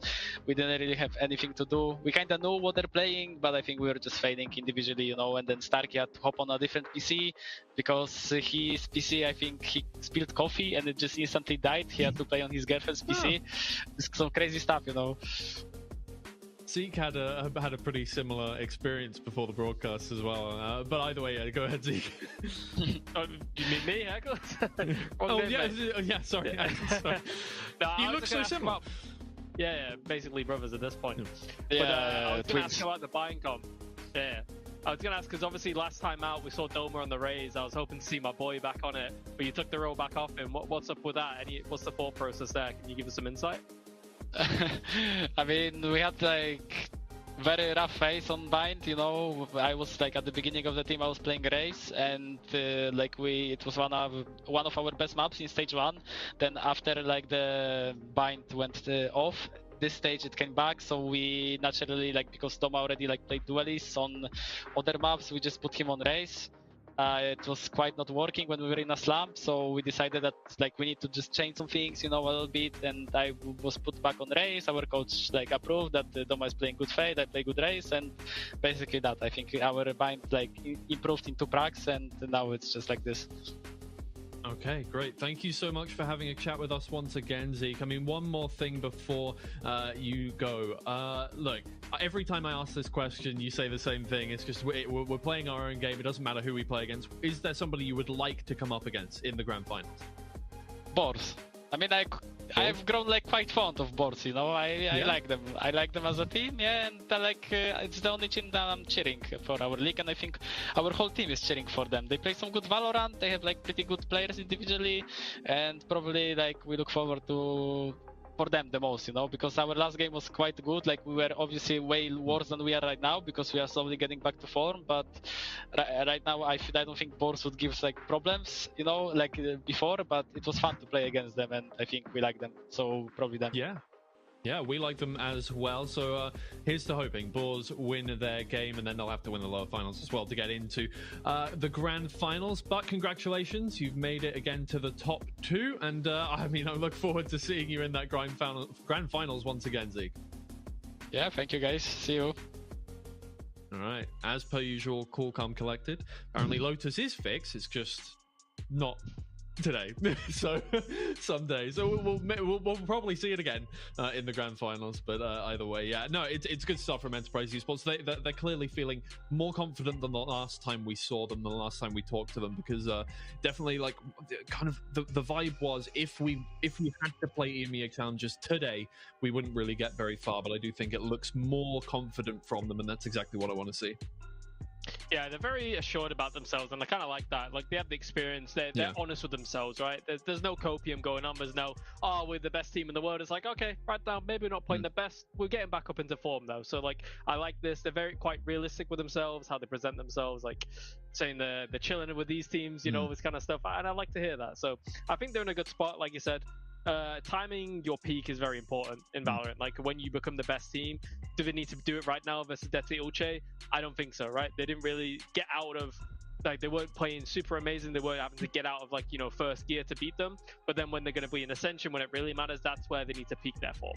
Yeah. All right, let's take a quick look at one of the rounds from that last map there, round 9, if you want to take us through that, and then we'll wrap things up with the first series. Yeah, Zeke was playing fantastic this entire game. This is a common Viper up setup that I'd like to see. A bit of a variation, but you have the one-way on showers. Jazz going for the aggro play, which I don't quite enjoy, especially when, like, the win condition most likely is this Viper setup here. Zeke on top of the box, so he's going to be able to dodge a lot of the util coming out, and he's also able to nade towards A short if needed. So here is, like, a very good setup. We see Doma being proactive here, and now we're getting back into it. Orb comes up a bit early. Time on the clock, 48 seconds, right? This is going to burn for 10 seconds or so. Zeke's going to have the nade down early, right? He's predicting that towards showers. They're taking a bit of a risk. This preemptive nade we saw consistently today, and it just gets guaranteed time off the clock versus them. And now we can see the chaos happens, right? They burst up through. Killez, once again, using his util well. Orb is up. Molly gets the 1 kill. Zeke has the ult coming down. Doma comes through the TP with the ult. And it's like one of these things where they have to take a gamble. They put Doma towards long so he can help out towards A from the TP. And obviously when you have the experience here with Doma, fantastic utility, knows Maxim's going to feel pressured and takes the fight. Yeah. All right. Well, I mean, there's Enterprise Esports, and look, we're gonna see a different side, obviously, to them in the grand finals. A best of 5 is completely different to a best of 3, so their tests are not over yet. And depending who they're up against, it'll be an interesting one, right? Obviously, they say they want to play against Boars. I do think that while Boars are going to be a great opponent for them, in a best of 5, I don't know how Boars are going to compare to teams like Team Liquid Academy, who right now maybe are not looking at the top of their form, but definitely are used to playing a large map pool and therefore having the stamina to make it through a best of 5. So interesting stuff to come, but we will find out who is going to be moving forward from Boars or Team Liquid Academy very shortly. We have our next best of 3 up today. It's been a pretty long first series, but we're about ready to wrap things up there, move on to our next topic for the day, and then close things out for you, and we'll be with our top 3 teams. So we're going to go to a quick break now, and we'll see you just shortly.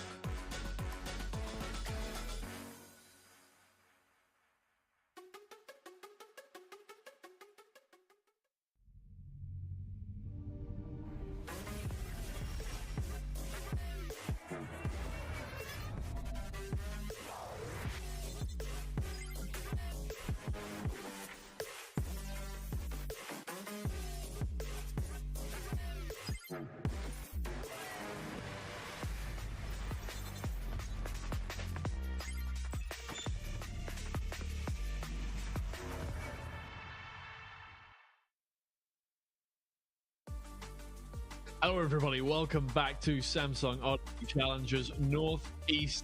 We're halfway through the day and we've got one more banger series to show you. I mean, every series from this point is going to be a banger series, but this time around it is the Stage 1 champions versus the New Guard. They popped out of nowhere, Boars, and they have been really impressing us. They've been impressing Enterprise Esports. Zeke says Boars is the team that he wants to play in the grand finals. We'll see. Can they make it there? It is still now a lower bracket game. Whoever loses this is out of the competition. They will not be making it through, but if you do win this, you still need to beat now I can't remember who just lost, Dirty Elise, to get into the grand finals, of course. So for Boars and for Team Liquid Academy, the Stage 1 winners, this is a very important game. Yeah, very great matchup coming in here. Obviously, Boars, I think everyone's favorite, the underdogs, full Ukrainian team coming out of Premier, making it all the way, to challenges is a great story and is a great thing to get behind. Obviously, Team Liquid, full of some young super talents, followed up by, Cooper leading the charge, also like an upcoming player, Bacon as well, upcoming coach. So it's a really nice matchup of upcoming players. Liquid a little bit more experience, obviously winning challenges at some point, but it's going to be a great matchup and I can't wait to get into it. Yeah, I really can't either. Well, let's take a look at Team Liquid Academy first here. Obviously trying to make their name back after, at the Stage 1, winning the whole thing and in very dramatic fashion as well. Obviously a 5-mapper versus Shackmat to win that in the finals, but then grouped in arguably one of the easier groups in Challengers EMEA to focus. And it since then just didn't get their mojo back, right? Not even getting it into the playoffs of Stage 2, which it's not the end of the world, right? I say that like it was expected, but it was expected for Team Liquid Academy. They had done so well up until that point, but they're back. They're back into Challengers EMEA. They're back into the top 4 of the playoffs here in Northeast, and arguably in one of the most competitive stages of the whole year so far. Yeah, it's going to be one of those where you have such a young roster, you're going to slip up from time to time, you're going to lose games where you're expected to win, and that is just going to be them getting used to it, getting experience, and getting used to that pressure, right?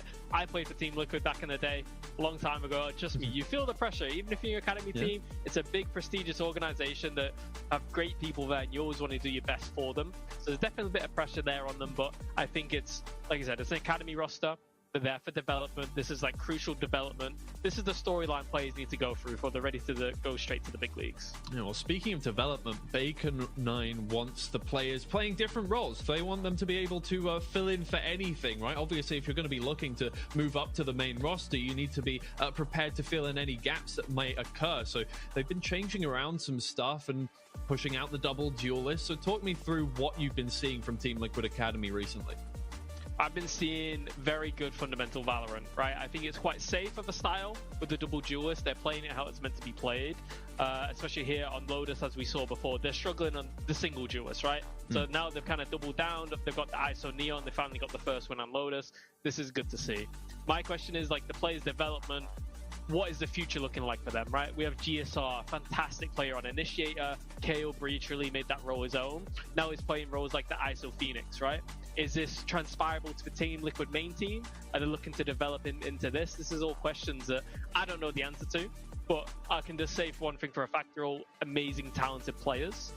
And teaching them different types of Valorant is good, but the double duelist, the second duelist role is not that much of a common role right now, and it's going to be hard to deal with that. I think as an upcoming player, if you're getting taught on a second duelist role and then maybe get put back onto the main team, but having this wide agent pool is going to be crucial for most players, right? We see players in the past where they get picked up. Serial, for example, on Team Liquid, went to Team Liquid, then had to play new agents, right? Didn't quite work out for him. So having this experience early on, I think, is crucial for players' development. Yeah, I think that is incredibly important, especially for the younger players, right?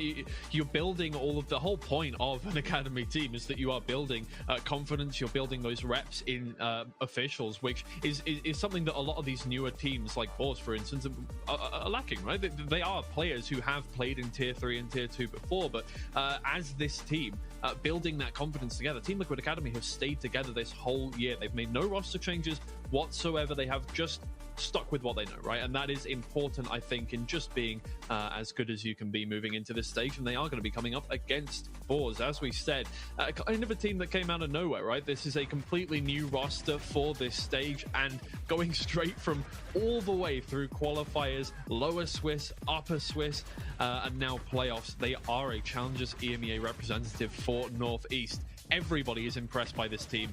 Everybody wants to see what they can accomplish here. It would be, I mean, look, at this point now, you're going to have to take out some big names, and Team Liquid Academy is next on the roster. Yeah, I think that's like the beauty of like the open circuit, right? You can come from playing ranked, raiding with your buddies, make a premier team. Next thing you know, you're playing versus Team Liquid. Sure, it might be their academy, but still it's like a great platform for them to push out and go on.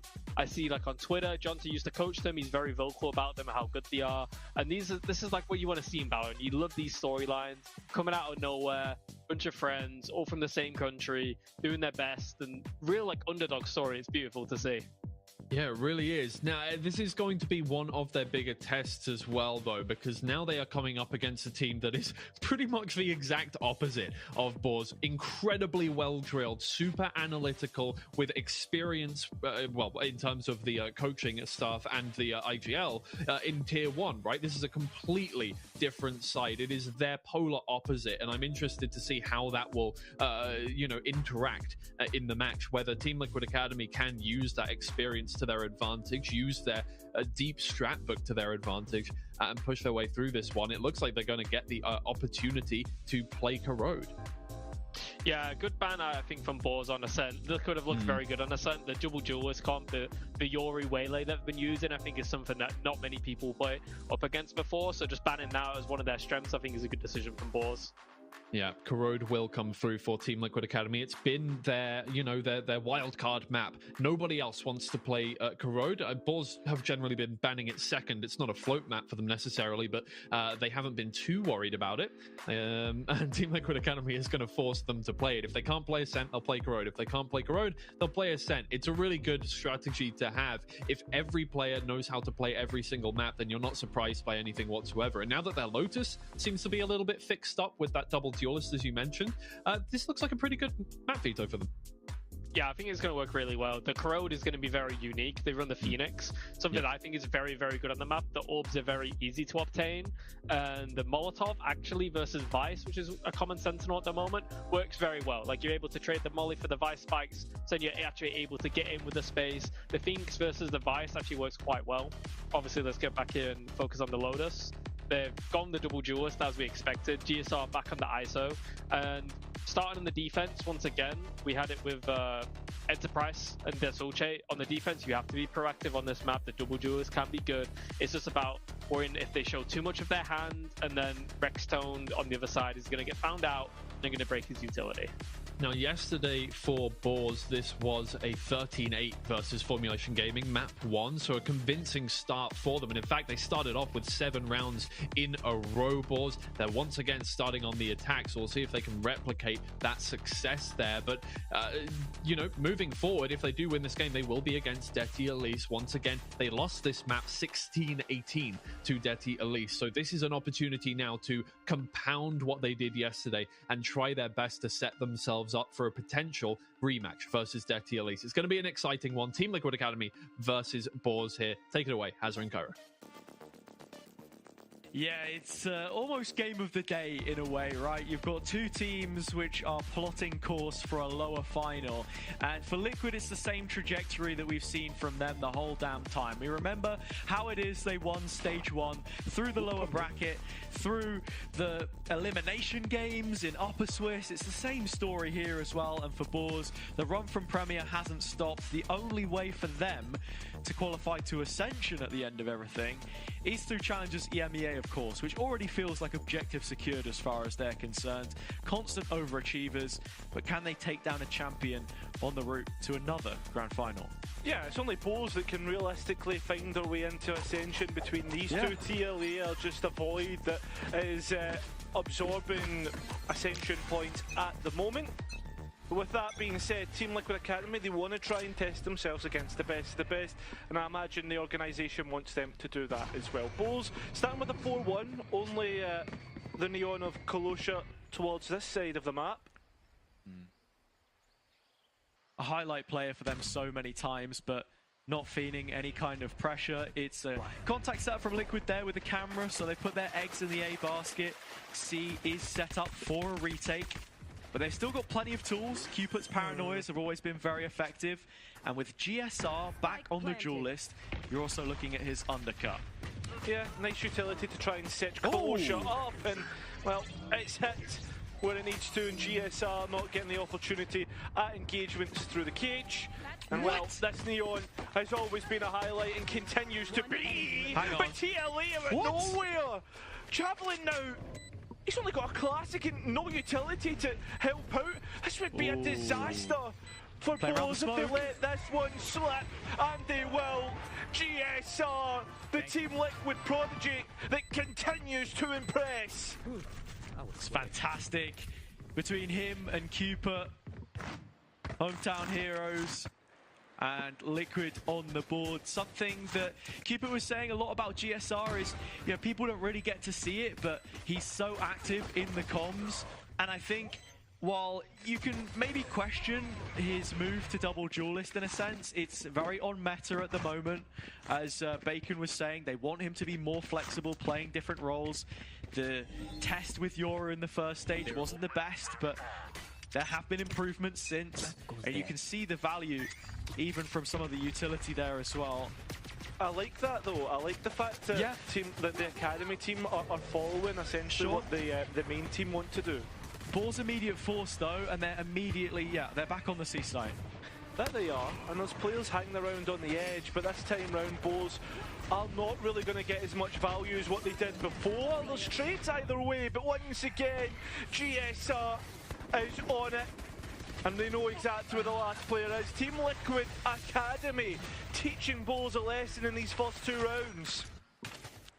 It's a strong start for Liquid Academy on a map which Bulls have made their own so far this stage.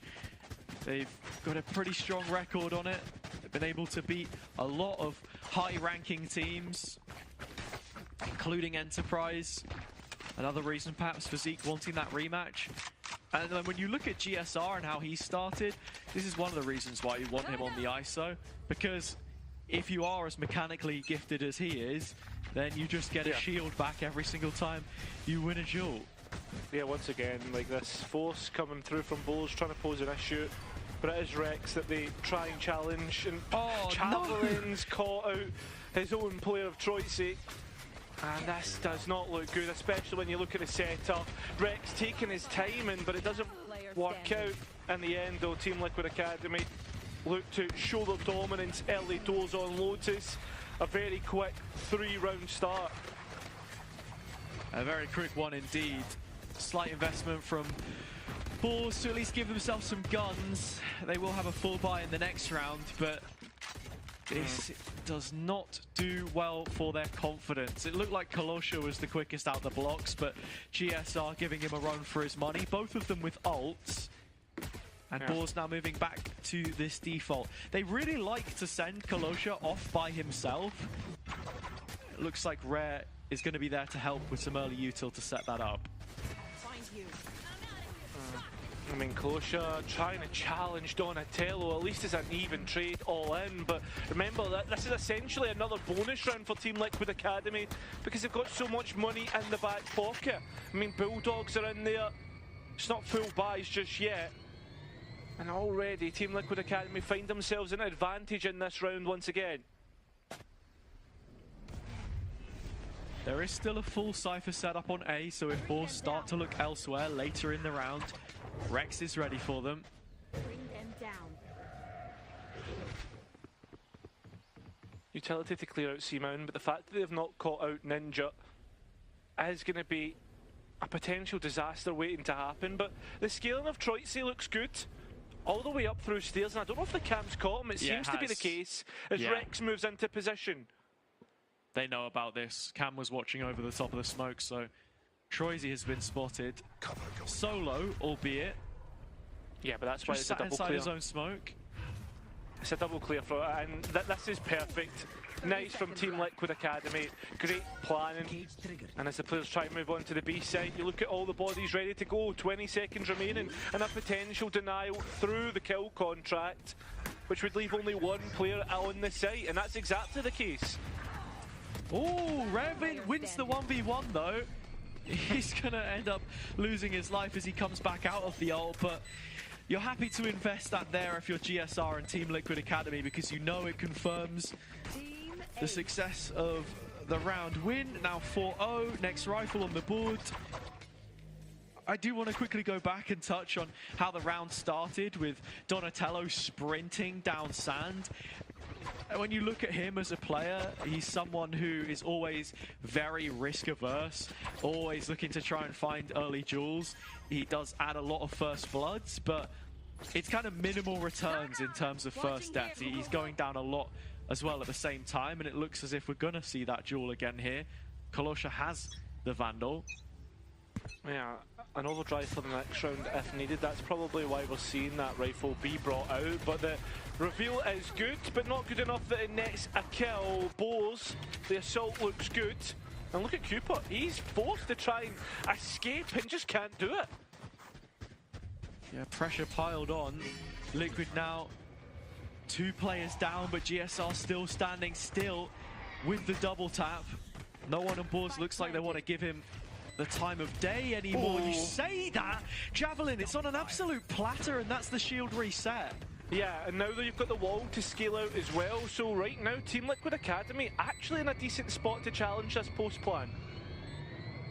It's a deep lying one though, and from the spike plant out in the open, someone has to commit to the defuse. Looks like Rex is going to be covering GSR as the horn has dropped in and just reconfirmed that still it needs to be worked on. Neither player's hands are busy. Finally Rex gets onto it. GSR down to the classic to deny things. Headshot, never fear. It's rare that will end it though. Boars on the board in the end with a mixed investment that they make work. Hey, listen, you'll be happy with that if you're Bose, considering, as you said, mixed investment, right? You're not fully expecting to win that round, but the plan creation working out. The pace in which this game has started, though, is explosive at worst. And it's only going to get better as the rounds go on. So with that being said, you look at the money on either side. Bose not fully out the woods just yet. Well, it depends if you're a fan of fast-paced Valorant or not, because we are playing to the spawn barriers right now, as you say. Ball's immediately diving into B main. And moving through the door here, Troyes, means that they have effective control of the full left side. In the meantime, Donatello has moved up to rubble on A, and that's afforded Liquid this rotation. Yeah, and the B main proactivity is lovely. That's a part of the map that's going to be big. Donatello needs to be careful, though. Doesn't want to overstay his welcome, especially with the control that they have on C afforded by the Cypher setup already. Javelin's going to get caught again. It's not been the best start to this map so far for the in-game leader, as the spike is fouled in spawn. And time is not an infinite resource which Boars have to play around with. Yeah, it's slowly. I think this is the longest any round is going on. Troyes needs to clear this corner where Donatello is, and I don't think they will. Strong positioning. Perched in the corner, yet to be removed. Troyes threatening the A pressure, but all of that falls on deaf ears as long as Donatello can hold up his side of this defensive perimeter. Liquid Academy ready to retake the B site, and that's what they'll have to do very shortly. Spike going in, Donatello jumps the gun and finds Troyes. Yeah, time's still getting low, that spike still needs to be planted. Finally it will be, but Team Liquid Academy very quick to get into position for the retake. Oh, Cooper lured in by the steps, heard Kolosha ploughing through Waterfall, and that's where the post plant is now set up for Boars. No utility for the defense. It is a seize, that could have been potentially used by Never Fear, still just waiting for his moment to make a reprisal, but Liquid Academy have dug out the entirety of the B site, and Kolosha is forced to retreat off the back of it. So Boars just getting on the board for the first time, Liquid Academy immediately responding in the next. That rifle can be chucked over to someone else with an overdrive available, but it will be a timeout being brought out by Boars, and I think this is a good one. The pacing has been very quick. Feels as if like we've just kicked off this game and already we're halfway through the first half. But Team Liquid Academy so far have been not even just 1, but 2 and 3 steps ahead of this attack in terms of how they're being proactive, in terms of how they're retaking. And I think it comes back to that first round, the pistol round, and how much of a confidence knocker that probably would have been for Boars. It did feel like they had it under wraps, but then things did fall apart all too quickly. GSR and Cupid, you can always count on that duo. The latter of which is contributing not just in the calls, but the kills department as well. I think it was quite a slow stage 1 that he had, but we've seen improvements throughout the year. And looking at the record for this map in general, across the 3 stages in the first they played at EMEA, they are 9 and 10. But it is one of the better ones, you know, that we've seen from them. And I think you do still feel confident heading into EMEA that they can challenge those teams. I remember at the start of the year, people were like saying, why is Cupid on this roster? And then like a couple stages later, you're like, probably one of the most valuable players in the server. Still, this round is not fully doable, although GSR, what is that? 3 kills out of nowhere. I thought for a minute that this round wouldn't have gone the way that it has, but somehow we find ourselves in a 1 versus 1. Should have known, mate. At the barrier, a brawl, and now Javelin's gonna get caught again. It's happened one more time. Rex ready as the plant comes in. Liquid up to 6. Yeah, I don't even know, mate. I do not even know. Like at the start, I was about to start like talking about how this is doable for Boars with the 2 rifles. It does look doable. They get the first couple kills, but you forget that the raid boss is still up. GSR just hitting head, hitting aim labs ball, whatever comes his way, and then leaves Rex in the most winnable 1 versus 1 after all the damage done. Well, we might just be getting the same kind of start to the round here. You look at the position of Cupid in tree this time, so he's going to have the paranoia to help the rest of his team. Smoke dropped in, stun there as well, and it's the spam from the Odin which claims the first kill. Javelin can atone, and GSR has managed to snatch Troisy. Huge 1 versus 1 against one of the best mechanical players on the Boars side, and so he'll make no mistake. That's now the numbers in favor of the attack. Cupid has to be careful and finds himself caught. Yeah, in the corner, Ninja needs to make sure that he gets at least 1 kill. That's Rex playing off the shoulder. Ninja does get his, but he was going to need more than that. Boars will continue to stomp forwards onto the A site. The spike can go in from Troisy. And Rex has a huge clutch attempt ahead of him. Yeah, Troisy has a full belt of util as well. This is really hard for Rex. Great paranoia. Rex already put on notice in the corner, but it's a crisp adjustment. The flag. In the meantime, never fear, closing the distance, and that will be what kills Rex in the end. And Liquid Academy's chances of extending their lead. Boars right back in the fight after a few unsuccessful post plants.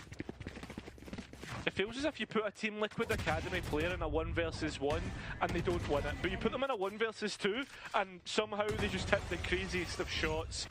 Boars right now, yeah, they get away with murder, I think, in that last round. Where are they? Still though, we're looking at the economy, and because of the way that they're winning rounds, they're winning it with like only 1 player surviving.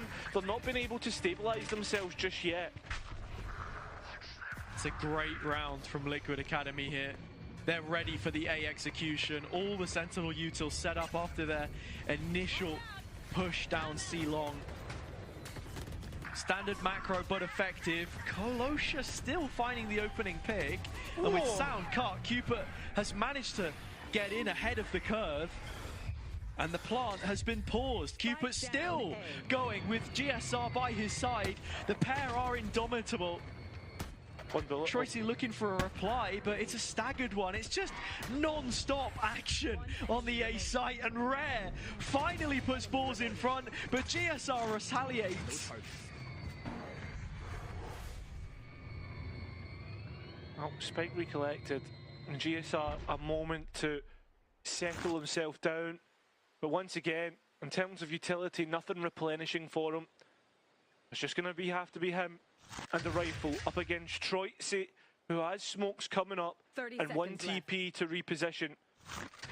Both players have the health, but with that spike tapped, GSR now makes his move. Stepping in, he hears Troity trying to get active in the smoke. Timing taken, and GSR to close it. He knows the tricks too well. And he's going to even throw up a little L as well. 7 rounds for Liquid Academy. Hey, listen, advantage confirmed, but how much can they do? How much damage is going to be done in this half? Team Liquid Academy, I just want a deathmatch their way through this. So are Bows, very explosive both teams, but it feels as if like the little strategy, the little idiosyncrasies that you get by being on a team all year long is what's buying Team Liquid Academy these rounds. Good luck. Bows pushed down to a lesser buy. You're not expecting them to find success this time, especially against the Liquid Academy push. I mean, this is just ridiculous Valorant we're seeing played. Wax on, wax off, round after round. The B plant tapped. They want to fight Ninja here. He's trying his best to contain them and doing a damn good job. Rex in support. Should be wraps. Yeah, and look where Spike is and where the rest of the Team Liquid Academy are. As soon as you get near this, the engagement taken, the rest of Team Liquid Academy will activate. And there you go. Rex to put a ribbon on it. 8 for Liquid Academy. Very, very strong defensive start. Boars playing into their game plan. You want to go pacey, you want to go mechanical against Team Liquid Academy, you might as well be posting yourself a loss. I have seen very few teams opt to set up the way that they have here. It's their default game plan, sure, but it does feel like a little bit more tempered would perhaps do them better. I mean, doesn't feel as if we're going to get a stop whatsoever, the same utility on towards the A site. And realistically, Poe's not really getting out from where that initial barrier is placed. It's pulled bodies across, but realistically, a fake in the end. And they're going into the Cypher again. Liquid Academy starting off these rounds, conditioning, heavy pressure on one extremity, and forcing them to play into Rex. You still got the kill contract on this retake as well as soon as that spike gets tapped. And for a team that's, you know, been scrimming the main roster, the theory is just looking perfect right now. Sublime. Welcome GSR, make it 1 out of 3. He certainly can. Advantage firmly in Team Liquid Academy's favour as they hit the site. And that spike still not down, having to defend themselves here, Bows. And they're not going to do it. Donatello finishes it out. And we are 1 round away from double digits in blistering fashion.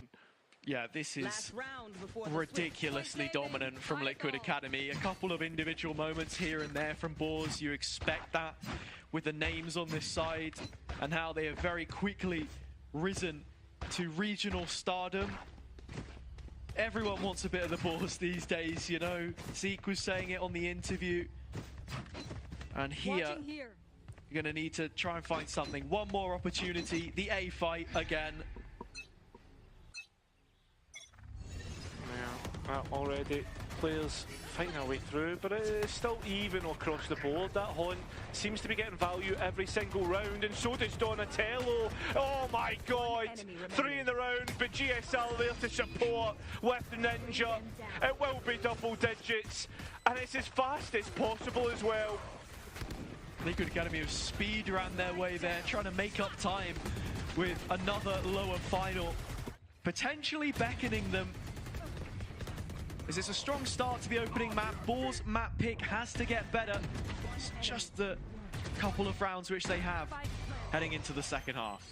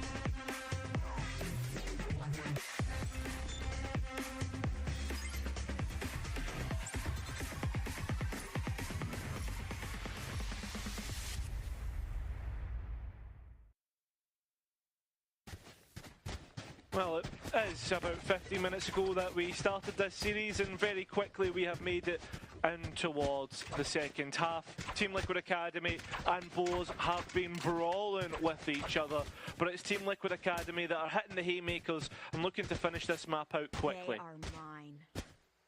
It's not just the plays being made, but the application and understanding of a map, which they've shown so many times, and already it's the fights at the barriers again. This time, Liquid Academy on the back foot, as they were in the previous pistol. Rare moving up to try and close this space in behind. Kolosha doing his job to stave off the push. Look at the flag. Boars holding on to their advantage, but narrowly. Yeah, at the same time, Rare is making his move. Boars are happy to give up this B site and let the Cypher play. Team Liquid, with space to move into, are going to do so. Heading through Hobbit. Cam has cleared Never Fear, but Kolosha gets one more out of the 29 HP he was left on. Rex wants to maybe try and take a fight here to give himself half a chance, but stick in the plant. Oh, what is that? Rex does get the next. And Never Fear, very nearly having the fear of God put into him. It was another Rex clutch attempt, which didn't quite come through, but was very, very close. It's the fact that it's a round that nearly goes to Team Liquid Academy. Like, Boars will be happy that they got that pistol, but something deep down will be telling them, we get very, very lucky there. It's how good Team Liquid Academy are once they get put into clutch positions, or put into positions where they shouldn't. Is he mogging? Nah, just scratching the beard. Bacon mogging on the TL. But yeah, nearly working out. First time we've seen Team Liquid Academy on an eco this full game so far. Donatello at the front of the pack. Only got a couple of upgraded pistols in there. Javelin, the only sheriff on the Boars side. But Troisy doing a fantastic job at stopping the B main players from making it out into sand unscathed. Someone who has been such a key part of this Boars journey. Ooh, Ninja with two back though, and now that makes things a little more interesting. Still without the spike.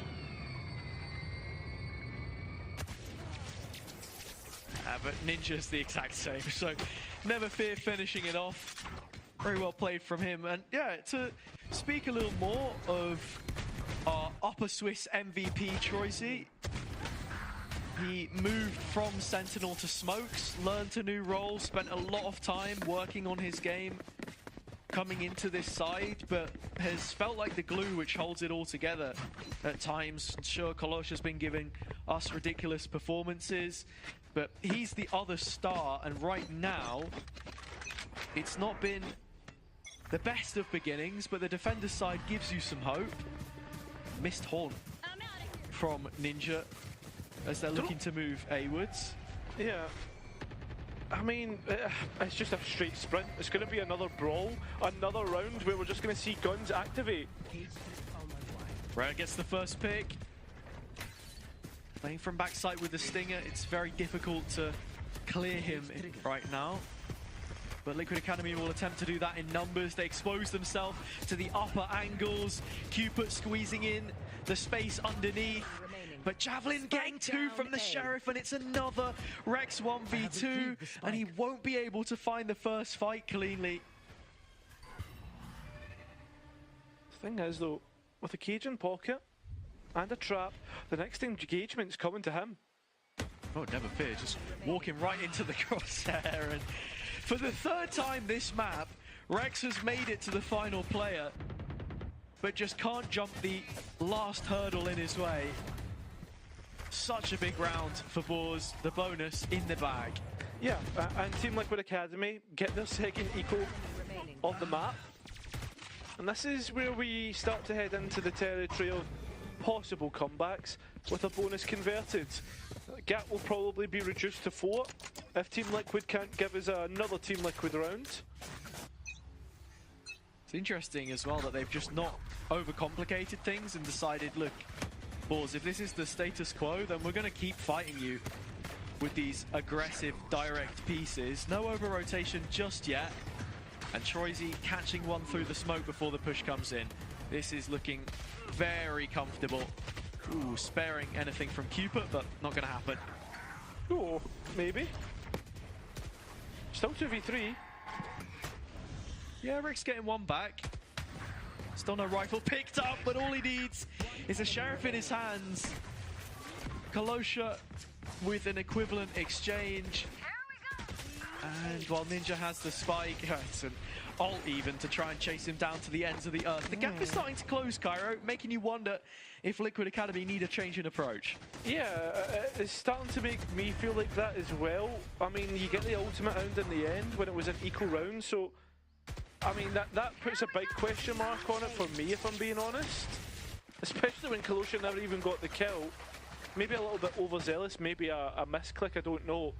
But there is bodies collating outside of C, and Team Liquid Academy want to go for another A opening. And Boars, it's C, it's the Paranoia thrown through. Nice piece to set up Kalosha. They have the Cypher set up on A, but there's nobody playing from it, which means that Liquid can move into post. And while there is the cam for retake, yeah, but look where the traps are, right? One to backside, one for stairs. This is just a retake setup. That is true, but even then, backside trap has been cleared, and Liquid don't want to take any more forward space. They've moved into post. There is a Rolling Thunder to come back through, but Ninja has the Nightfall. And look at the spacing where Team Liquid are going. They're going in towards Hobbit. They're thinking about where else they can go from here. Look at the ult from the Omen though. Cupid's in behind with the audio cut. It's a masterclass from Liquid Academy in their post plant. Say what you want about the setup. Give them any time to get in position and call their own spin on the round. No chance. Nah, it's gorgeous. It really is. Team Liquid Academy, and even with the Haunt invested as well. Like, if you want to talk about a perfect post plan, just go back and watch that. Unfortunately, you can't. It'll have to be through the VOD. Yeah, clipping software maybe. Who knows? I meant more like if you want to go back and see how they set it up. I understood the point. It was fun. But anyway, Kalosha on grass. He's made an opening to Hobbit, moved away. Liquid still gaining velocity as they head towards A. Yeah, and not stopping. Donatello still, even though caught by a Nightfall, all the players just fighting without sound. What more can you do if you're Boars? You try to show resistance, but it's futile in the end. 3 versus 1 post plan. Troitsy, I mean, unbelievable player. Could he go for the clutch? Well, he's going to attempt it, at the very least. Nearly a full utility belt, 10 seconds or so, still waiting on the smoke. Has his ult, but Liquid playing very diligently. Showing a lot of respect. Sat in tree, they have the numbers. There's no chance he wins this one. Absolutely none. The spam already beginning to hit. And well, GSR gives himself up, so the rest can identify that last player. It will be 12 eventually. It felt like an inevitability for most of this. And Boars, once again, thereby not looking that hot either. So, advantage Team Liquid Academy to close out this map. Yeah, with Challengers EMEA already secured, every game for them is a learning experience. This one against Boars, very different to most games of Valorant that you will see played. It's been from the whistle every single time into each and every round with a sense of increased violence. GSR there with the opening pick. where from backside needs to be respect what Team Liquid Academy are putting forward. But look at this, players played in front of the smokes and ready to fight. Yeah, but Liquid Academy are going to follow it up, and Javelin left alone, the captain going down with the Seaside ship. Donatello hasn't stopped, not missed a beat in this second half. Laser focused Liquid Academy, 13-6 with a flawless finish on Borz's best map of Lotus. Has you incredibly worried for the Ukrainian Orcs' chances in the rest of this series? Yeah, I mean, that's the biggest thing. I think for me, the fact that the pacing was so quick was probably the most worrying aspect. And then you move on towards Corrode, where Team Liquid Academy looked amazing. So yeah, I'm worried about this series now. Yeah, especially when you consider how this Liquid Academy team came together. It was plucked from the rank queues, from the leaderboard, the same kind of environment that Boars have built up most of their experience, but now playing against a range of different teams themselves. They have to understand that you can't always run the exact same game plan and find similar results. It's been a bit of a shock for them, I'm sure, a learning experience, definitely, but with Corrode up next, we know how good the Liquid main roster is there. I think that this Liquid team has already taken plenty of influence in how they were setting up their Lotus. I'm feeling very convinced about their chances so far. We're going to head it over to the analysts and see what they think about map number 1. Oh, you kind of feel like that might be the death toll for the series as it is. Boars have played Corrode once. They picked it against Enterprise Esports back in the upper Swiss phase, and they got pushed off that map for good, basically. Let's call it that. It was a 13-9 on their own map pick there, and they never picked it again. And Team Liquid Academy are very comfortable on this map. They're the only ones that have been picking it consistently or trying to pick it. Everybody's been banning it, but they have got to play it a couple of times. This was just a really solid map from Team Liquid Academy. They are a completely different team when they get into the playoffs. Yeah, they looked absolutely fantastic today. We see that the individual level on show, Donatello, GSR, Rexstone, all having like incredible rounds. And it's like when you have the kids firing like this, there's no stopping them. Like we saw the swap, they've finally gone to the double duelist on Lotus, GSR on the ISO, absolutely playing phenomenal. The breach on this map now becoming less and less of a pick since the nerf, and I think Liquid are way further ahead of the curve than Boars are. Boars still like kind of in the old meta, I'd say. So like a massive comp difference here. But yeah, as Cairo mentioned, like the sheer pace of that this map ended. Like the first half was what, 14 minutes minus the ad break.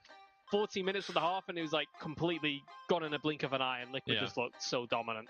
Yeah, we went from a 1 hour, 20-minute Lotus to about, well, I mean, Boars did their best to try and make it as long as possible, but we got done in under half an hour. So absolutely massive stuff from these guys. Team Liquid Academy are going to be very confident moving into Corrode, and that's a big part of it as well. Let's take a look at one of the rounds from there, one of the later rounds, round 17. Yeah, this is one of the rounds where I think as an IGL, a bit of inexperience comes in, right? You've been doing well, you've won 4 in a row, don't need to change anything. But no, we completely change anything, we go for a bit of a gamble. I don't mind the gamble, but in this time it doesn't pay off. And this is one of the big risks. You give up the bomb site completely free and allow Liquid, who have been struggling in this half, not win a single round, to now get a free bomb site. They have their ult up, as we see, Cooper has ult, Rexstone has ult, Ninja has ult. And they've essentially got themselves into an unwinnable position, which is something they didn't need to do here. Combination of the ults coming insanely well here. We see Cooper getting set up, his teammates helping him. Fade ult comes in, hits the players. Cooper goes in towards drop. None the wiser. Amazing combination, and look at this play here. If this is preset, this is amazing, but even on the fly, look, it's an amazing combination here to pull out. And really impressive Liquid Academy. That's one that, Big Sliggy back in the day, he'd be proud of that. Indeed, not me. The guy's a completely different person. But look, I feel like no, it would be the other way around if anything. But that's big from Team Liquid Academy. Look, I mean, Corrode is up next. This is a map that's been their mainstay, their home ground. Nobody has really contended with them on it in any meaningful way so far. So it's really going to be an uphill battle for Boars from here on out. I do hope that they can make it work. Once again, we are really excited to see Boars. They've already made it to Challengers EMEA. It's not the end of the world if they do go out here, but it would be nice to see them get further into the competition. We're rooting for a map 3 here, but it's going to be difficult. We'll go to a quick break, and then we'll be back with Corrode.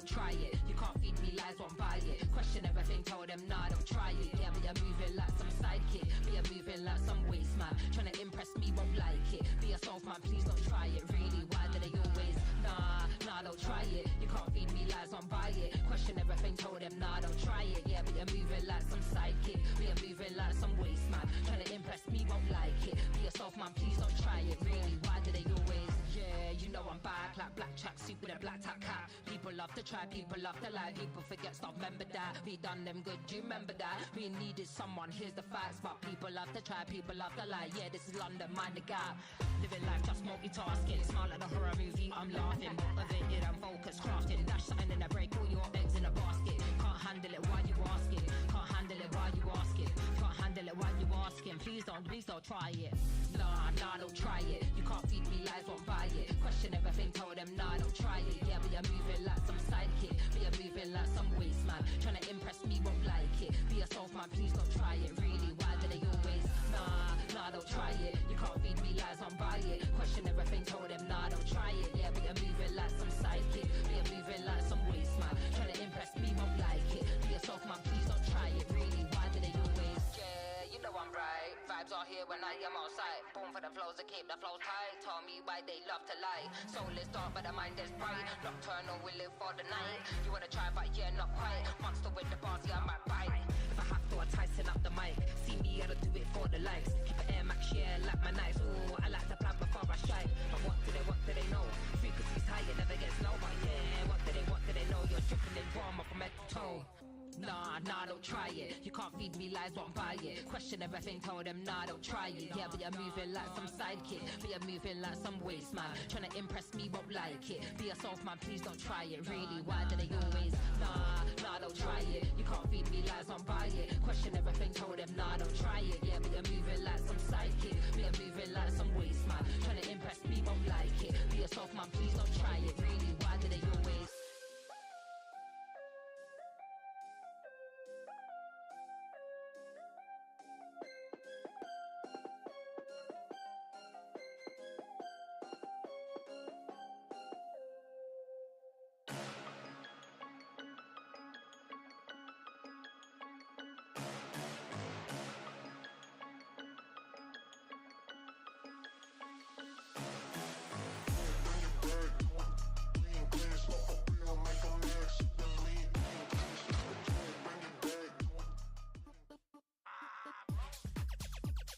Challengers Northeast, everybody. It might just be over as quickly as it started. Well, maybe not as quickly as it started, as quickly as this series started. For sure, our first series was a long one. This one looking to be a short one as Team Liquid Academy take their opponent's first map, Lotus, in a pretty convincing fashion. As we move to Corrode now, look, this is Team Liquid Academy's home ground. I failed to see how Boars can really keep up here.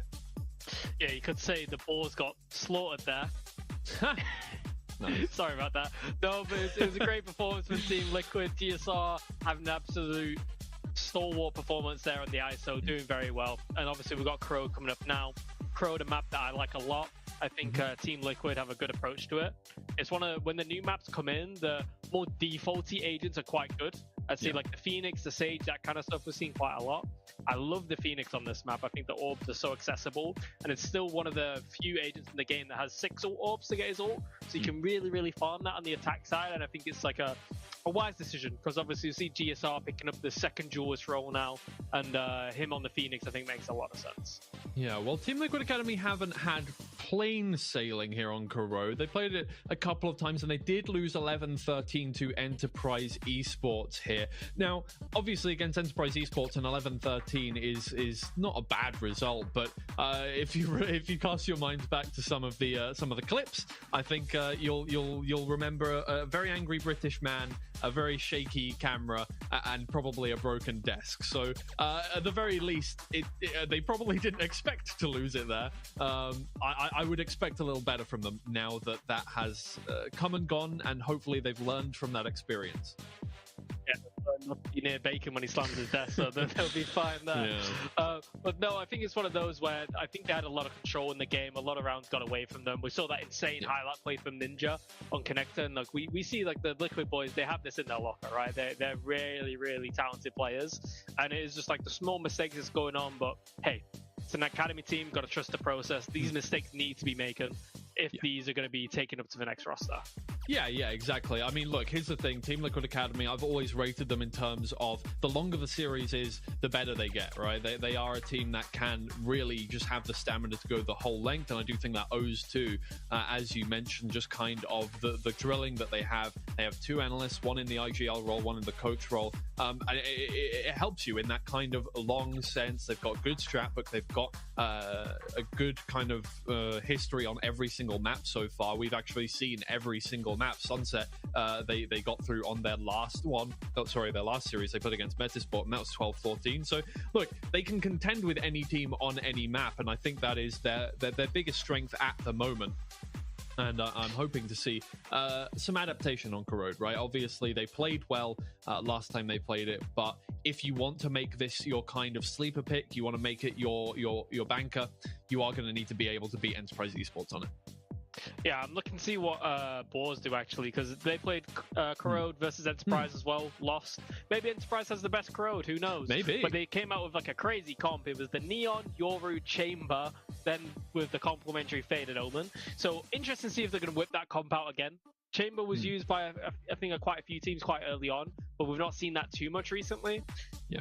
Corrode is obviously still a developing map, right? It's still out. People still haven't figured it out fully. I think there's some good different approaches, but I could see them really, really struggling with the Chamber here versus the Yori Phoenix, right? The double flashes, the fade, the Chamber's not going to get that much value. He's going to be forced off the line. So if it is going to be the same and Rare's going to be on the Chamber, we're going to have to see some adaptation, like you said, maybe not being as aggressive, maybe taking a step back, waiting for the utility to come in, being set up a little bit more, and I think that could probably work in their favor. Yeah, we're just waiting for the players to get into the lobby. Apologies for the short delay, but that's fine. You get to listen to our lovely voices for a little bit longer. And look, yeah, you mentioned aggression. Oh, we're getting in there now. You mentioned aggression, but that seemed to be very much working for them on Lotus. Obviously, the first half flew by because they were just running it down every single round. It seemed like there were 3 kills by the 10-second mark. Not quite the same composition to help you on that one. No real movement adjacent duelists going on here. Obviously, more flash entry kind of things. You're not going to have a flash initiator, so the duelists are self-sufficient in that regard. Yeah, we're going to see. It could still be quite a high-paced game. Boars with the double duelist, the Neon Yoru on the attack side. I can anticipate something coming in fast here. Obviously, the double flashes, though, are going to be there to punish it. Let's pay attention to the Team Liquid setups. Rextone, Cypher Cam setup on the Phoenix. This is Team Liquid 101. They've been doing this since 2020. I know this. This was a part of when I played back in the day. This is one of the fundamentals of Valorant. So keep an eye out for these little trap plays, the Yoru on the AWP. I think there's a lot of stuff that they can do. All right, lots to look forward to. And for Team Liquid Academy, the opportunity here to get them that long run to get a rematch against Enterprise Esports in the grand finals. They'll have to get through this map. They'll have to get through Dirty Elise, but they can get there. We know that they have the quality to do so. The Stage 1 winners looking to knock out 4th place here. Hazard and Cairo, take it away. You know, I actually didn't know that Eccles played for Liquid because he's just not mentioned it ever before. But jokes aside, it's exactly what he's talking about. I think they're going to be very well set up to deal with Boars on Corrode here. And for this underdog story, which has gotten the whole region excited again and the Ukrainian fan base for the first time in the history of Valorant, really, as a full roster, there's just so much to do to overturn this, and Liquid Academy in the lower bracket through these Elim games, as we said before, just don't feel like they can be knocked out. Yeah, they feel as if they have a mission, right? A chip on their shoulder to prove themselves. A bunch of young guns looking to do it all, but for Boars, they represent the region. They're representing a country that's never had a full 5 in this game. And can they prove it right here, right now, by sending us to map number 3 of Haven? We'll need to find out as we start things off. Boars taking mid. Oh, and GSR finding the first kill in main, which means it's an all-in from Boars through this area of the map. Javelin on the duelist, doesn't get off to the best of starts. It's a messy one back through Link. In the meantime, Cupid has taken a lot of main space. Yeah, he has. There's control towards CT, control towards top mid. Boars need to try and find something. So they send it CT. They only get one for the troubles. So still advantage towards this defense. And a smoke going in heaven. Rare playing on site, dropping out but getting caught. Never Fear trying to set up Spoiler in the situation, but realizes now his position has been cordoned off either side of the elbow. The Hawk will come in to just show where he makes his reprisal, and Liquid Academy are on it like a car bonnet, another pistol in their bag. Yeah, they're living the dream like a laser beam. Team Liquid are able to win that first round again. They won it. They won the first pistol on Lotus through a clutch. They won it this time through domination. Knew exactly what Boars wanted to do and had all the control that they needed. That's the thing about Boars, like if they want to be as free-flowing and fast-paced as they are, they need a little bit of more, I guess, like different avenues of approach, because if they start to lose bodies like they did there, then Team Liquid Academy will happily start to move on other parts of the map. And we've seen as Corrode has been developing over these last few weeks in VCT and challengers alike that having that mid control is so essential to alleviate some of the pressure, and already Boars trying to make a quick excursion, but it's to the spectator screen instead. You can see Koloshi's actually managed to sneak into A, and Rare late, playing with the timings in middle, gets another kill. The spike is reconsidered. As the Neon has gone the full 9 yards. They're gearing up for another B finish. It seems to be the case, but the worrying thing about this is the Cypher setup. Of course it is, right? The cam's still sitting there, both traps still online. And, well, they are more kill traps than what they are information, but that cam for retake would have been big, but instead, no destroyed. And now Team Liquid Academy have the information that they need to start to move into a retake. Boars haven't been able to do too much to override this control just yet. Liquid Academy arriving from B main as they did in the previous round, and Rare only just spots it after his teammate has already fallen. Still a second layer as Rex is in position here as well, and now revealed, Kolosha realizes he has to take a different angle of approach. The Spectre's just too ineffective at that kind of range, but GSR is already in position. Anti-eco converted, but Boars doing a decent job to make Liquid sweat. Yeah, I would agree. I think they do well to somewhat recover and get that spike down. But again, I don't want to be like too negative. It still felt as if Team Liquid Academy were in control. Unlucky Rhea identifies that second player and then goes to like sit elsewhere on the site and then gets caught by GSR. So overall, it won't be the most effective bonus round, but there is still things which Team Liquid Academy can use, like for instance, GSR's run it back.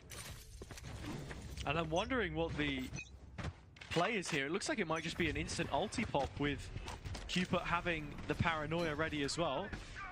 Oh, it's a split though. It's just gonna go straight into main. GSR finding one. Oh, Ninja! One bullet, 2 kills through the smoke, no less. And with the blaze wall placed in the A main choke, GSR reconfirming that the TP wasn't onto the other side of this defensive blockade. Boars are down and out of their rifle round. Yeah, it's tough, and then there's guns to pick back up for anybody close by, which has immediately been possessed by TLA. And then they've identified at least one of the players. So overall, the image getting much clearer for the defense and them adjusting to that very quickly.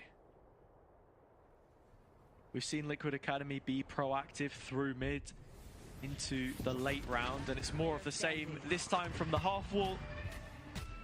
And oh, it's taken a couple of goes at it for Never Fear to break the haunt, but once he does, the round already looks over. Liquid in unison, playing out the end of the round. That's the bonus converted from them, and not for the first time in this series, Cairo. No. Looking to continue building confidence. I love throughout that full round, Rex is just sitting on site and has barely moved at all. He's just chilling. Yeah. Like, do you know that the meme where it's like the guy and he's the like... life of the Cypher setup. Yeah, you know? He's just like sweating, like tapping away, trying to like save himself, and then on the other side, you've just got Rex chilling, got his music on, having a good time. We're back to it though, once again, pings through mid for Bows, and with Stingers in play, you think that this is going to be a very quick pop. Yeah, oh, missed flash. Troisy would have been set up there and fails to clear Donatello as well, so no opening pick. Kalosha made to look foolish as he can't ground himself with all of the movement, and it's over in an instant, Cairo. This is the thing with Boars. They're not exactly letting us set up the narrative because the rounds are over so quickly. But the point I just wanted to hark on to quickly before we get into the next gun round is this is looking very good for Liquid Academy's map pool. You're thinking about those next potential 2 best of 5s. The 3 of the maps that they've already shown once, sort of Bind, Sunset, Icebox, had some difficult results, but if you can really lock in on Corrode where other teams perhaps aren't feeling too comfortable, it's a huge win. Yeah, I think this round, for me, I'm looking at Rhea, bringing out the Tools of Force, being a lot more slower to scale this time, hopefully, for Bows, but as I say that, engagements happen within the first 10 to 15 seconds, and Team Liquid Academy are the ones who win out. It's that classic Boars detachment of the duelist. Let Kalosha go and play by himself. Sometimes that's the setup they lean heavier into just because we know he was scouted into the team when Neon meta was still a huge thing in the off-season. But sometimes his role does become that much more individual. Play it down here into the A setup, but still numbers on Boars. Yeah. I mean, but the ultimate's being used, you're wondering who comes out the better of them, and it seems to be Team Liquid Academies. The fights still go their way. The defence has, I don't think I've seen them lose more than 1 or 2 players since that pistol round. They have looked impenetrable on this defender's side so far, and having only picked up 6 rounds on the same defensive half against Enterprise, you can already see the improvement, albeit against a team of differing experience. Both of these sides incredibly young within the region. But that's what it's all about, paving a path towards the future. For Liquid Academy, that is with the org. And for Boars, oh hell, I saw that Na'Vi were posting about them a little bit on Twitter. Maybe there's a future there. Perhaps. I mean, right now there's a future where Team Liquid Academy once again come out on top. Still that push up towards top mid. GSR can heal himself back up and make himself an issue. But look at this, Donatello on the edge of the smoke. Phantom ready to go. There's a couple of players watching out, but that flash once again looks good. Ooh. Never fear, even better. And that spike lost, which is going to be a big problem for Bows to get back to their hands. That's across the spam, but Troisy looks to have bested it, and now they're greenlit a path to the A site. Every now and then you get a round like this from Liquid Academy where things look really messy, and Javelin is in a fantastic position to punish GSR. And there is confirmation, a 1 versus 2. Cupid to come into it. Both smokes and just 1 paranoia. I mean, isolate 1 engagement here. All it would take is 1 bullet on towards Javelin. And well, Cupid and his smoke and his utility gets caught off guard. And it was around about the same time last map that Bows won their first round. But can they do better and actually start to string some together now? It's such a strong plant position there as well at the end to try and challenge, but Boars have rarely found themselves in that position. That's the first time in a while we've seen them be able to get the spike down. But as I was saying, you do see Liquid every now and then have that slight lapse where they just feel that there's blood in the water. They can go for any kind of aggressive maneuver with a little less thought behind it. Donatello was punished. And now in this full gun round, Boars will be looking to undo the stress they've been put under so far. No Cypher set up on B. This could be very weak. It could be, but there is no bodies here, and that's the problem that Bulls have to deal with every time. But Javelin from up top, it's not really worked out at all, and it's left Rhea to try and clutch this one out. A TP to escape, but not a lot of health to make this one doable. Looks like he's going to immediately run over to the other side of the map, and most likely meet Ninja on the way. Oh, Jill's coming through. Yeah, it's just as simple as that. Just when you get excited about Bulls once again, Team Liquid Academy squash the hype. And yeah, I mean, it just comes down to the gunfights, and the site hold is perfect. So much further. Yeah, it's also very difficult for Javelin to call a lot of these rounds when he's playing Yoru. We know from his history that he was one of the top Radiant players, and like calling the rank games as the duelist, and had that natural ability to want to take charge, and now leading this team. We've seen how good that can be from Initiator. And even as a secondary duelist, you have the tools for it, but laboured at this point in time. I think, yeah, there's a difference between being able to IGL like your rank games from the duelist point, and then also having to go up against an IGL like Cuport, right? Like, not to be too toxic, but yeah, the level of gameplay is extremely high as you get to the last top 4. The engagement in mid settles with a 3 versus 2, and Spike still not recoverable for Bows. Player standing. Kalosha taken offline, and Rare with 6 Headhunter bullets and a dream. That is all it will be. A 6-round gap blossoming for Liquid Academy as they continue to build on this very strong defensive start. I think it's important to note that on the one hand, Boars have not really come into the favoured side here. On Corrode, we know how strong it can be, especially when Liquid Academy have such capable anchors. But with it being double duelist, and not just that, but Neon and also Yoru, they've kind of loaded the comp for the attack side here, and you're realistically wanting to see them find at least 4 rounds. That would be a success story. I mean, and this is a big swing round as well. That it is. I mean, it's trying to force their way through A. This is something that worked before. Remember the first round that they got was through a spike plant on A. The only problem is, this is where the bodies are for Team Liquid Academy. Cupid was trying to entertain the TP for a bit, but stamps it out and finds himself dead at the hands of that player exactly. Javelin entry, but GSR combining with all the rest as a sea of blue flushes the feed. Liquid Academy in a commanding position on this map already. Their map selection. And while I would love to know how many scrims they've been playing against the main team, it's just another one of those maps like Lotus that you expect them to be damn good on. Yeah, 100%. I would love directness from Boars again as well, you know, just 30 seconds not too much behind these rounds, I think. Yeah, I would agree. Rhea gets that kill. I mean, time ticking away. This next one, if it could be won, puts us into the realms of possibility. Low on time, but only 2 players to find. Yeah, Liquid Academy have to be careful, but Rare is starting to run out of time to try and overturn this. Running out of bullets in the gun, swapping between them, but has to give it up in the end. It's GSR to holster him and the rest of Boars. Feeling like now would be the perfect time to just create a break in play, invest the timeout. But I think with Jonta having gone to foot, I do wonder who is in slot. I'm not sure if we have anyone.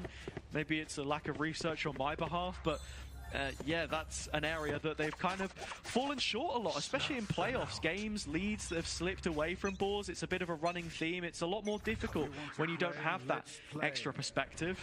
Oh, a tour de force once again for Rhea, and he's actually got the value from it. The activity in A main doesn't result in any kills. But Bo's really stuck in mid here, and it looks like there's going to be a play off the back of it. Yeah, Liquid Academy fighting this forwards. Off the ult. Can't quite find the kills though. Ninja finding Javelin.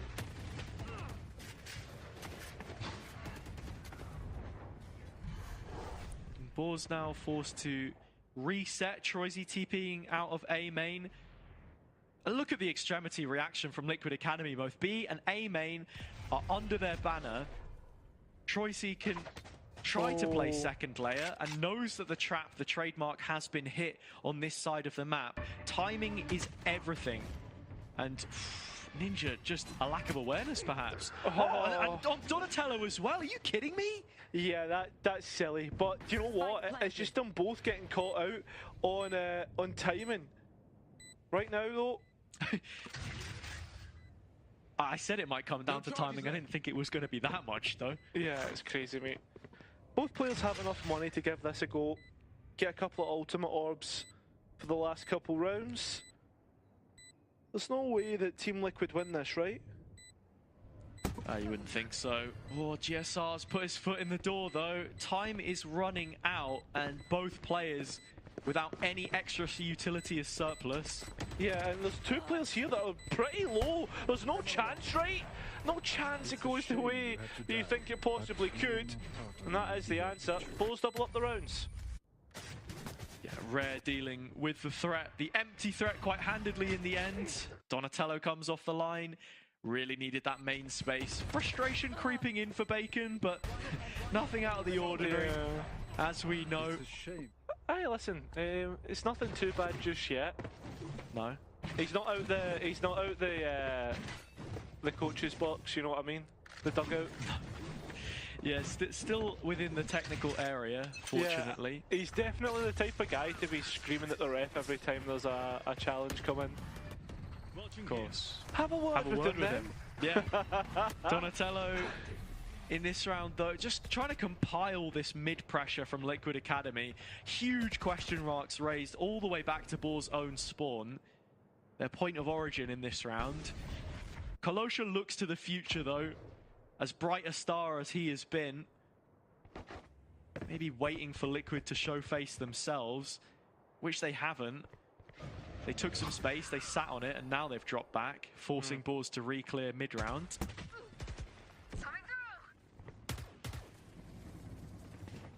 That's the thing about Crowd. It's a lot of like trying to fight, trying to take space away from the attack. And well, this time round, that kill on A main, trying to investigate for information, GSR gets stung himself. So Bo's collective forces start to move through B, and well, the bodies, the reaction needs to be quick. Ooh, Ninja with the spray though, shutting down the main end. If Cupid pulls the trigger, he could be in for a boatload of kills. The angle of approach has changed. Rare's coming through Link this time. They're softer on that side, but still, he could pose a huge threat if he can thread his way through. But dealt with by Donatello means that the rest is a hopeless endeavor. You were waiting for that main push to come in, but the Boars were penned up by Liquid and sent to the slaughterhouse. I was going to say like lambs to the slaughter, but like boars to the slaughter. Yeah. I've actually had boar before, it's quite nice, but I feel as if... Cheers, mate. What's your point? Random lore dump. Yeah. Cheers. No, but the point I was going to make in this round was more to do with the fact that when you see like boars, they feel as if like, oh, we tried to force the B main push before and we got absolutely dominated, so we try that different angle of approach, they get caught out, and that's what stalls them out. Right, look at towards top mid, 3 bodies for Team Liquid Academy. They want to really challenge Boars here, especially with a run it back. Troisy straight from the TP, catches a blind GSR at the second time. It only acts as 1 kill. Donatello has traded in effect. And Javelin still forcing this issue on the side of the smoke, missed shot! Donatello continuing to punish. As Boars had a nice idea about the set piece, Ninja dropped to 1. But they're still entrenched in top mid here. Kolosha hitting a couple of nice shots, but Donatello's done so much work. 1v1. And crazy to think there's a minute to work with as well. Oh, he's cancelled! Oh, he's gone for it, and he's won it! Double digits! Unbelievable! He's got it away with the mind games there on Never Fear. I'm going to be heading out of the half with Liquid Academy, 11 rounds under their belt. We've seen strong defender sides, but Boars need something miraculous if they want any better than 4th place this stage.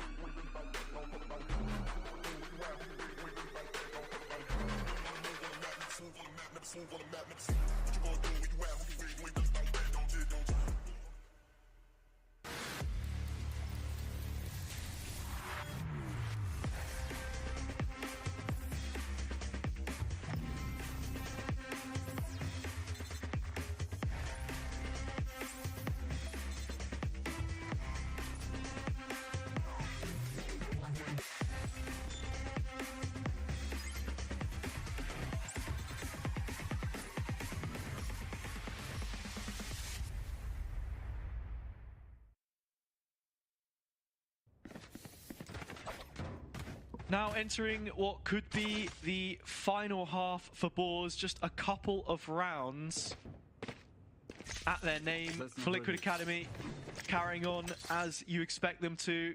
A side which has constantly promoted flexibility in its agent pool, and you can see GSR's outing on Phoenix is looking fantastic. Donatello at the top of the scoreboards as well. A much slower start to their attack. Rare taking that aggressive line, and players walking into it. Needs to be clean. It only hits the shoulder. So with that being said, it could be a massive chance lost. And a clean first engagement as Team Liquid Academy are just descended upon A. Yeah, now flooding out of their own smoke. Boars caught sleeping at the wheel. Couple kills back in the feed for the 3-on-3, but GSR does not stop until the job is done. Ninja in mid as well. Rare last left, out of bullets, out of chances. Boars might just have to force to stay in the game here, Cairo. Yeah, I think that's exactly it. On Lotus, they were able to win the pistol round, which prolonged play a little bit longer. And while Rare is top of the board, I can't help but feel like the Chamber hasn't impressed me much in terms of like how it's worked into the macro game. Like sure, Rare's been shooting, but in terms of like how this pick has actually looked, I don't agree with it. Maybe it's more geared for the defensive side, I don't know. But let's look at A main and the push coming in. Rare is going to be here again. A 4-player reveal before the blind comes in from GSR. Boars have brought up as much as they can. It comes in the form of a frenzy for Never Fear. And for Rare, it's just more bullets in the Headhunter, which can't find their target. One by one, time is up for Boars. 12-2, Liquid Academy with an execution. Match point. Yeah, I think that's the best way to put it. As the story goes, every Cinderella will have their ball come and hit midnight, and everything goes back to normality. Team Liquid Academy are that normality right now. And yeah, Boars will just have to wait for challengers. Sure, they could win 10 rounds in a row, but we're talking about fairy tale stuff. We are. Kolosha tries to get it started. It's just not happening. Never Fear one back. Has to do it all. Commits his body to the cause. And has done a decent job. But you're just looking at Javelin now. That last line of resistance. Yeah, he's got a single player towards elbow and waiting for Troitsy to get into position. Spike down, 2 versus 2. Reclaims ground on the site, and Troitsy claiming from main, meaning it's just Ninja left. The one player on the Liquid side who you would think could have a chance to go straight to VCT, but it's not going to happen for him. More time in the workshop required, perhaps, if we're to see something like that pulled off here. Boars extending play. I love how I'm starting to like ramp up, ready for the map to finish, and then Boars like nah, not today, mate. You'll need to wait another round. But hey, listen. Nah, it's funny. I was just about to say, I think as you were building into that challenges conversation as well, the one thing that does concern me about this is the higher seed, the better. We saw what happened to Pixel Lumina last time, made challenges straight into the group with BBL. Those are the teams that you want to be avoiding. And while we know that all of our NE teams will be in separate groups just because of how it works, there's no chance that you're going to be guaranteed to dodge them a focus, for example. I think honestly, if your team Liquid Academy, you'd actually want BBL Pacific like a guaranteed game against them, because they're the ones who don't want, or like who are just playing to improve. Kolosha though, finding Donatello, and GSR slowed. No way to really move through this. That's the engagements ensue. Look how many bodies are on A. Yeah, Boars are ready for this. Oh, but Rex quicker to the trigger. I mean, there's only so prepared you can be for Liquid Academy. When it comes down to the duels, you've got to win them. And with 2 players left, the cavalry arrived, and it's only Never Fear left. Ninja not yet considered, and he will win the clutch this time. A quick GG, it's 13-3, and Liquid Academy will have their lower final. Yeah, we had delay in the earlier best of 3, but Team Liquid Academy were like, hey guys, we know we need to make up for time, so they'll go and do that. 2-0 against Boars, and what a way to stamp your authority in this lower bracket. Now they're the team to beat, and especially after how the game went earlier against Detty, I genuinely feel as if Liquid Academy will be that team in the grand final. Especially over a map pool of 5 different maps, right? Like, we go moving to the best of 5s with the lowers in the grand finals. That's where you want to be pushing for a veto advantage. And as I had said earlier, that Liquid maybe have a couple like the Sunset, the Icebox, the Bind, which they've only played a few times and not had the best results on. There's still plenty of time in VOD review, and that's one of their strong suits, I think. And with Boars on the opposite side, it's what Eccles was saying at the desk earlier. You want to peak at the right time, and for them, they've already secured challenges EMEA. If you're really thinking about pushing this any further, it's later down the line. The points don't mean anything ultimately. It doesn't matter if you had, you know, made the grand final or not from that sense. It would have been just to prove it to yourself, I suppose. But I kind of think that you're also seeing a loss of them not having the coach in here today, for example, lacking a little bit of structure. You mentioned it, the approach on some of the rounds, couldn't quite see what the implementation was with some of the choices that they'd made. But there is definitely a long future for this side, and hopefully we see that in the MEA as well. Yeah, well, with that being said, we are going to chuck it over to the analyst desk. It will be a few weeks before we get to that lower bracket. We'll see you there, but for now, that's all, and we'll see you guys soon. Thank you so much, guys. It's good to have you back from BCT. We're gonna keep you next time. I'm gonna find, you know, we'll chain you to the radiator or something like that. Anyway, doesn't matter. But we can talk about the bedroom later on. So Team Liquid Academy, as we say, the road is set out for them, right? They know their next 2 opponents. We know that they're going to be best of 5s, and as Hazard and Koro mentioned, best of 5 is kind of their strong suit, right? They have that map pool to be able to do so. This just seemed like another stepping stone to get to that point. It really didn't seem like they were phased whatsoever by the team that has impressed us the most over the course of this whole playoff stage. Yeah, it's an absolutely incredible performance from Liquid today. Like I said, it's a stepping stone. It's something probably an organization constructors, Liquid, they should be expecting to beat this kind of teams. This is like the pathway for them to go on and, you know, be eventually tier 1 players, and we really saw that today. Like, it's my first time on the desk watching Team Liquid in person, and wow, the individual talent on show is absolutely incredible. Like, these guys could go tier 1 right now and shoot. I can guarantee that. Yeah. Obviously, got to trust the process. They got to keep going. They're on the right pathway. This double duelist is looking nice on them, and I think they're in a really good spot. Yeah, I think you make a very, very good point. They do just have shooters, right? They are a ridiculously impressive team on their day. It is just making sure that every day is their day from here on out. That is the big part of this one. We have an interview ready for you with none other than Ninja, not Tyler Blevins, the Team Liquid Academy player. How is it going, man? It is lovely to see you. Congratulations on the win. Thank you. It's good to be back. It really is. Well, that's my question to start off with. Obviously, stage 2, not so great for you guys, but you've made it back. You're in Challengers EMEA, and not only that, you're in the top 3 once again. You're back to those best of 5s. Does it just feel relieving to have got back to that stage where you know you belong? Yeah, it feels very good. We were disappointed, obviously, after the stage 2 results, but we worked hard for this. Like Cupid and Bacon, they're like spending a lot of time watching VODs and preparing us for that. And I'm very excited. I'm very excited to play BO5s because it's a lot of fun. Perfect. And I've got a question as well for you. Stage 2, single duelist. Stage 3, double duelist. Do you think that's the real difference maker, or is there more to it behind the scenes?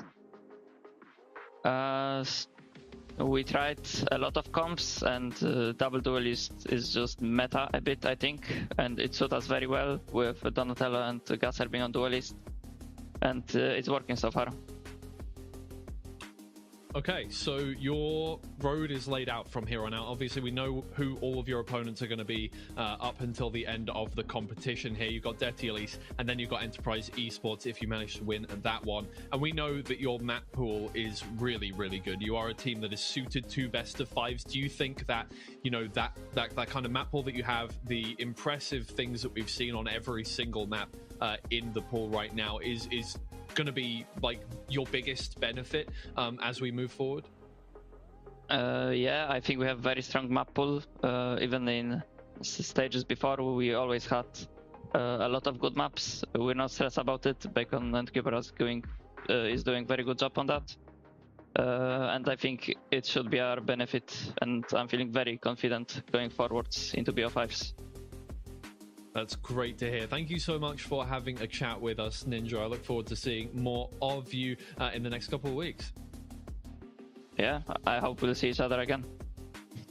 All right, great to see that. Yeah, confidence. That's the key, right? Enterprise Esports. We had that interview with them. They said, "Oh, we're very, very confident moving forwards." Obviously, they've got a long break until the grand finals. Team Liquid Academy, they have to get through the lower finals first. Dirty Elise in a best of 5, and I do think, yeah, their main draw from that one, their main thing is going to be the stamina, bringing it through 5 maps. They have a great map pool, and once you get to a best of 5, it really is all about just being good on every single stage, not just having 3 maps that you love, but having every single one solidly down.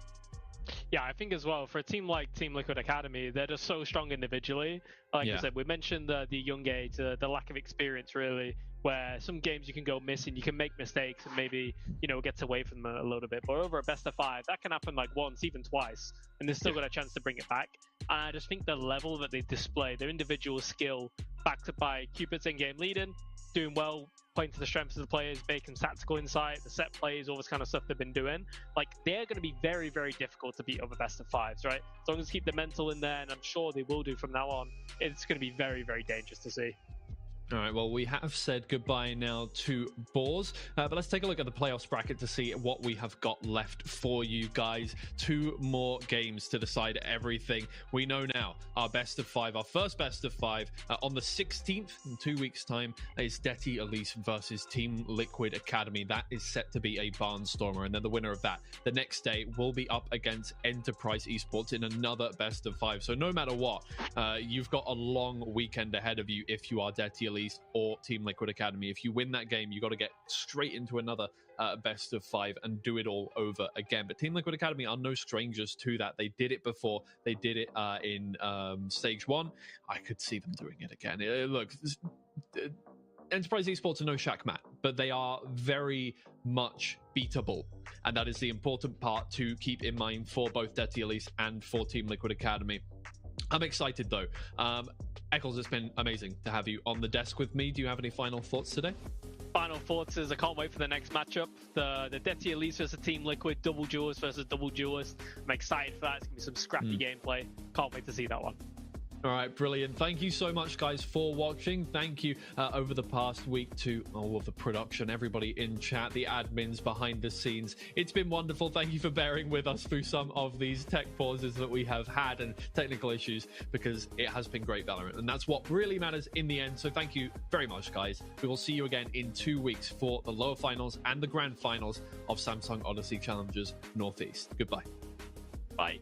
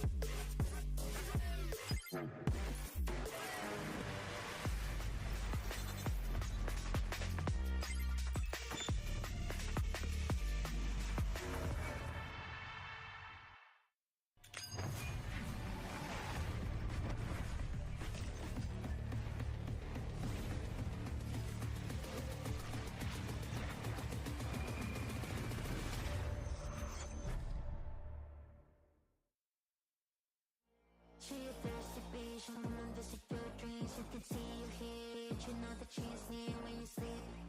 I be under your bed and I hear you fear. She a thirsty beach, I'm a thirsty beach, real thirsty. Like a snitch in me, now wake up. Wanna hear you scream. It's not a dream. Run for your life, I hunt your heart, you can chase me.